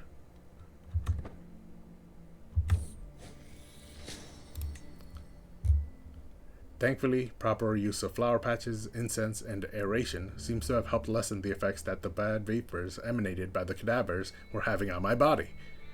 That smell is creepy, man. Why is he doing this right here? My dude, relax.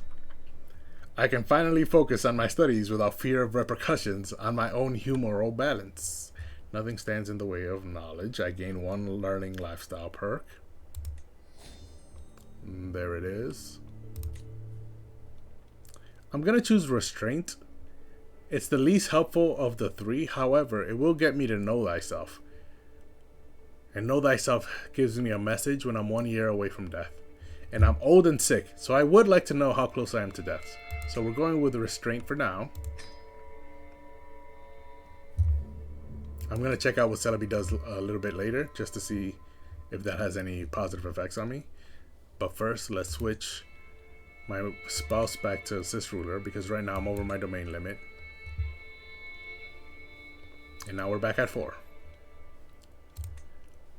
This guy's got 11 gold. So he's getting there, slowly but surely.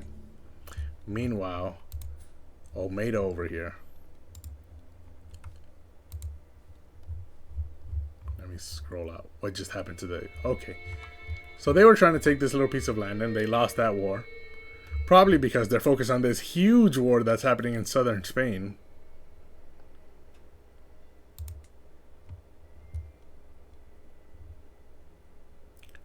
Okay, there's an independence war. Emir Musin II the Mad of Garnata is fighting for his independence. So where is Garnata? Garnata. There's Garnata. So this guy is fighting for his independence. He's only got 1,800 soldiers, so he's probably going to lose that, but at the very least, he's keeping them busy. So back to my schemes. I'm 20 days away from executing this scheme. Can I fabricate multiple hooks? I know I can have multiple hooks, but can they be multiple of the same hook? Let me see if I can fabricate a hook on this guy while I'm still fabricating a hook on someone else. It looks like I can. I can have multiple fabricate hook schemes going on.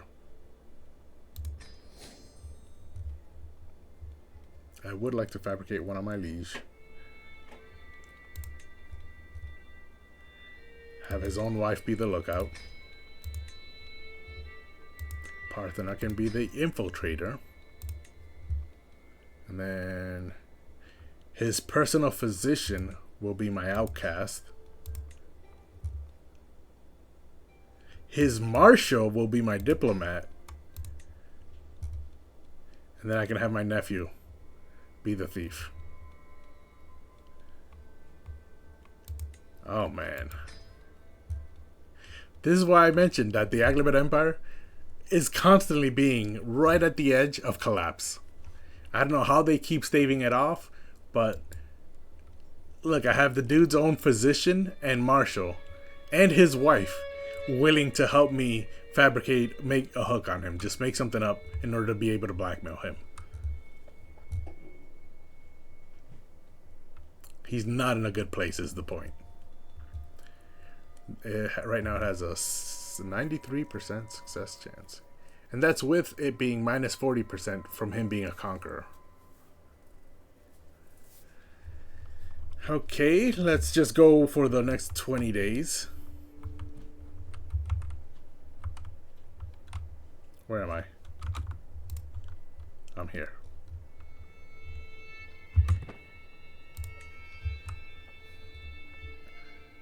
Oh, it's at 2 speed. Let's speed that up a little. Milo is scheming against Twinier. I mean, Milo's my chancellor, so, you know, let the traitor be known to all, but I'm not doing much about it.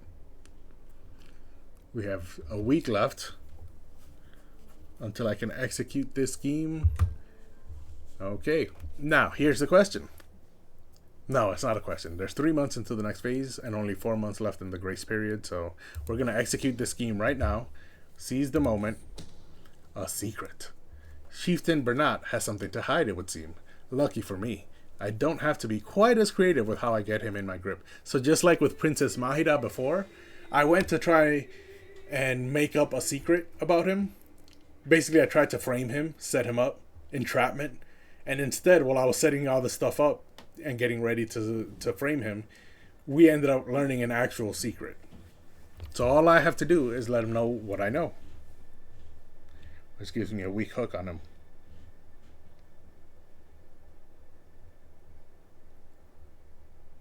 He's a non-believer. I'm definitely not exposing it. So now I have that blackmail on him. And I think now that frees me up. I wish I knew before that I could do multiple hooks, because I would have had way more money than I do now. Chieftain Bernat only has 36 gold, but I'm not demanding payment. That's not why I blackmailed him. That's why I blackmailed everyone else, but that's not why I blackmailed him. Instead, what we want from him is to revoke his title. And now that we have a hook, it should not encourage tyranny. It still uses tyranny.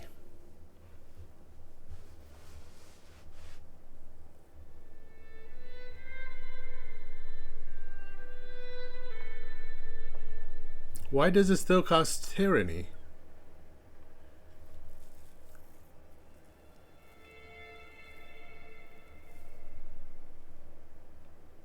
I don't care. I want this. It's the capital county of my duchy, and I haven't held it since I became the Duke. Since my father became the Duke. So I don't care anymore whether it causes tyranny. I want Barcelona.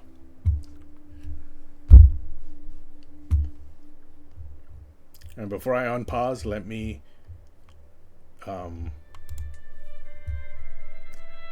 find someone with some money. Burgundy over here has some money. Fabricate a hook on them. Moderate. I want someone easy who has money.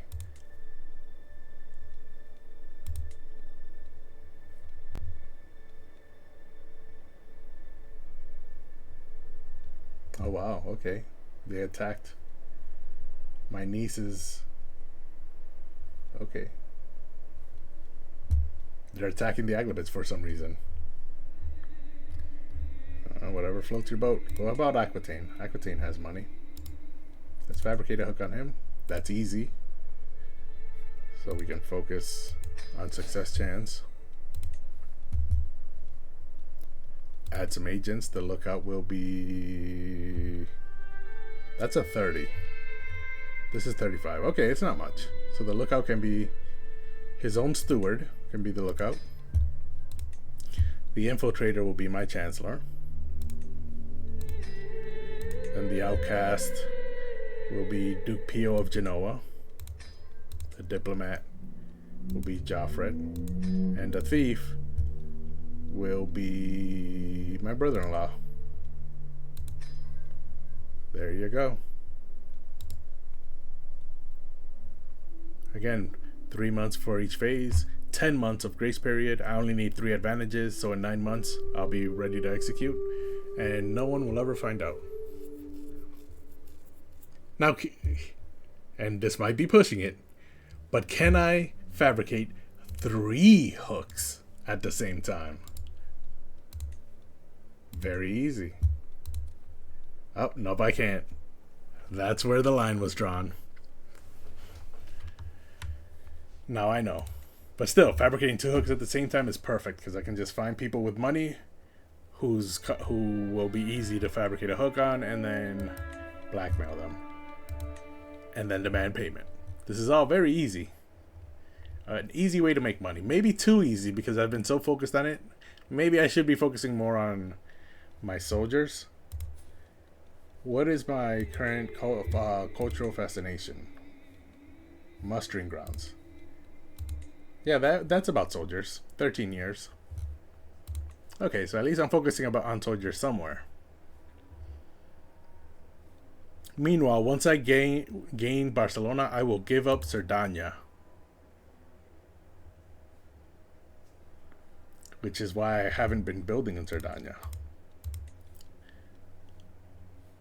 Although I did just focus on building simple earthworks there, but that's fine. I'm taking Barcelona. And then I can move the realm capital here to the chiefdom of Barcelona, which has not as much development, but I think it has almost as many taxes with fewer development. So if I can develop it a little more. Yeah, this has plus 20 popular opinion and 8 development, 89 control, and it still gives me 1.95 taxes. Meanwhile, this place, only 72 control and 6 development with 0 popular opinion, and it still gives me 1.77. Plus, it has these special buildings because it's the capital of the duchy. So I definitely want that to be my realm capital. Let's let time start moving. I see no choice but to strip me of the chiefdom of Barcelona. Okay, so now I get Barcelona. And that disbanded the faction that he created against me. So now I've got 0 factions against me. This is why I don't understand why it gives me tyranny for me to revoke his title when I had 1, a hook on him because he was a non-believer, and 2, he had started a faction against me. So I don't understand why it's my fault that I took away his title. I mean, it is my fault that I took away his title. I just don't understand why other people don't understand why I did it.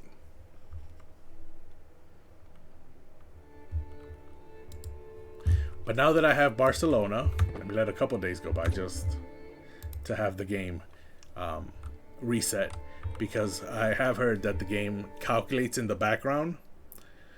Once something changes, it calculates all the statistics and it renews everything. So that's why you need to let a couple of days go by for the game to recalculate all the stats and attributes of everything that is happening in the game. So now that I've done that, I think I'll give up Crusader over here. Who will I give it to? I have 2 children.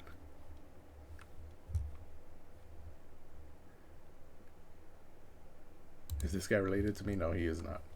I have 2 children, so what I can do is give Cerdanya to one of my children. So my player Roderick is going to take Tortosa, Barcelona, Girona, and Urgel, I believe is what I want him to take.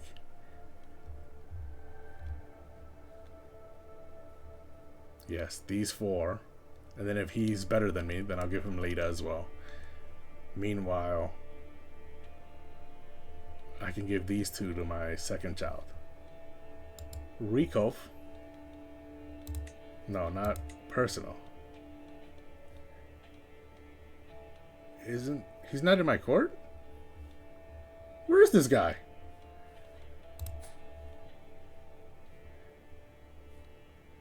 The hell is he doing over there? In Italy? When did this happen? Is his wife even from there? No, his wife is from over here. And they're not even married yet. Bro. I don't even know what this is about. Let's bring him back to my court. You can't tell me what to do, father? Minus 500, it's why he doesn't want to come back. What is this kid's deal right now?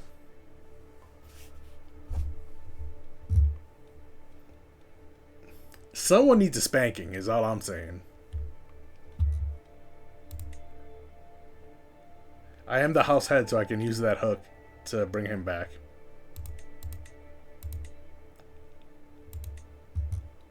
Seriously, what is up with this kid?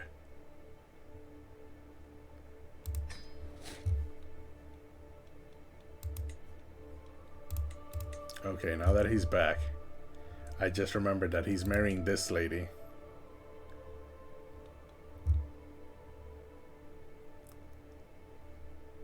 But I don't know why I have him marrying her. I think I just wanted to use the hook I had on him.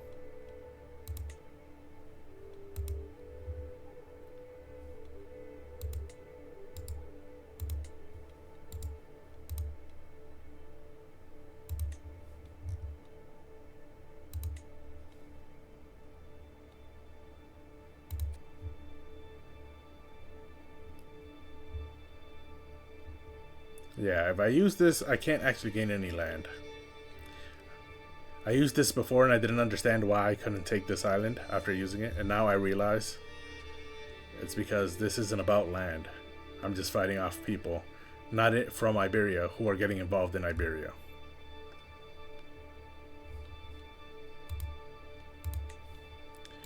So who did I put in charge of Mallorca?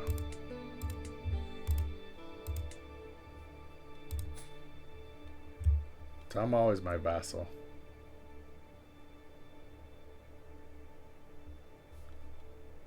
But he is the son of my nephew.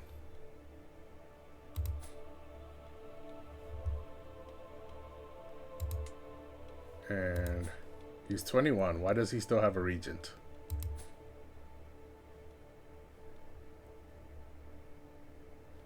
I believe this guy definitely needs to get imprisoned. Or I'll take it. I'll take care of it. Young lad. I'll get him out of your hair so that you can finally take control over your own place. Oh, right. I have other hooks. Okay, so now I know. This is my next... Oh, okay. It's because he's traveling. Okay, that makes more sense.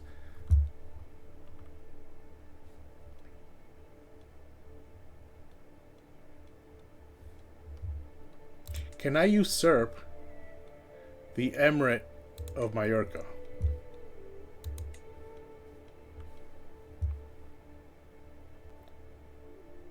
I only have one of two required counties. Okay, so I need one of these two places. So here's what I'm going to do to tie everything back together. First, I'm going to break this betrothal. It only cost me 75 prestige, so that's fine.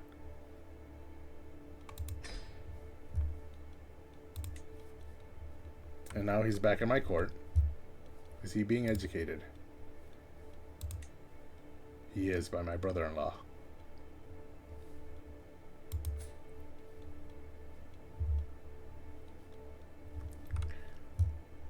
And what was the next step of this? Okay, the next step was to fabricate, or not fabricate. I'm going to stop him from converting faith. That's never going to happen. Fabricate a claim on Ibiza over here. It's only going to take 3 years.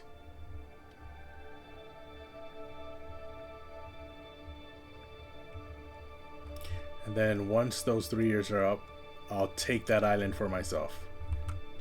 Meanwhile, while all of that is happening, I will focus on Duke Charles of Corsica. So I need to fabricate a hook on him, blackmail him for his money, and then attack him so that he doesn't have any money left over to buy mercenaries.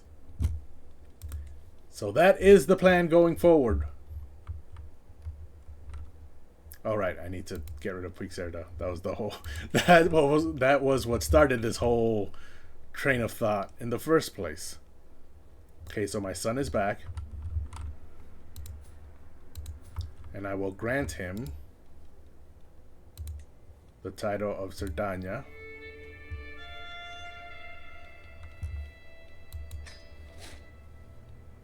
So now he's in charge of Sardagna, and his bishop is his regent.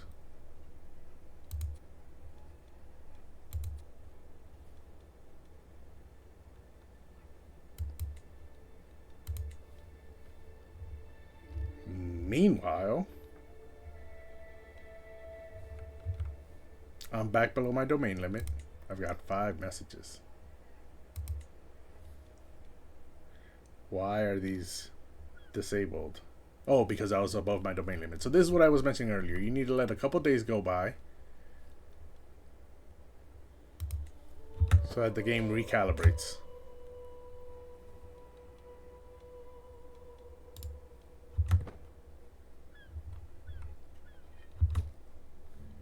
And then it should recalibrate.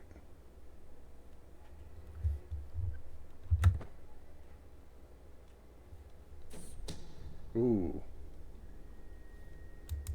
These people just keep scheming against each other. And what's this? Someone is plotting to kill my son-in-law. Well, that's not cool. He's Herculean. She's Herculean. That means their children are Herculean. Yes, sir. And they should all have a martial education.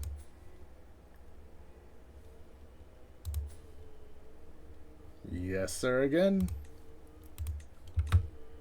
Okay, so now the buildings are still disabled. I don't know about that, but I've let enough time go by.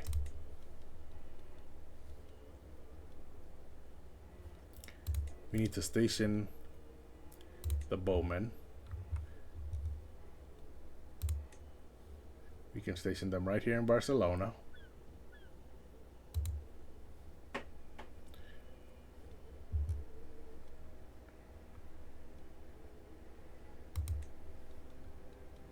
Meanwhile, this guy is only 2 gold away from me being able to ask for money.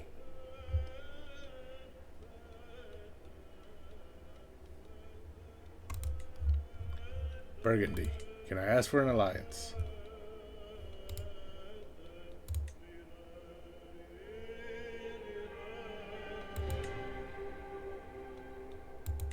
Not anymore. Even though his mother is my niece.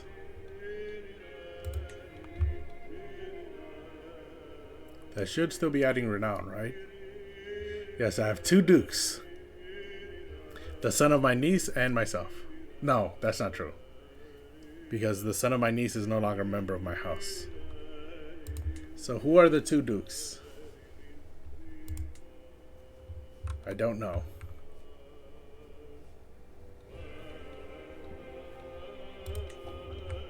It's not important. Let's focus on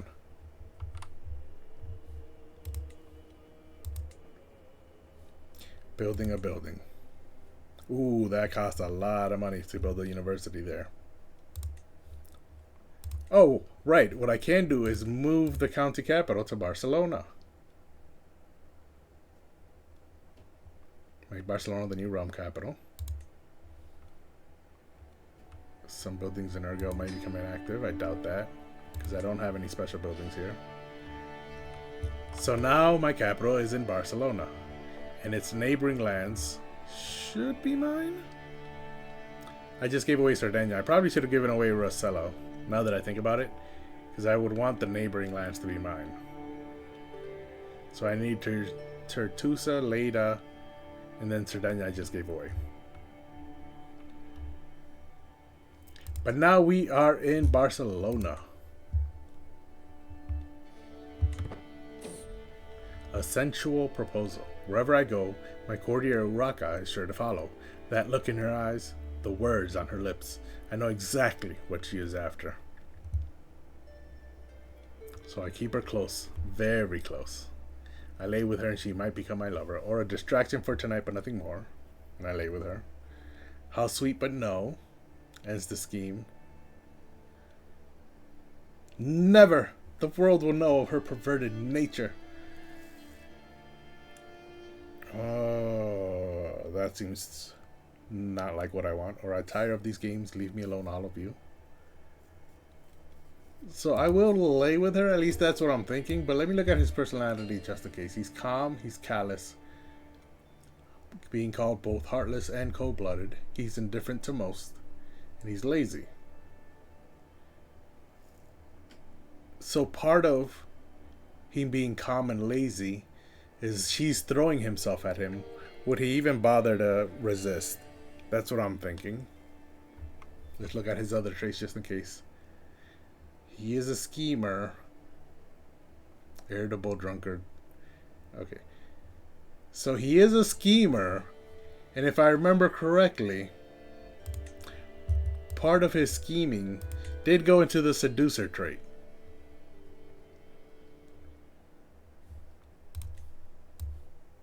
So not only will we lay with her, we might become lovers with her. Let me just make sure again. Oh, her spouse died. Actually, no. We'll lay with her, but we won't become lovers, because then I want to marry her to someone who's comely to see if they can have some children. A distraction for tonight, but nothing more. Onto the breach. As the shadows lengthen, I see Urraca approach me in the dark. Urraca? No, Urraca. Approach me in the darkness beneath the castle wall, smiling as she whispers, "You know why I have come."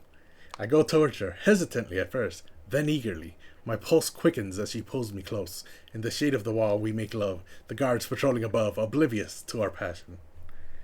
After conquering the castle, I withdraw. Seduce on you has been abandoned. Okay. I mean, that's an interesting way to put it. I conquered the castle and then withdrew. Let me unpause, make sure she's not pregnant. I gained the trait. Who told? Who told? How did I gain the trait adulterer? I lost the level of devotion. I was a devoted servant, now I'm just faithful.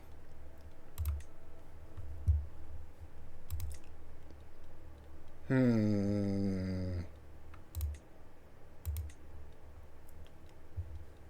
mean, I don't care about parting or imprisoning her. Let me just let some time go by. I don't want her to be pregnant. I'm not paying for hooks.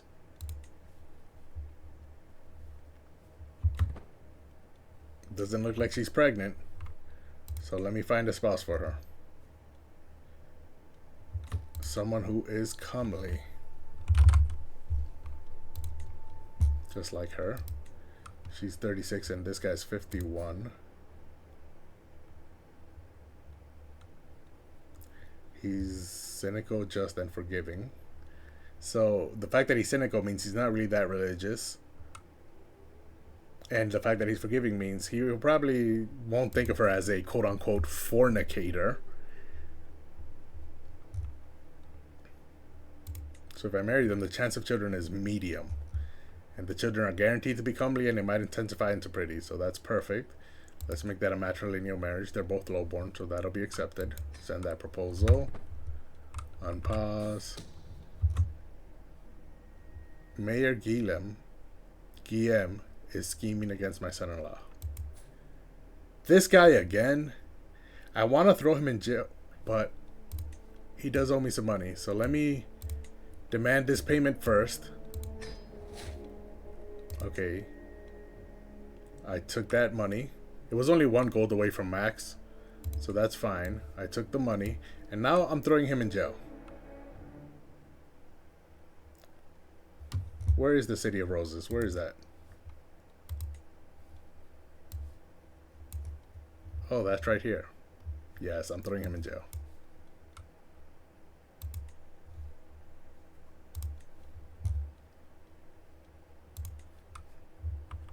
And now that he's in prison, these buildings are no longer disabled.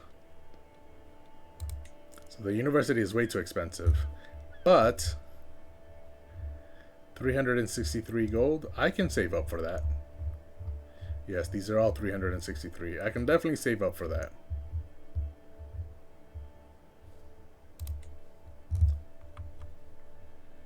Ooh, there's a few holdings that are clear here. I have a temple in Sitkes. I have a city in Cardona. Vic and Berga are empty. So how much would it cost me? 260?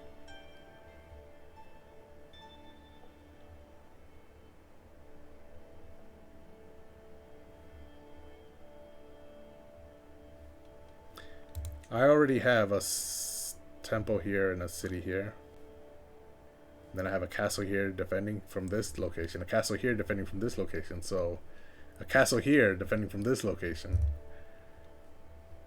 So I think I can have cities here. Are cities more... Do cities offer more than castle holdings? That is the question. I don't know. I wish I knew, but I do not know. For now, though, we're saving up money. While a crusade goes on in Jerusalem, to which I have donated, but I have zero interest in. And I have these schemes going on. So let's focus on my schemes. Okay, Raka's married. Ooh. Okay, this is the count. This isn't who she actually married. I was about to say that I accidentally married her to someone with the lover's pox. But no, I did not.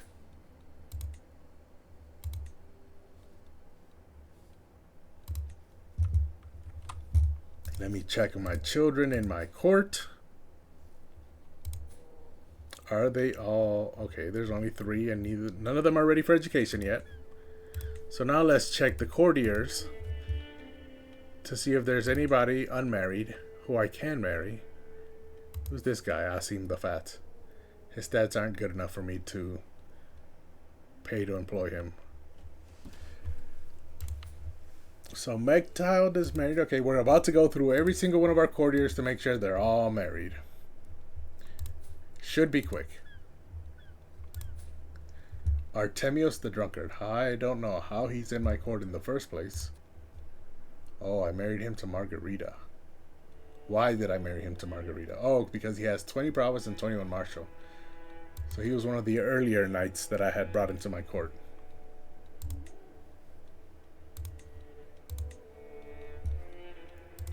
So let's find some of all skills.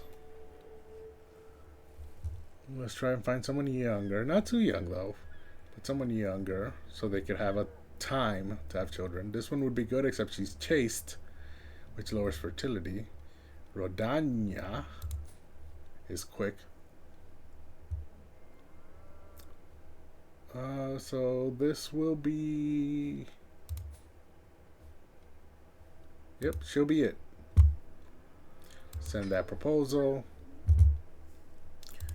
Now we move on. Saad wants to leave the court.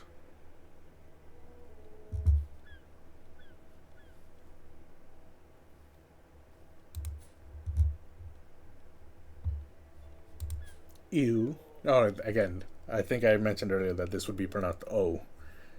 So O is married, as is Guichard, Itzinien, Adalbert. Elena might not be married soon because her husband looks like he's on his last legs.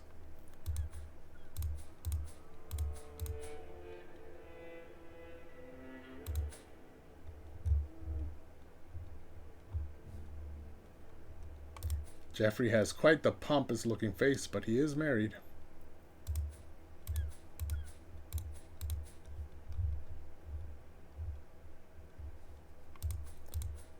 Ooh, that guy's a giant. Oh, that's my brother-in-law. Oh, these are children. They don't need to be married. And that's another child.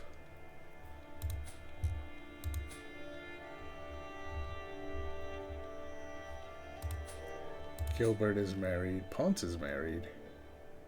They haven't had children, but that's fine. She's 51 already, so they can't have children, and he's slow, so it's good that they didn't have any children. I just used him to bring in my spy master. That's what ended up happening.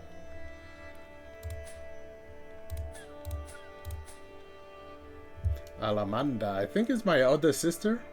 Oh no, she's my youngest sister. I used her to bring in my best knight.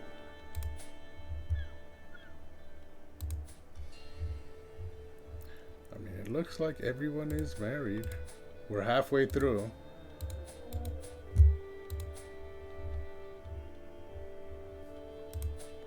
My tax collector here that everyone's trying to kill is definitely married.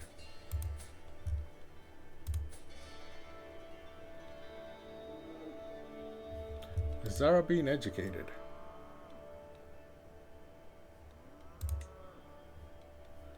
She is. Okay. I was wondering if maybe I can have their educator convert her religion, but then I realized her educator is the same religion as her. Both are Coptic, which is a Christian faith, but it's not Catholic. So that was unfortunate.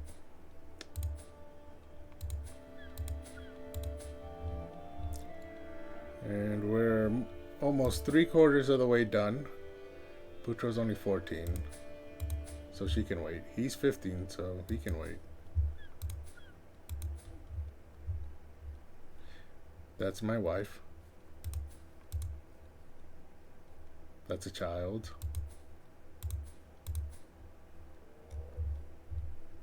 And almost done. Wu Gifu. Oh, I think this is the last batch. Yep, I can't scroll down any further. And it looks like everyone's married. And I have a prisoner. Can I ransom him? Oh yeah, this is the guy I just imprisoned. He's only been there for 6 days, yeah. I'll wait until he can collect some gold. He doesn't have any family, so he's going to have to collect the gold himself. He probably won't be able to do that, so actually let me get a hook on him. And he spent about a week in jail for attempted murder. That seems fine.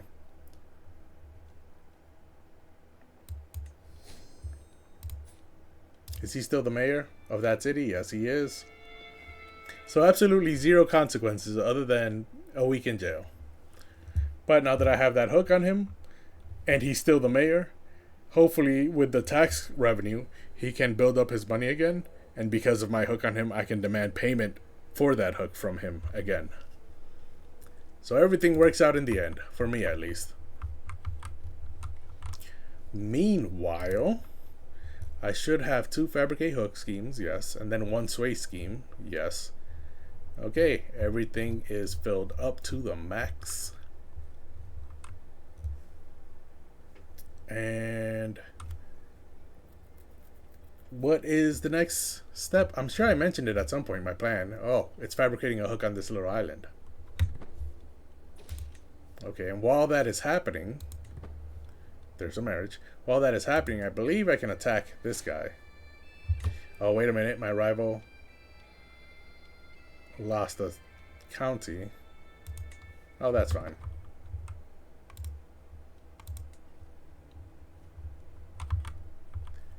I need these schemes to go through. Let's go on 4 speed. Because as soon as one of these schemes ends, I'm not paying for hooks. Oh, wait. Now Laborde. Hold on. He signed a white peace with Burgundy. Oh ho, that's the first time they haven't all-out won a battle that's been waged on them. Meanwhile, this guy over here is trying to break free. Laborde. Of the Aglobids. Where is the Aglobids? There it is. Yeah, so Laborde over here is trying to break free. And Burgundy managed to fight and not be conquered. That's good, because this is my sister, my niece. My niece's son is the current ruler. So that's good. He is delicate and wounded, though, and he's only 9 years old. So with his poor health, he might not make it to adulthood. But he does have 3 siblings.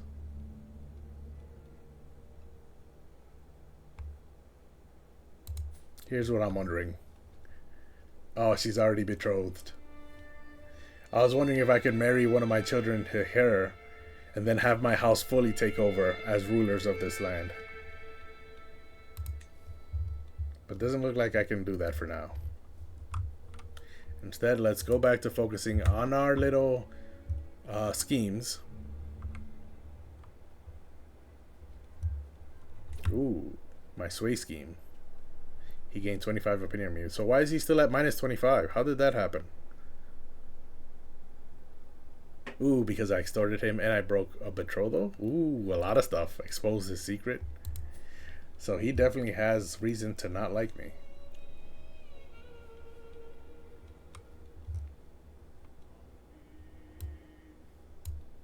I also happen to be his primary heir because he hasn't had any children. She's lustful though, so they should have some children. And he's an adulterer. Why don't they just hook up together? That makes no sense.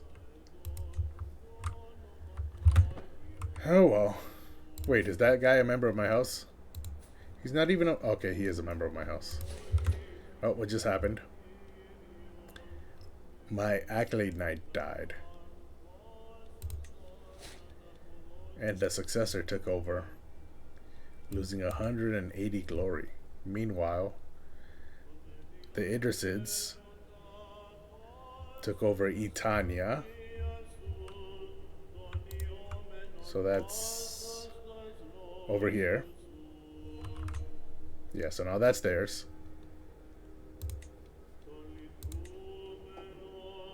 Okay, it went down to -4. Okay, I just had, like I said earlier, I hadn't allowed enough days to go by for the system, for the computer to recalculate the stats.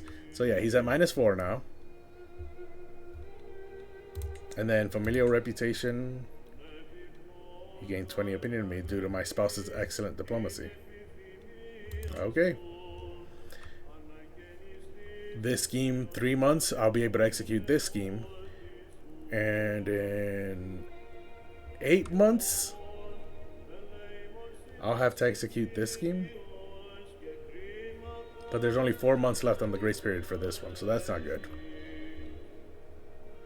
That's why this one was described as very hard, while this one was described as easy.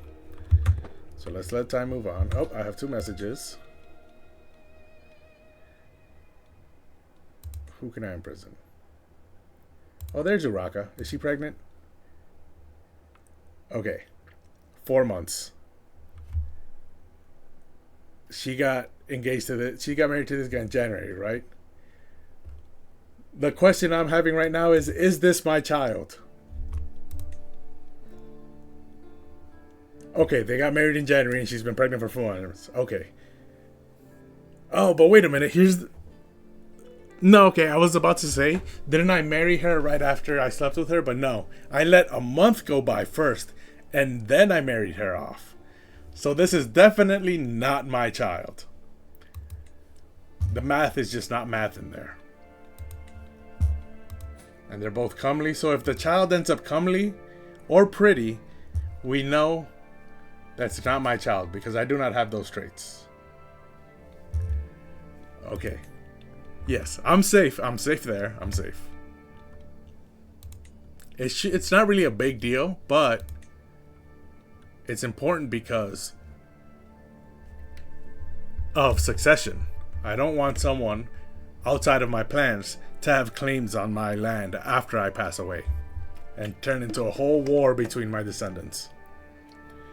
Let me take a quick sip of water first.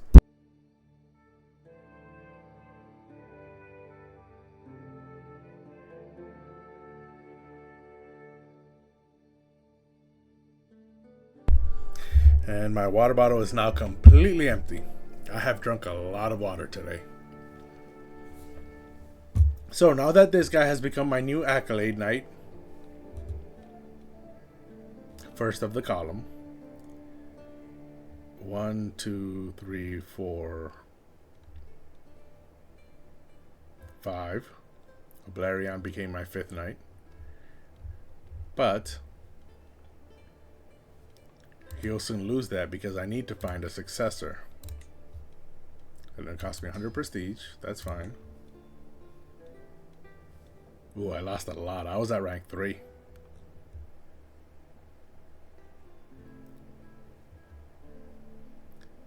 I did gain contender.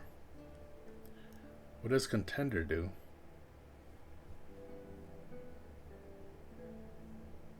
It used to have Marauder, but now it has Contender, which increases Hast-Eluder experience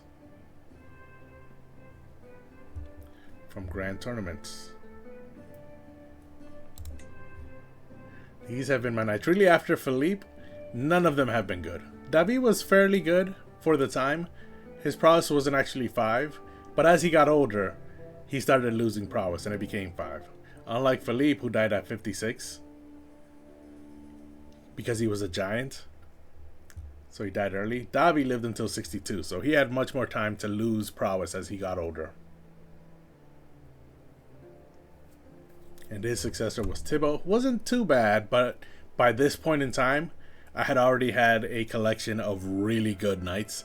So comparative to them, he didn't look all that good. But, you know, a prowess of 19 is nothing to sneeze at. Same for Carlos. Carlos is an above average knight, but when you compare it to the list of knights that I could have in his stead, 23, 20, 20, 17, then yes, his 12 looks weak in comparison. But it is above average. But now I'm seeking a successor, another one. Meanwhile, my council is currently working on... He's working on control here in Barcelona. In Mallorca. Oh, let's go back. I want to look at the county of Mallorca. Okay, it definitely needs some control. A lack of sheriff, unsafe highways, upset over conversion, over 50 years in debt.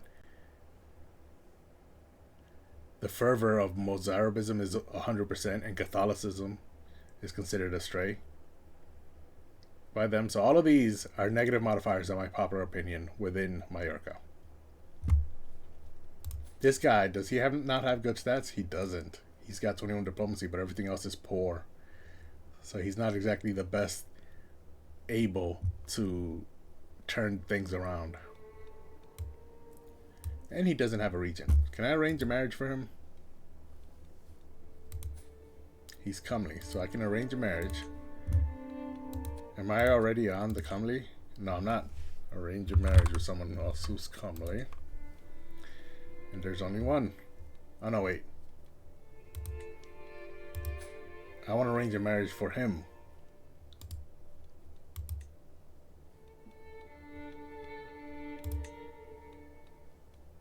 I guess I can't.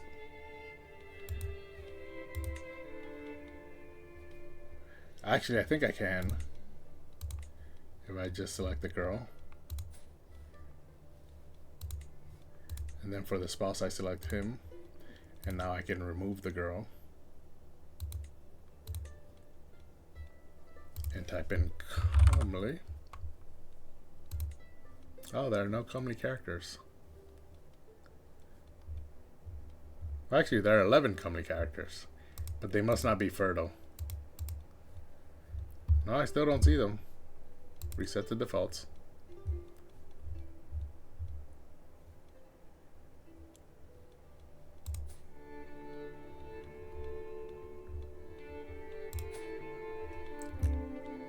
She's pretty, so I guess I can marry him to her.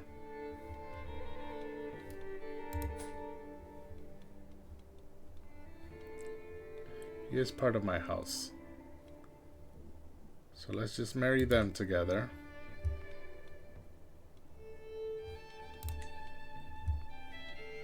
Send that proposal.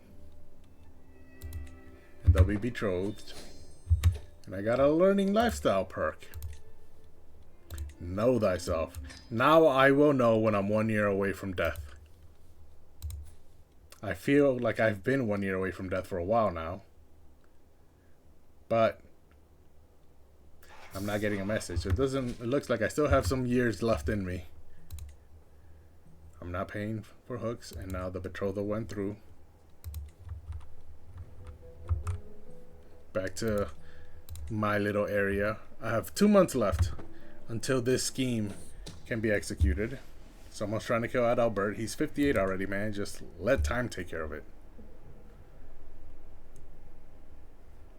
Ooh, the taxes in Ergel have gone down. Why?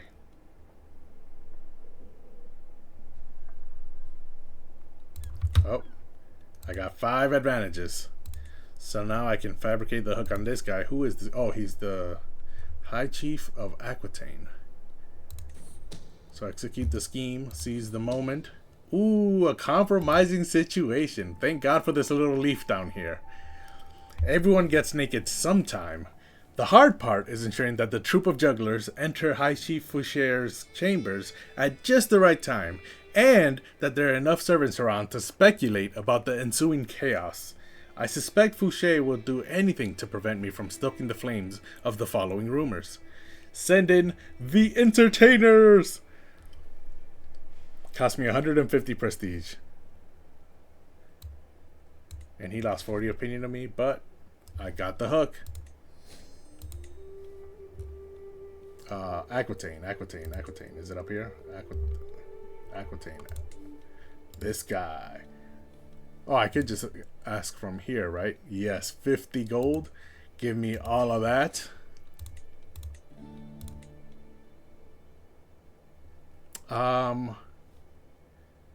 Right, I'm waiting on that. What's this? Oh, I'm swaying him at the moment. That's fine.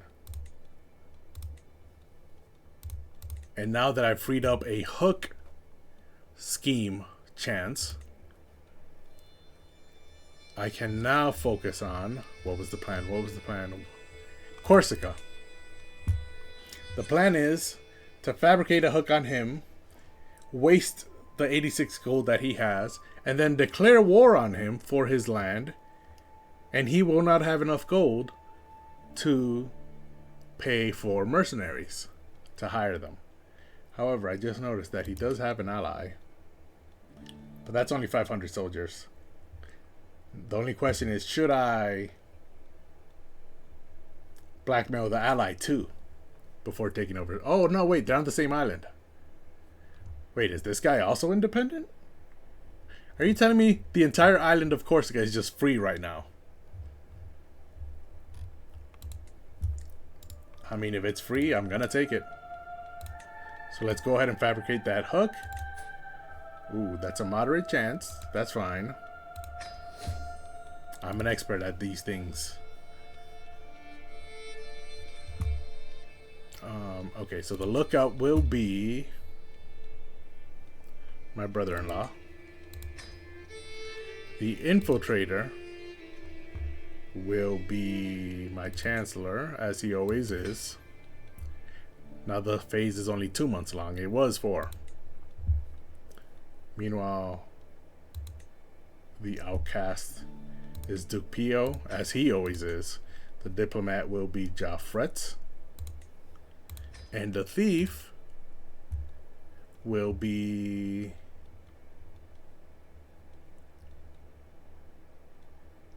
Edgith. It's a 95% chance. Let's clear this. Edgar, welcome back.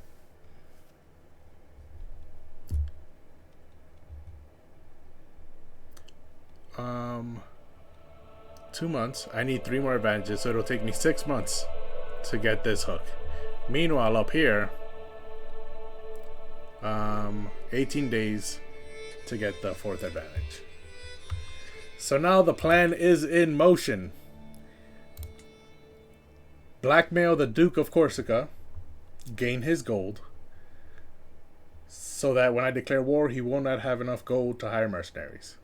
But before declaring war on him after that, I will first blackmail the Duke of Dubrovnik. No more land, right? No land anywhere else? Oh, they have land over here. But that's fine. I will blackmail the Duke of Dubrovnik, get his gold, so that if the Duke of Corsica calls him, because they're allied, if he calls him to the war, he'll only be able to provide an extra 500 soldiers. And then once I've done that, I can then declare war for Corsica and take the island of Corsica for myself. Especially since after taking this duchy here of Corsica, the Duchy of Dubrovnik should be very depleted in terms of war resources, and I should be able to then very quickly continue my attack from Corsica into the southern half of the island here, into Vecchio. Is that what this is called? Vecchio. The county of Vecchio. And that is the plan for next time, because I feel like this is a really good place to stop. We have our plan set for next time. We've accomplished a lot today, mostly in terms of gold. I'm very happy that I ended up playing as Gospert. There was a chance that we wouldn't. There was a chance we ended up playing as his twin brother, who had the beautiful trait. However, playing as Gospert has really gotten me into learning the intrigue lifestyle, or intrigue gameplay style is what I meant to say. Especially the ability to be able to just blackmail people, fabricate hooks on people, and then every time there's a hook, be able to demand payment, which wasn't part of the intrigue lifestyle. I had to go into stewardship to get the golden obligations perk for that. But it all came out of my character being a schemer and me playing as the character, trying to roleplay as what the character would be like. I felt like even though the golden obligations perk fell within the stewardship lifestyle focus, it very much fell in line with the schemer trait that I had unlocked right here. Schemer. So we have seen a lot of that today during the stream, because most of today's stream was focused on scheming, blackmailing, demanding payments. There was even there was a murder scheme today. We revoked the title for the first time, so we managed to get rid of all the factions that were created against us. And I feel like this was a very productive day. We've also built up our holdings quite a bit, and we've gained a bunch of control. There's a crusade going on. Remember, this is Crusader Kings 3 that we're playing, so don't forget about the crusades. Unfortunately, because I'm under a Muslim ruler, I could not join in on a Catholic crusade. So I was sad about that. That was a disappointment. But that is a pretty good summation of what happened today.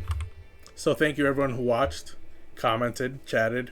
If you want to see what had happened in the past, you can always watch the VOD on Twitch, but I also upload all of my VODs onto YouTube.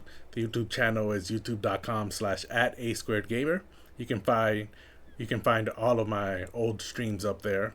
Twitch deletes the streams after I think 14 days.